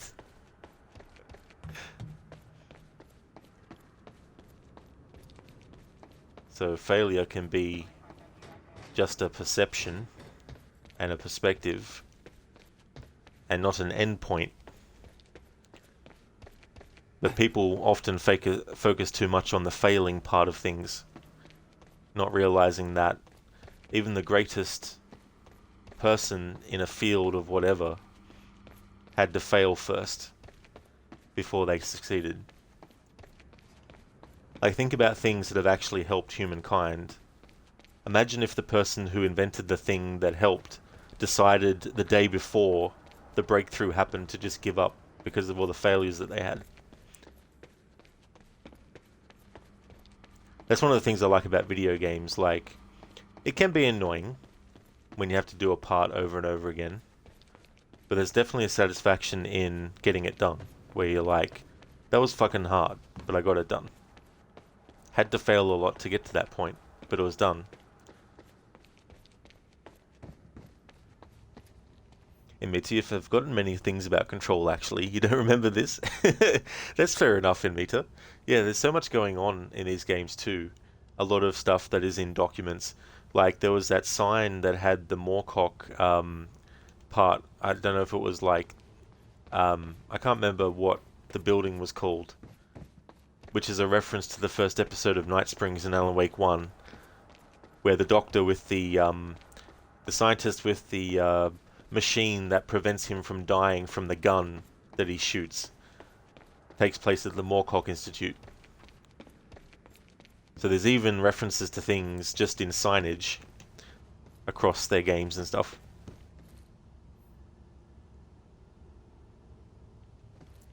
Amita, there is winning and failing too. That is so true. Because you can learn things about the failure that can help you succeed in the next attempt. Zereth? What about the floor failing to be lava? That's true. In any state where there's success happening, there's no failure happening. But that depends on what you're looking at. Right now, I'm failing to make any sense.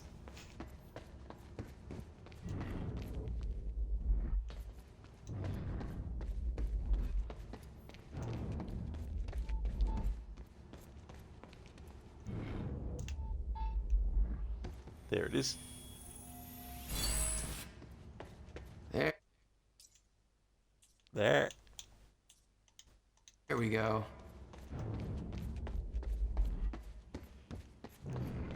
Okay, so what is this thing that I'm missing? Trying to go through with a fine-tooth comb. No doubt there would be something that I'm missing.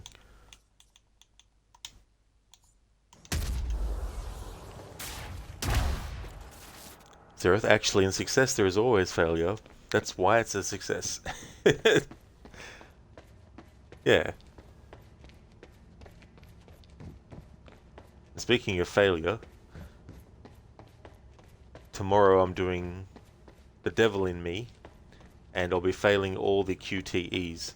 Both the button prompts that appear, that you have to normally hit, if you want to, that is, but also when it says, do you run or hide, quickly choose. So I'll be doing nothing, in that sense. In Meter, well, if you think things a lot, nothing will make sense. That's true in Meter. It's like if you take the same word and you say it 50 times in a row straight after each other, it starts to sound like a different word. And not really make sense. Alright, picked up this beast to the campus power. Last time he counted fucking weight to bring the battery.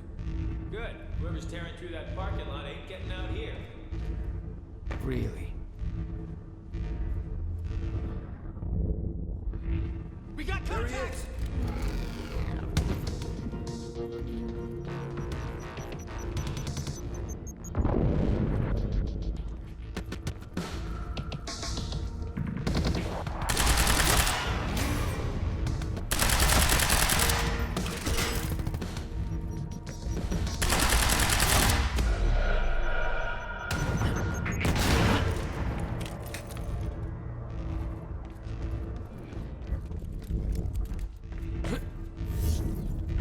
Damn it.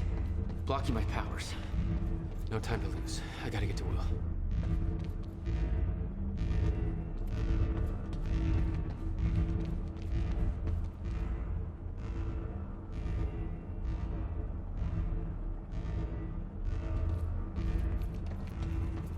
I have to reach Will before it's too late.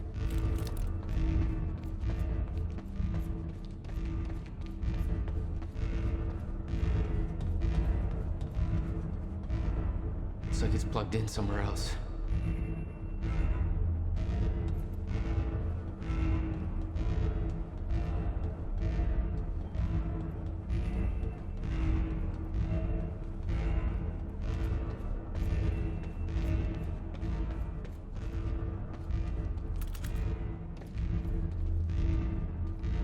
Electricians, you are not.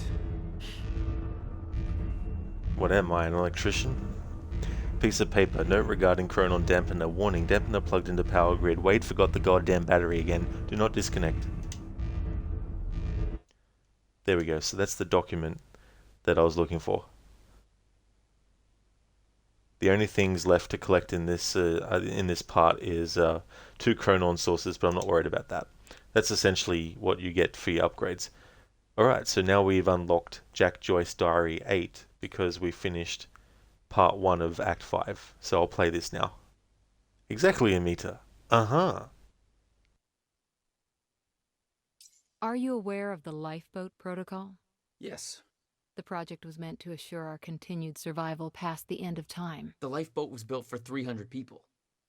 What about the other 7 billion that... Those 300 people were selectively chosen to take refuge in order to provide our best chance at developing a permanent solution to restoring the Joyce field, while protecting the human race against the threats that would arrive with the end of time.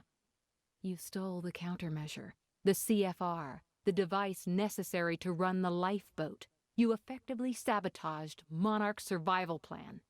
Knowing what you know now, do you stand by your decision? 300 isn't good enough. Zereth, uh-huh. Try leeches. Uh-huh.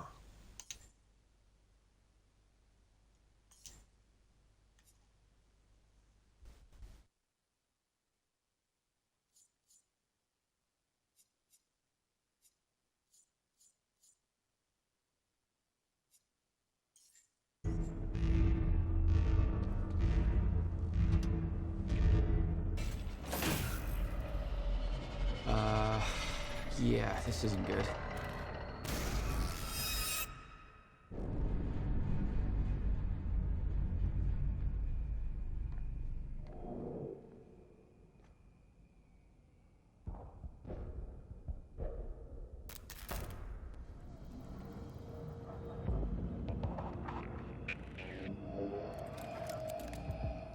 Door's still barred.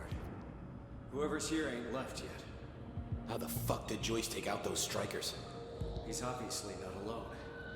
My bet is there's at least 5 of them working together. So keep your eyes peeled. Keep your eyes peeled, like an orange peel. Zereth, ancient Monty Python from the Old Kingdom.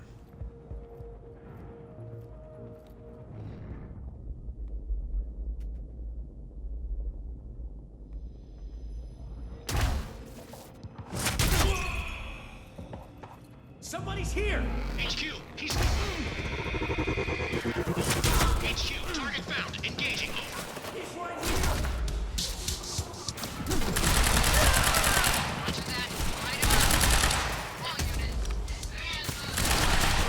right here!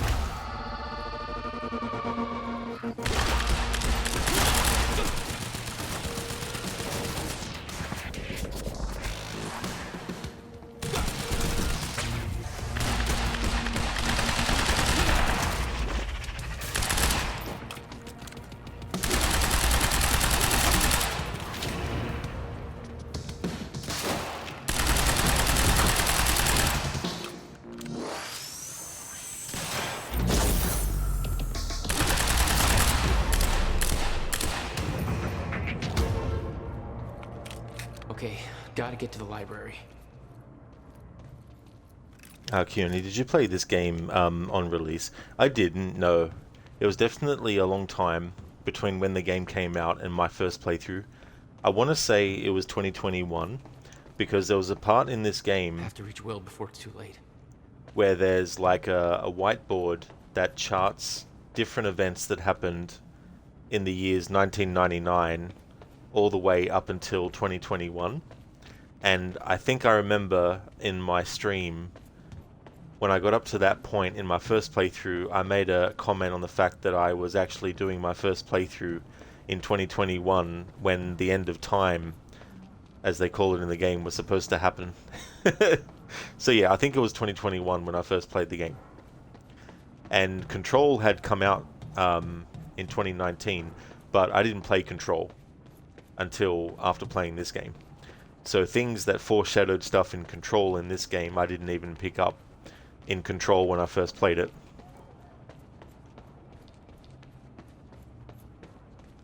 Meet Hugo. I will keep my eyes peeled. King Hugo. The Aki Duck.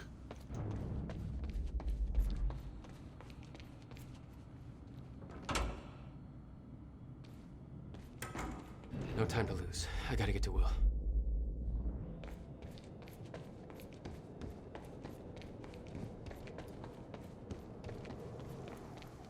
Shit.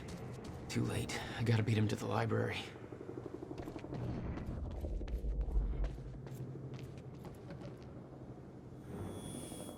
I got orders to patrol the rooftops.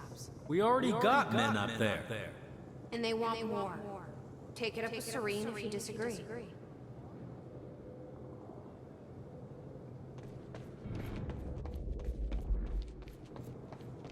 Serene, serene, serene, serene.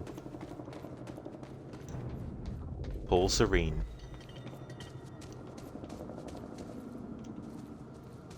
You need serenity now.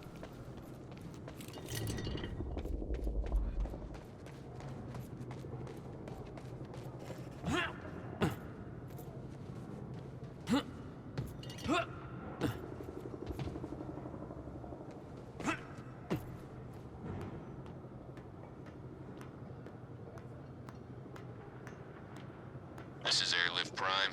We've got the Time Machine Core in transit.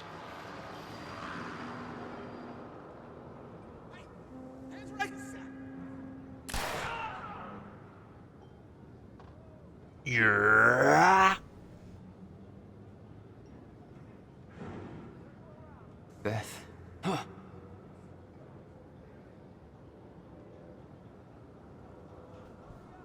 this was a cool reference to Back to the Future. Save our library. In Back to the Future, it's save the clock tower. In Back to the Future, there was a lightning strike that struck the clock tower in 1955, and in 1985, there's a lady going around trying to get donations for them to restore it. And when Marty goes back in time to 1955, he's partly the reason why the clock tower got struck by lightning. Because in order to actually have the flux capacitor in the time machine to activate time travel, it needed to have a 1.21 gigawatt bolt of electricity to hit it. And so that electricity is provided by the lightning strike that hits the clock tower. It is neat, Lucinda, yeah. I like how they did that kind of stuff. I mean, if you're doing something on time travel, it's good to be able to, you know, have references to other time travel stories. HQ, we've got William Joyce in the library. Awaiting orders. Over. Gotta move, Jack. Leap of quantum fail. Whoops. HQ, we've got William Joyce in the library. Awaiting orders. Over. Gotta move, Jack. Roger. Keep a skeleton crew and wait for arrival of Monarch Actual. Everybody else needs to reunite at the Dry Docks Cronin extraction grounds. Wait for further orders there. Library is set to blow in 5 minutes. We're not getting any response from the sniper unit. Investigating the rooftops as we speak. Keep me posted.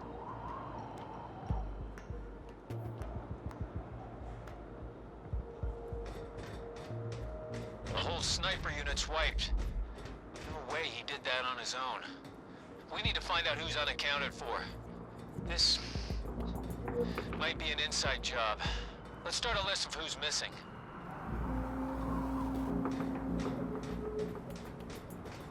What was that? It's him! Joyce is on the rooftop! Negative! He's in the library! We're under fire! Get your goddamn stories right. Where is he? Go! We need answers! Where the hell is Joyce?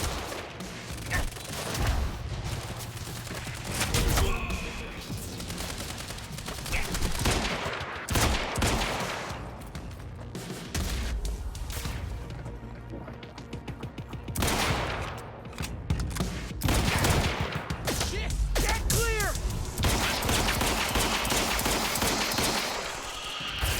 We need backup in the library! Stat! HQ, this is Monarch Actual. Cancel that order, I'm on my way. I'll deal with Jack personally. You heard him. Stand down. Hold on, Will. I'm almost there.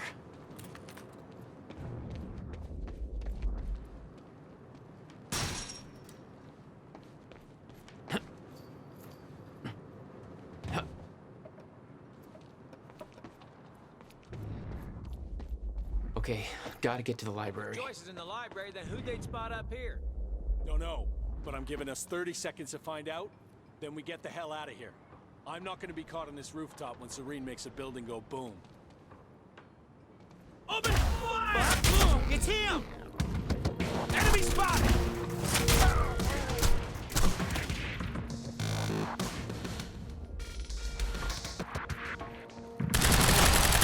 Neutralize the target. This is a priority order. Sniper in position.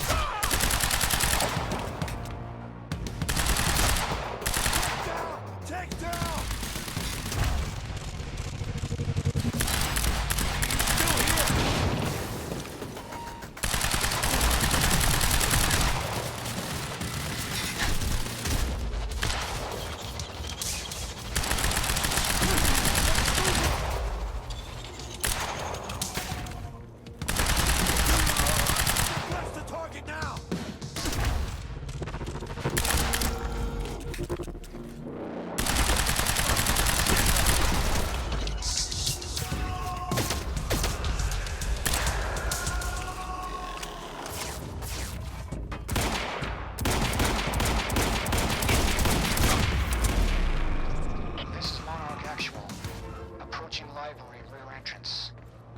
Oh no, no.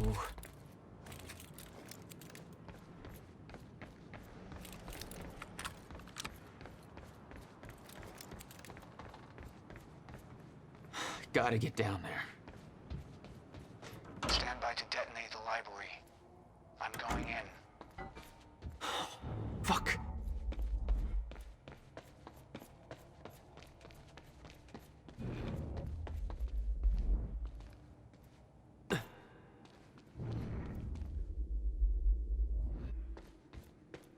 Will? Already gone. Lobby. Lobby, I'm running out of time.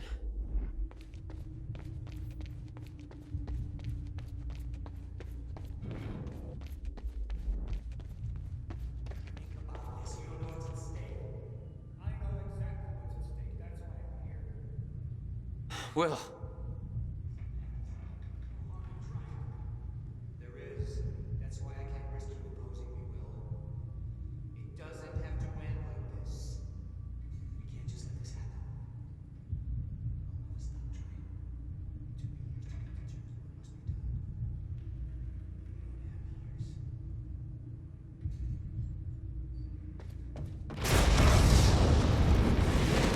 You don't have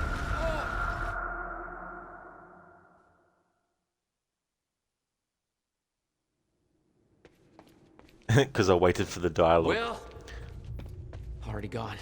But I wanted it to play out, because that's the Bobby, I'm running dialogue out we of heard time. at the start of the game, when we experienced this moment.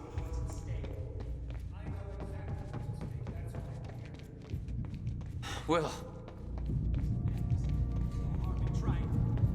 There is. That's why I can't risk you opposing me, Will. It doesn't have to end like this. We can't just let this happen.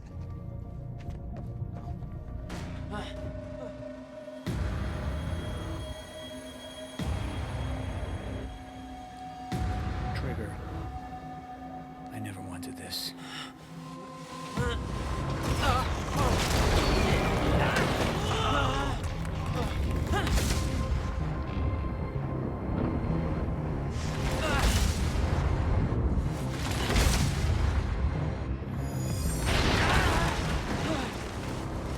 Come on, gotta move.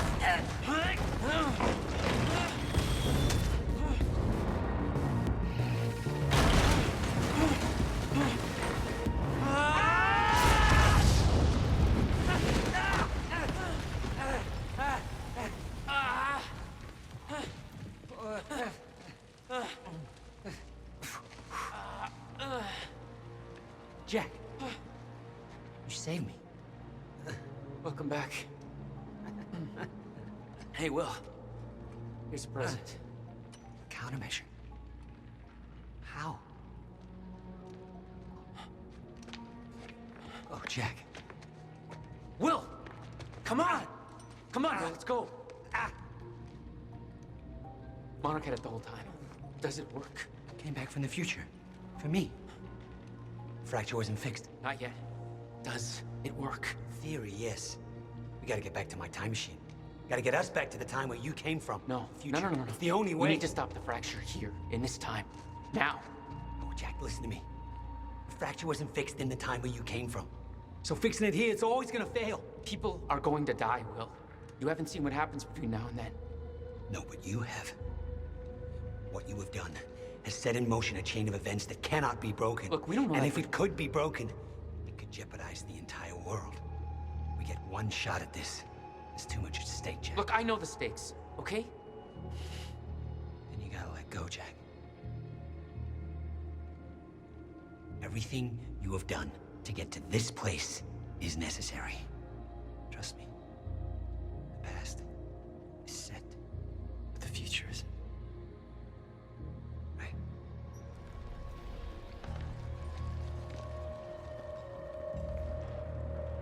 We gotta go.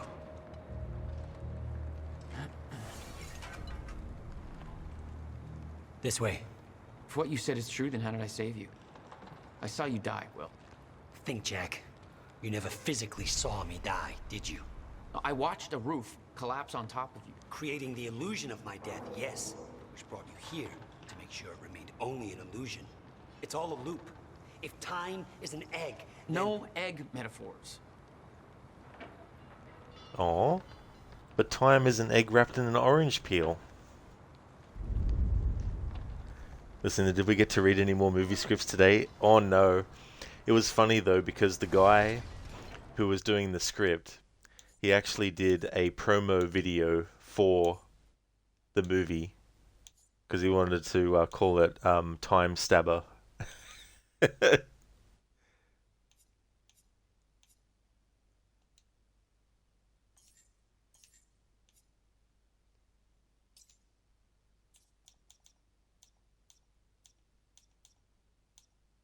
Here we go.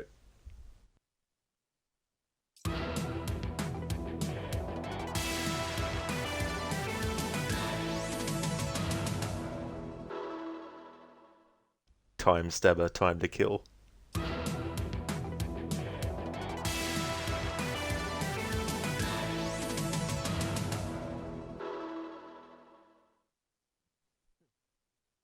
Time Stabber, never coming to a cinema near you.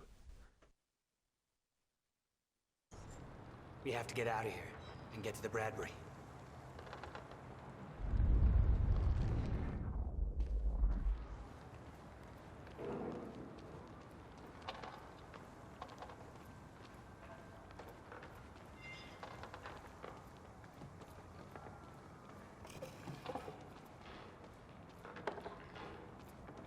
The Bradbury. That's the old swimming pool where I know what it is.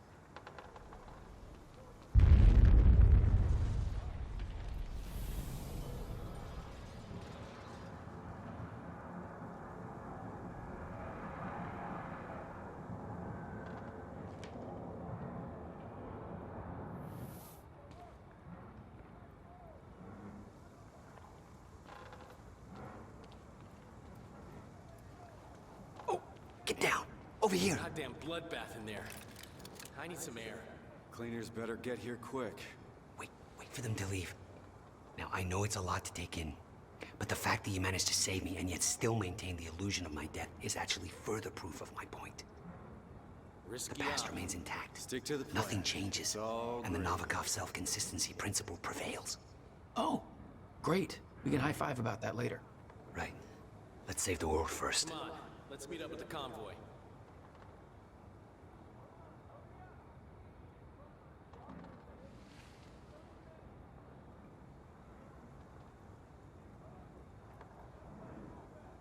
Okay, they're gone. Let's go. Surprised you actually waited. It's almost like you're listening to me. Well, the last time I didn't listen to you, the fracture occurred. Consider me open to following orders. That doesn't sound like my brother. I know.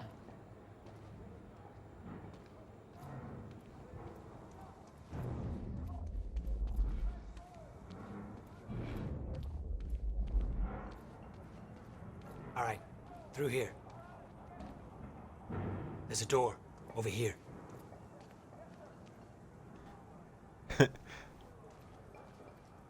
Hey, there's a door over here. Over here. Hey, there's a door over here. Over here. We can't risk helping them. I know what happens if I don't. And it'll still happen, Jack. I meant what I said back there. And there are no exceptions. If you get suckered into trying to change what can't be changed, it may cost us everything. Please, Jack. Our future depends on this. You said Monarch had the countermeasure this whole time. How? Why?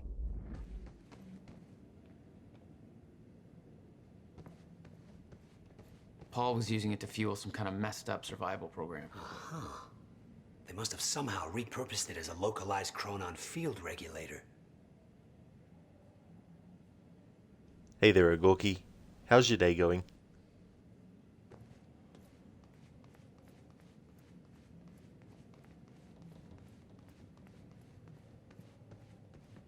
Dr. Amaral and Dr. Kim both took positions at Monarch. Now I think I understand why.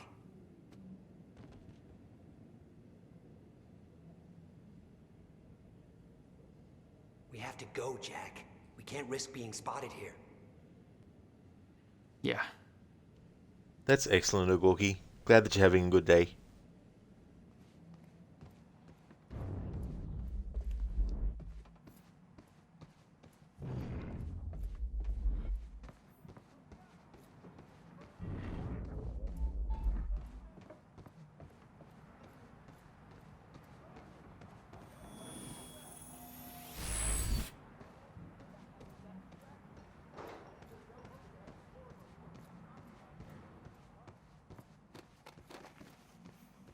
I always assumed it was Beth Wilder who had the countermeasure, keeping it safe. She was the one who warned me, told me to build it. I know. You met her. Is she helping us? She was. Ah, I see. Come on, this place isn't safe. Dun dun dun dun.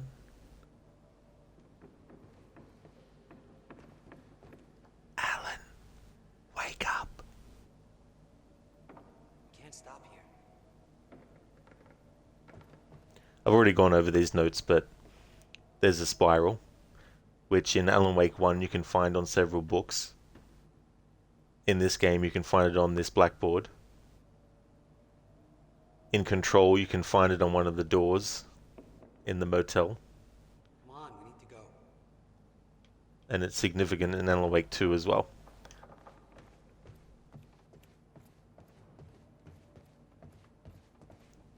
And it's kind of shaped like an orange peel.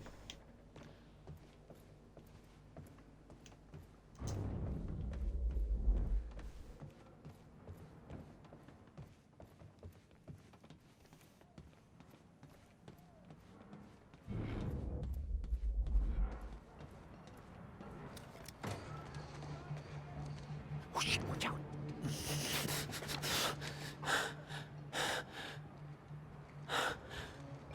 Well, hey. Go this way now.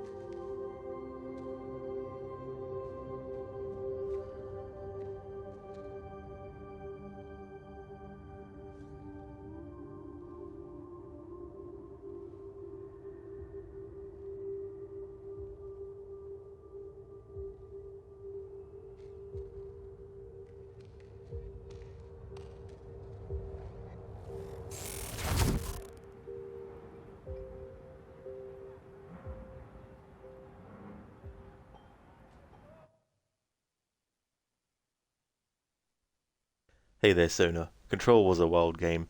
It really, really was. It was out of control. It was so good. I definitely really enjoyed it a lot. I'm looking forward to Control 2 as well. Be interesting to see what's actually going on in the oldest house at that point.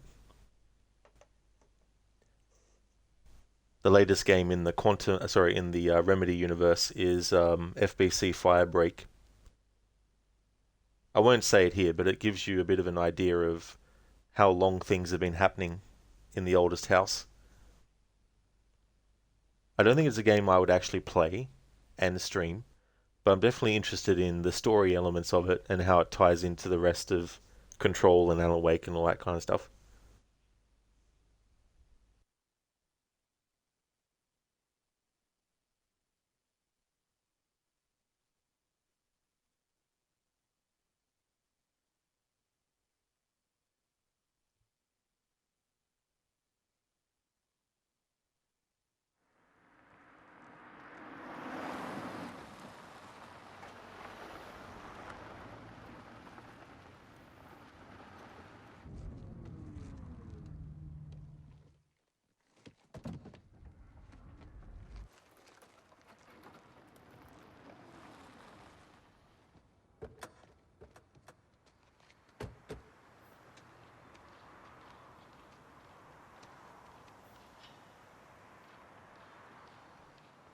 Look, I know I've kept you in the dark. But when I started my work, you were so young, and afterwards, I always hoped it would all pass you by without touching you. Yeah. I get it. Come on. Let's just go to the future and fix this mess. You could say they need to go back to the future to fix this mess.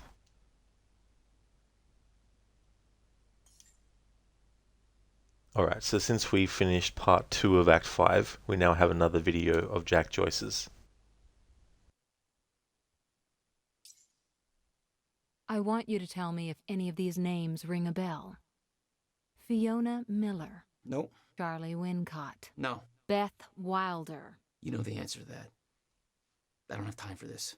These names are all connected. It's hard to believe you would be aware of one, but not the others. They're all traitors to Monarch, linked by— Traitors? But you say Monarch's mission is to save us from the dangers of the future? Now, Beth devoted her entire life to that cause. The one thing that could stop the fracture? Her sacrifice is what kept it safe. Everything you built, everything, was based on that device. The device she fucking died to preserve, and she's the traitor? Your plan was flawed from the start, and you blame her because she found a better way. You owe everything to her. I thought you barely knew her. Next question.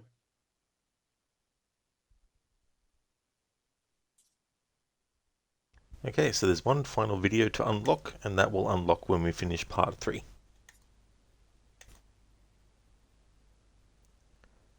Hello there, Tech. You sent me a video about Splinter Cell and some upgrades and enhanced features for PC. No worries at all, Tech.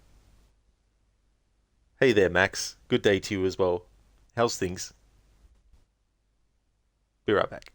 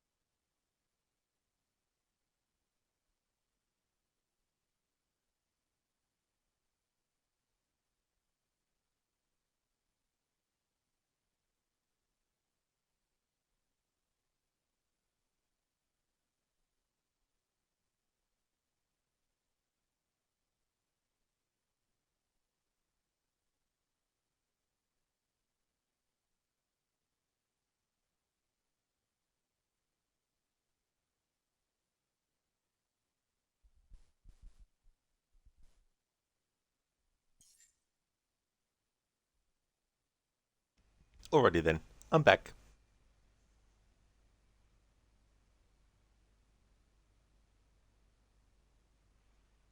Hey there, Lizzie. Good morning to you. How's things? Sona Krista 216M Lady. No idea who that is. Thanks for the welcome back in, Mitra and Max. Thank you very, very much.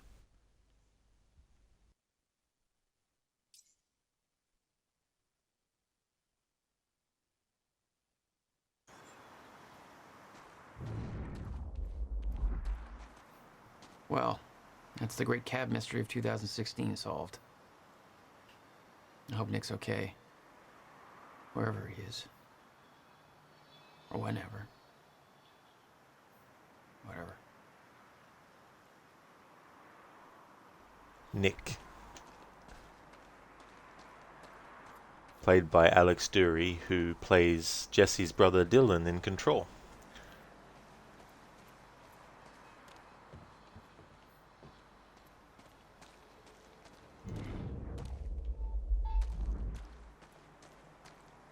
Oh, nice, Lizzie. That's really good. I'm glad to hear that things are going well. As for me, everything's going good. I finished Doom 3 yesterday. Gonna be finishing this today. Freeing up my days so that I can do Assassin's Creed next week, Monday through to Thursdays. For at least doing the next few games in the series I've got lined up.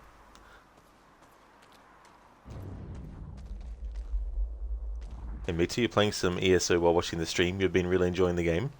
Well, that's good that you have. I never actually have played that. I'm not really into like multiplayer online kinds of stuff.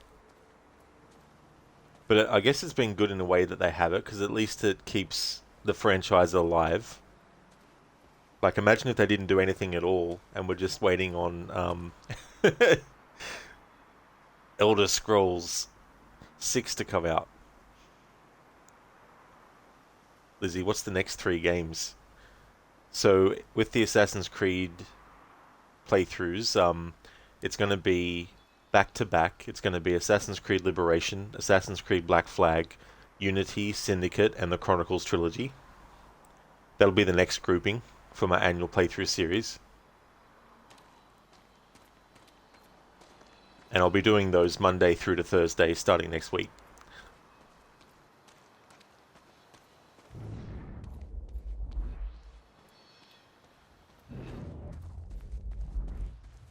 Wait a second.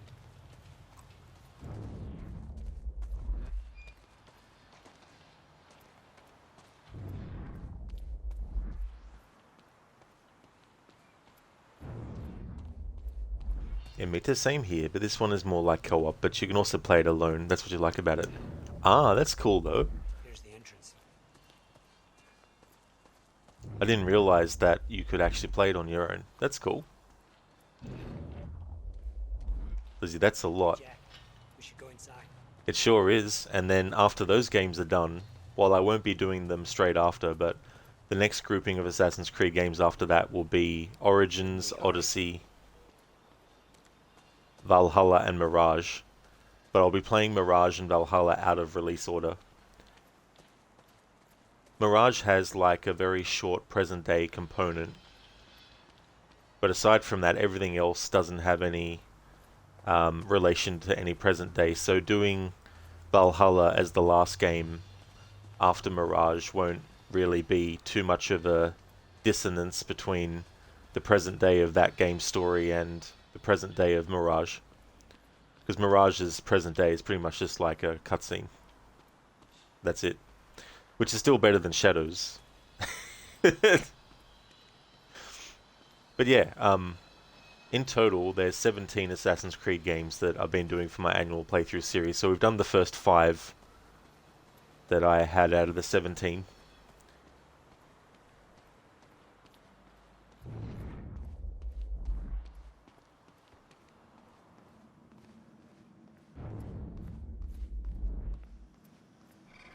There.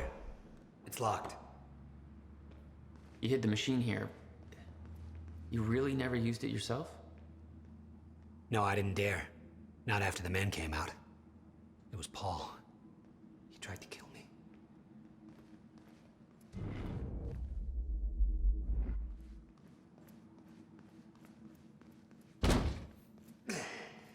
Damn. Rusted shut. Jack, a hand?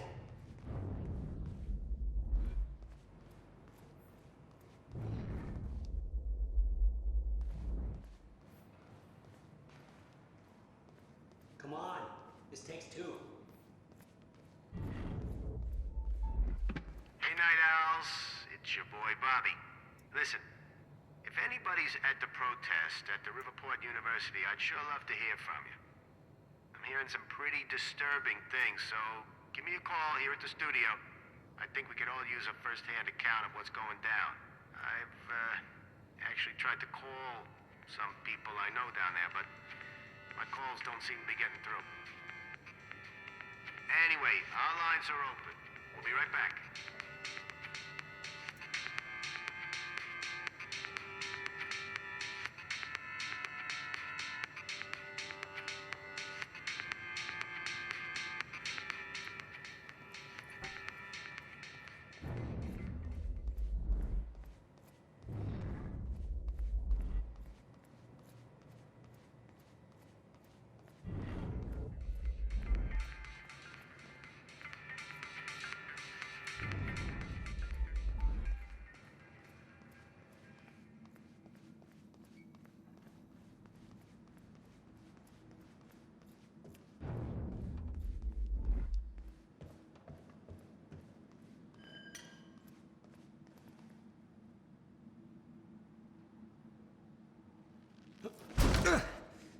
One more time.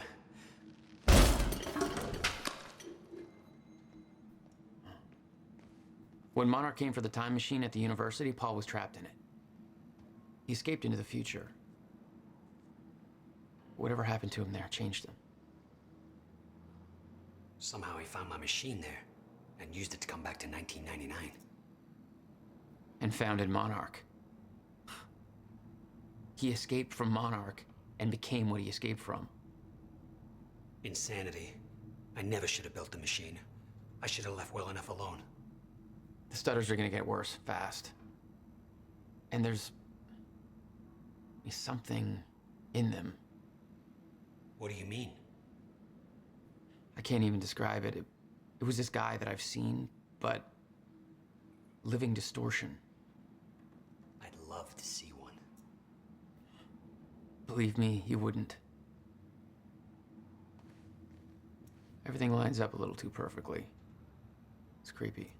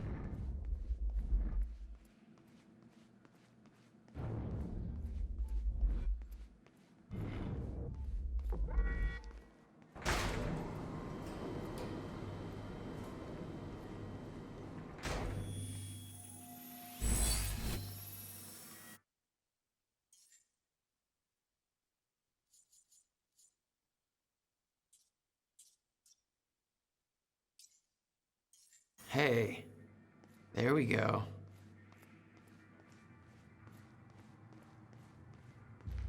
Just the way I left it. Hope it still works. Yeah. All right, we'll go to the future. A little after your time of departure. Before the fractures stop time permanently. I don't know, I'm a little concerned about this. It'll be dangerous. Of course it'll be dangerous. At this point, what isn't? But I have been curious to try this. Wow.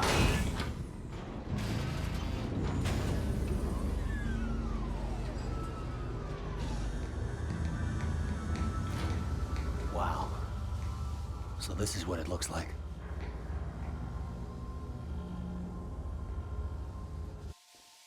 Hey, Jack.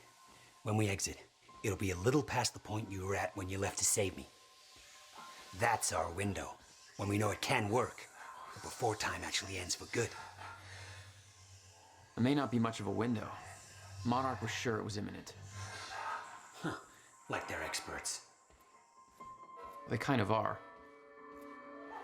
All they know they stole from me. You worry about your end. I worry about mine. All right, Will. That works. This is amazing. All those years. I never imagined it would be like this. Yeah. It's a trip, all right. Just look at this.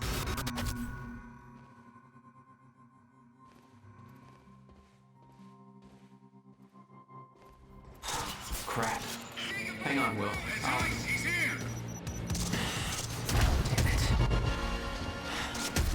What the hell do you mean?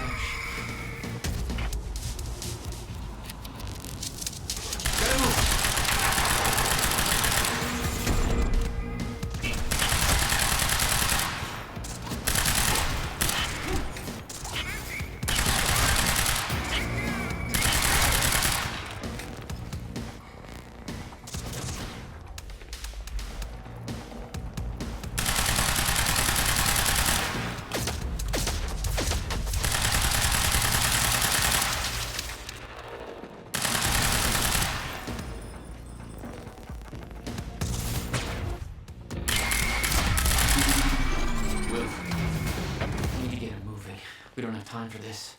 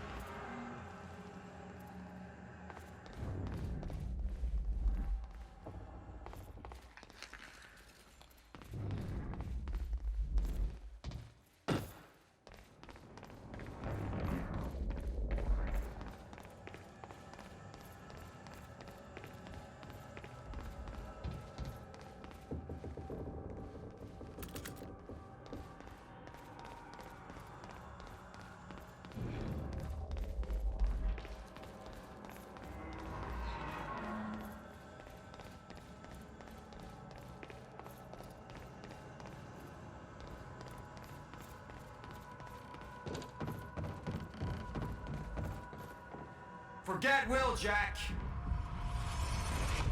However he came to be here, he's done. It's over. What's going on, Paul? You look fucked up. Even by your fucked up standards. You took the CFR, Jack. I took it back. I don't care how messed up you are, Paul. You're not taking it from me. I don't want it! I just want it gone. Forever. Gone. What about your survival plan? Fuck the lifeboat, Jack! We're just gonna let the clock run out on this and be done with it.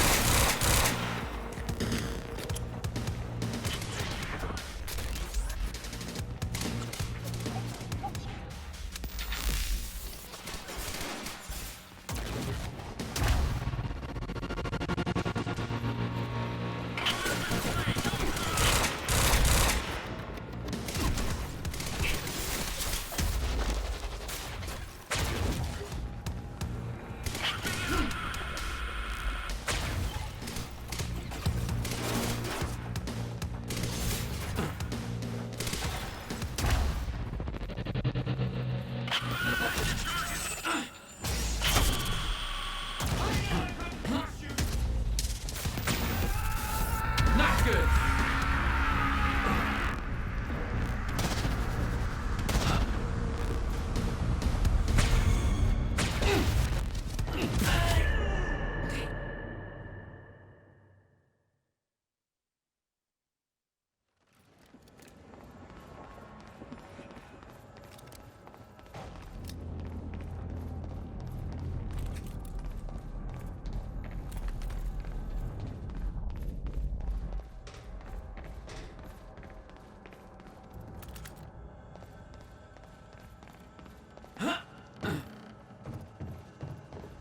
Forget Will, Jack.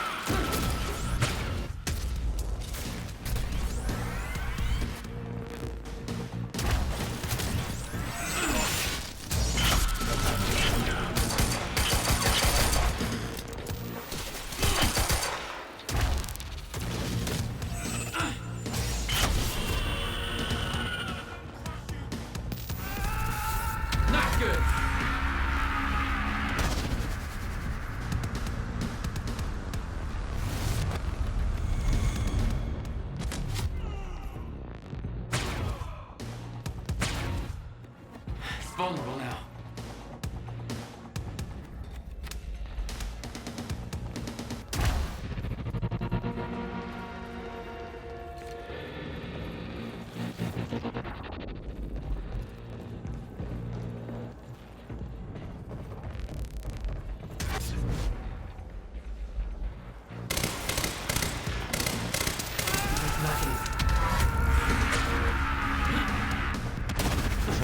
I thought the marker was marking where he was.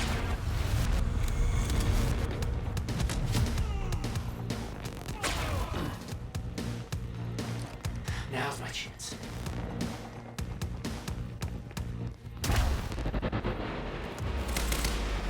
Yes, that did something.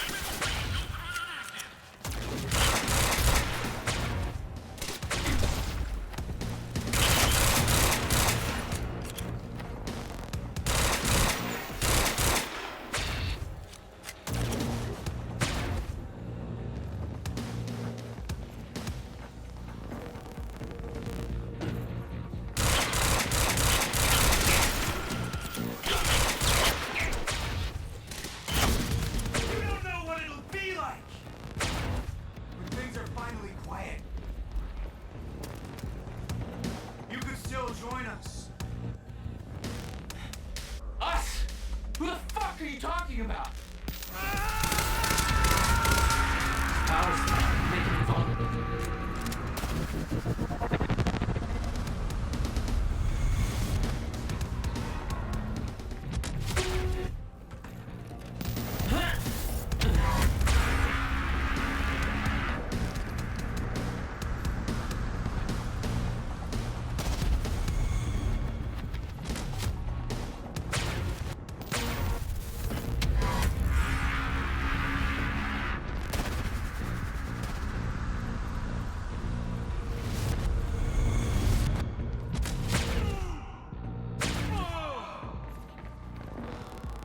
Shield's down.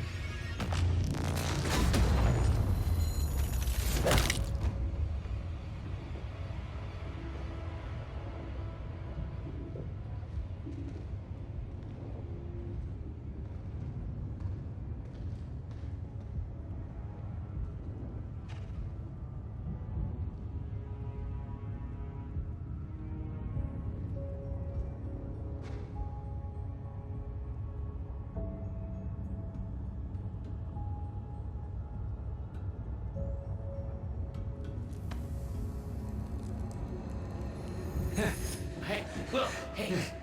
It's okay. Jack. What? Never mind. Tell me later. We got work to do. I'll have to hook up the countermeasure to the core. It's designed to hypersaturate the Maya Joyce field with chronon particles. The time machine's like an amplifier. That'll cause a chain reaction and rejuvenate the field. It'll be a universal event. I'll take your word for it. Just make it happen. Jack, give me a hand with this.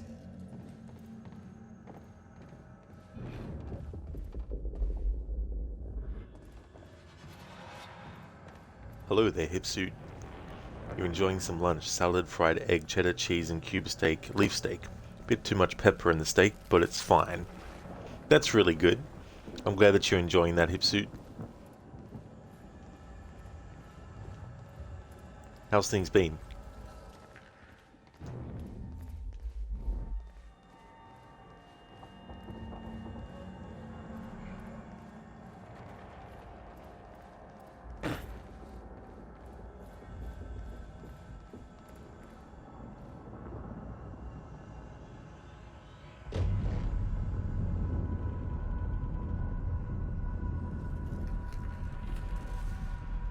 No dialogue, I guess. Just, you know, someone that he's been friends with for decades. Hipsuit, things are pretty nice today. That's really good to hear. That's awesome.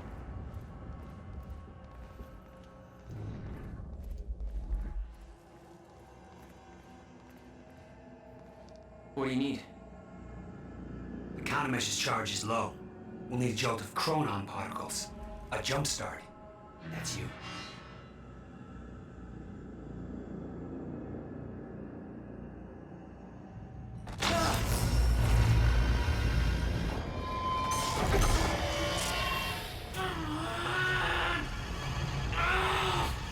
Don't stop.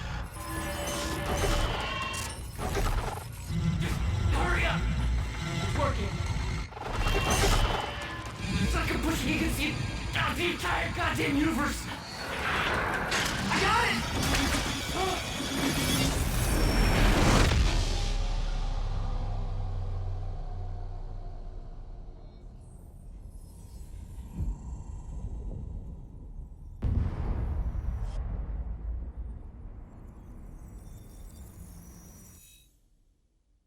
The countermeasure. It stitched time back together everywhere. The destruction couldn't be undone. The lives we lost were real. But we fixed it. Jack. Will. Clocks kept on ticking. Come on. Come on. I think we just saved the universe. Yeah. Where's Paul? He's dead.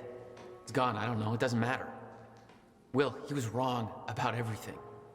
Was he? Will. The countermeasure worked. Whoa. The countermeasure burned out.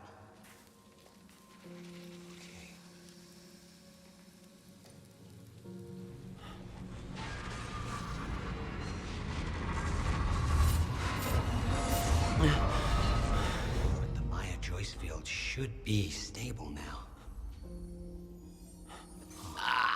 Of course, I'll have to run a few tests to confirm.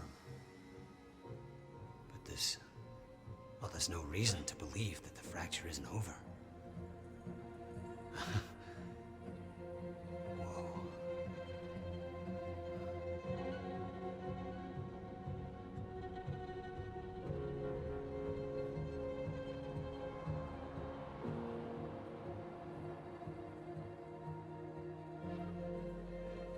One more question. Paul Serene's entire philosophy was that time is a set path, and nothing can be changed. At the time, you obviously disagreed. But after everything you've seen and done, we need to know. What do you believe now?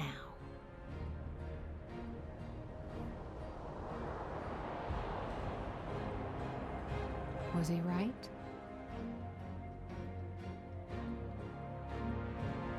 Or is it possible to change things?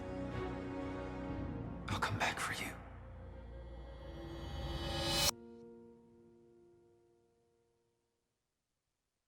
I had remembered that he whispered something to her, but I forgot that it actually was shown after the fact. Second playthrough, Hipsuit. Yeah, the first one was about 2021.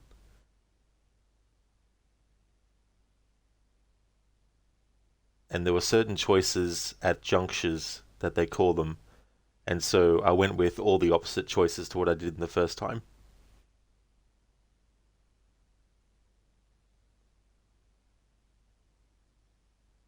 It does, Hipsuit, yeah.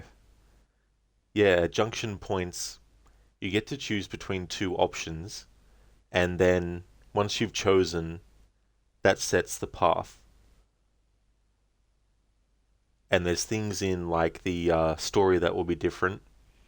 Like there's one choice where at a certain point the main character will be spotted by someone and they'll purposefully make them alert to the enemies.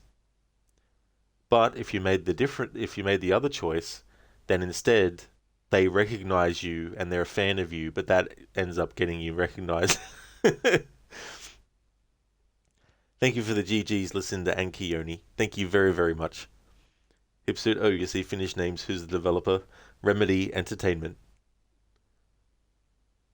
Yeah, this was their 2016 effort.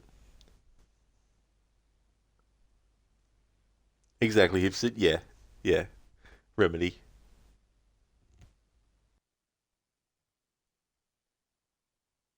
I'm surprised there's no like music here, but maybe when you're streaming it, it automatically mutes it. Live, that is. Rest in peace, Lance Reddick.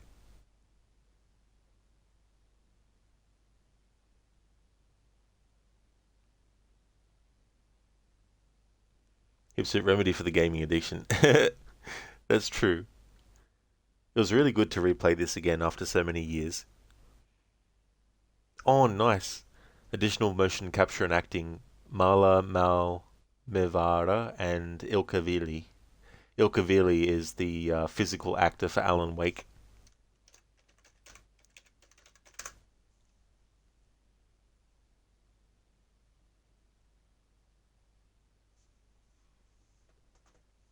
the first time I played this, I hadn't played Control yet, which was out. So there's a lot of things that this game has foreshadowing of in Control that I didn't actually know about because I played Control after playing this. So now that I've played Control a few times since playing Quantum Break for the first time, it was really cool to look at all the things in that. Like I recognize that Courtney Hope, who plays Beth Wilder in this, also played Jesse Faden in Control, of course. But I didn't know about the elements in this game that kind of foreshadow that as well. Ipsit, it's not a direct sequel though. It's not, no. Yeah, it's one of those things where, like, with Alan Wake 1 when that came out, and for a long time it was only on Xbox and PC, and so PlayStation never got the original Alan Wake. But eventually the full rights to Alan Wake went back to Remedy, which then meant that they could actually release it on multiple platforms. So that's how the remastered version came to be on the PlayStation. But Quantum Break, though, is still owned by Microsoft. Same universe, that's cool. Yeah, they can't yet directly name drop the same characters from Quantum Break, but they can reference them, of course. But they can't actually say, hey, this other character from Quantum Break is in Control or referenced in Alan Wake 2, or directly. But there are references to the actors who played the characters because they're, Courtney Hope isn't in Alan Wake 2's main narrative, but she's in one of the Night Springs episodes. But she's not playing Jesse Faden in that DLC content, though. Just playing a different version of Jesse Faden.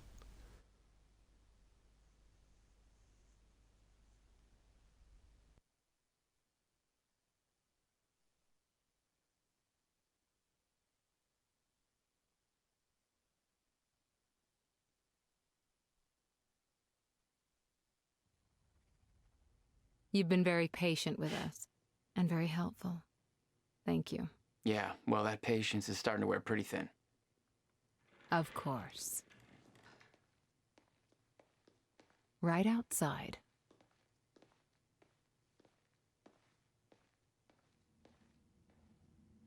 Mr. Joyce.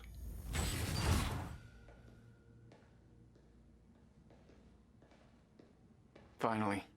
Thought you wanted to talk, not get my life story. Well, you were at the heart of all of this. And you can understand our need to find out exactly what happened. I heard it's all being pinned on Paul. It's quite the feat. Paul Serene always danced to his own tune, you know that. He and his delusions did tremendous damage to Monarch. But we can still salvage this company. We could use a man like you. It's not the same Monarch you know, Mr. Joyce. Your exceptional qualities are obvious, and we both know you have certain needs our expertise could help with. We can help each other.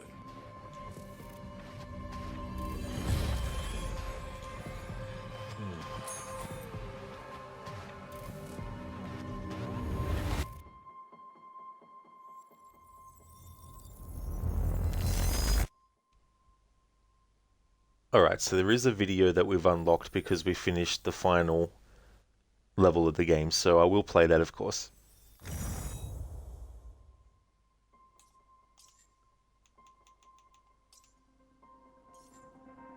Timeline, and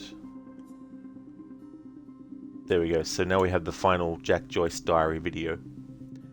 Hipsit, you got flashbacks to John Wick. Yeah, that was Lance Reddick.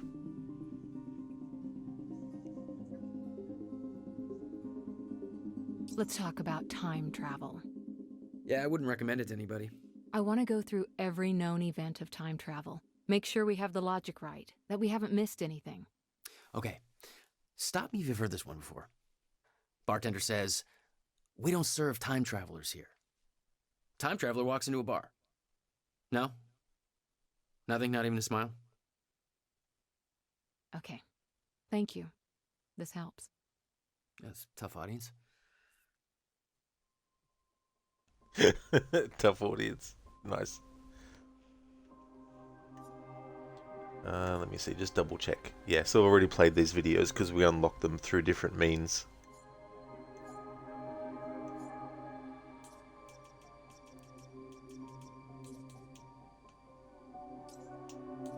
Alright.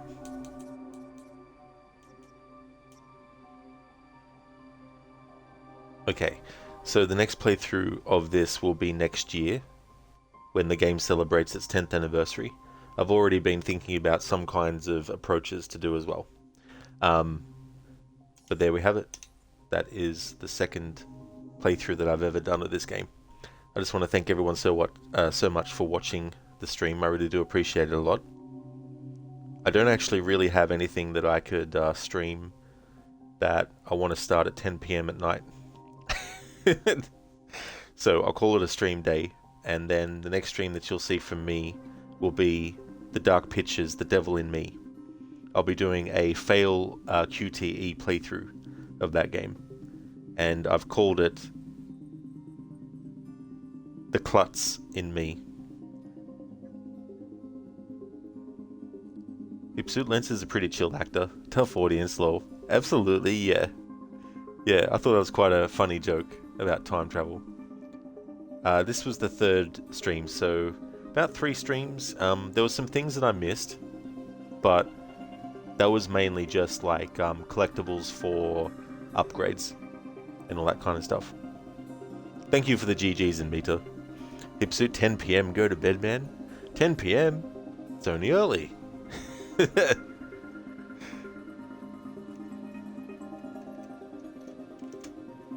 Okay, we're gonna go and raid out 2 Crocodiles, who's playing Pentiment. Before I do that though, just want to give some shout outs.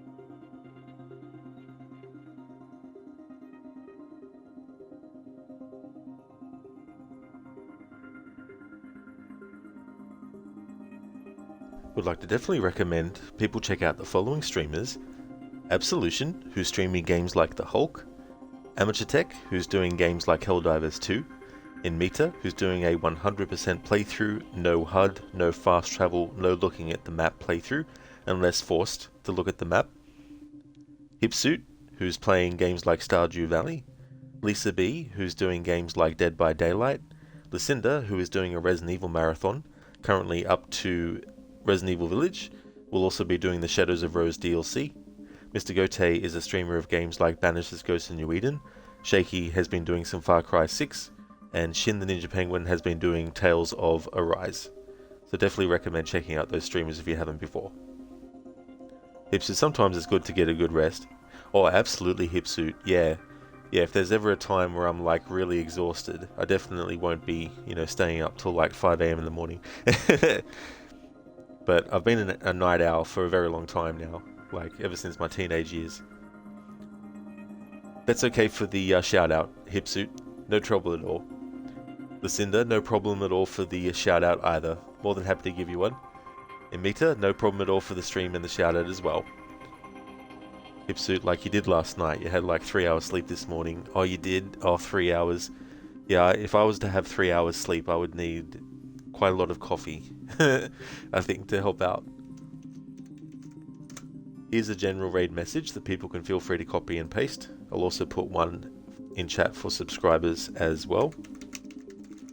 Those who are watching the YouTube VOD that I've exported to my YouTube channel, I will have a link to the live action episode that relates to the last Junction choice that was made in this playthrough.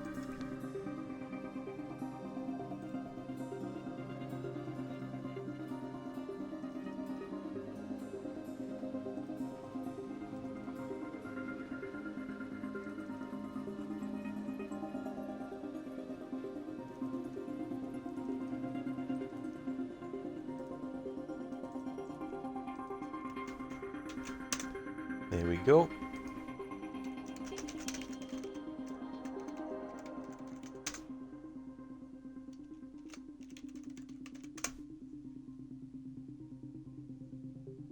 Alrighty then. So, starting next Monday, Tuesday, Wednesday, and Thursday next week will be dedicated to Assassin's Creed playthroughs, with Assassin's Creed Liberation kicking off the next group of annual playthroughs. Then Friday next week will be a different game, but Friday's game this week will be Until Dawn, and on the weekend doing more Tomb Raider 2. So that's the current stream and current schedule, and also the changes that are happening next week. So next week it'll be Monday through to Thursday Assassin's Creed games, Friday a different horror game, and then weekends continuing the Tomb Raider annual playthrough series. Thank you once again everyone for watching this stream. I really do appreciate it a lot, and I hope that everyone has a great rest of your day or night, whichever the case may be. Catch you in the next one. That's all good for the stream, Keone. No trouble at all.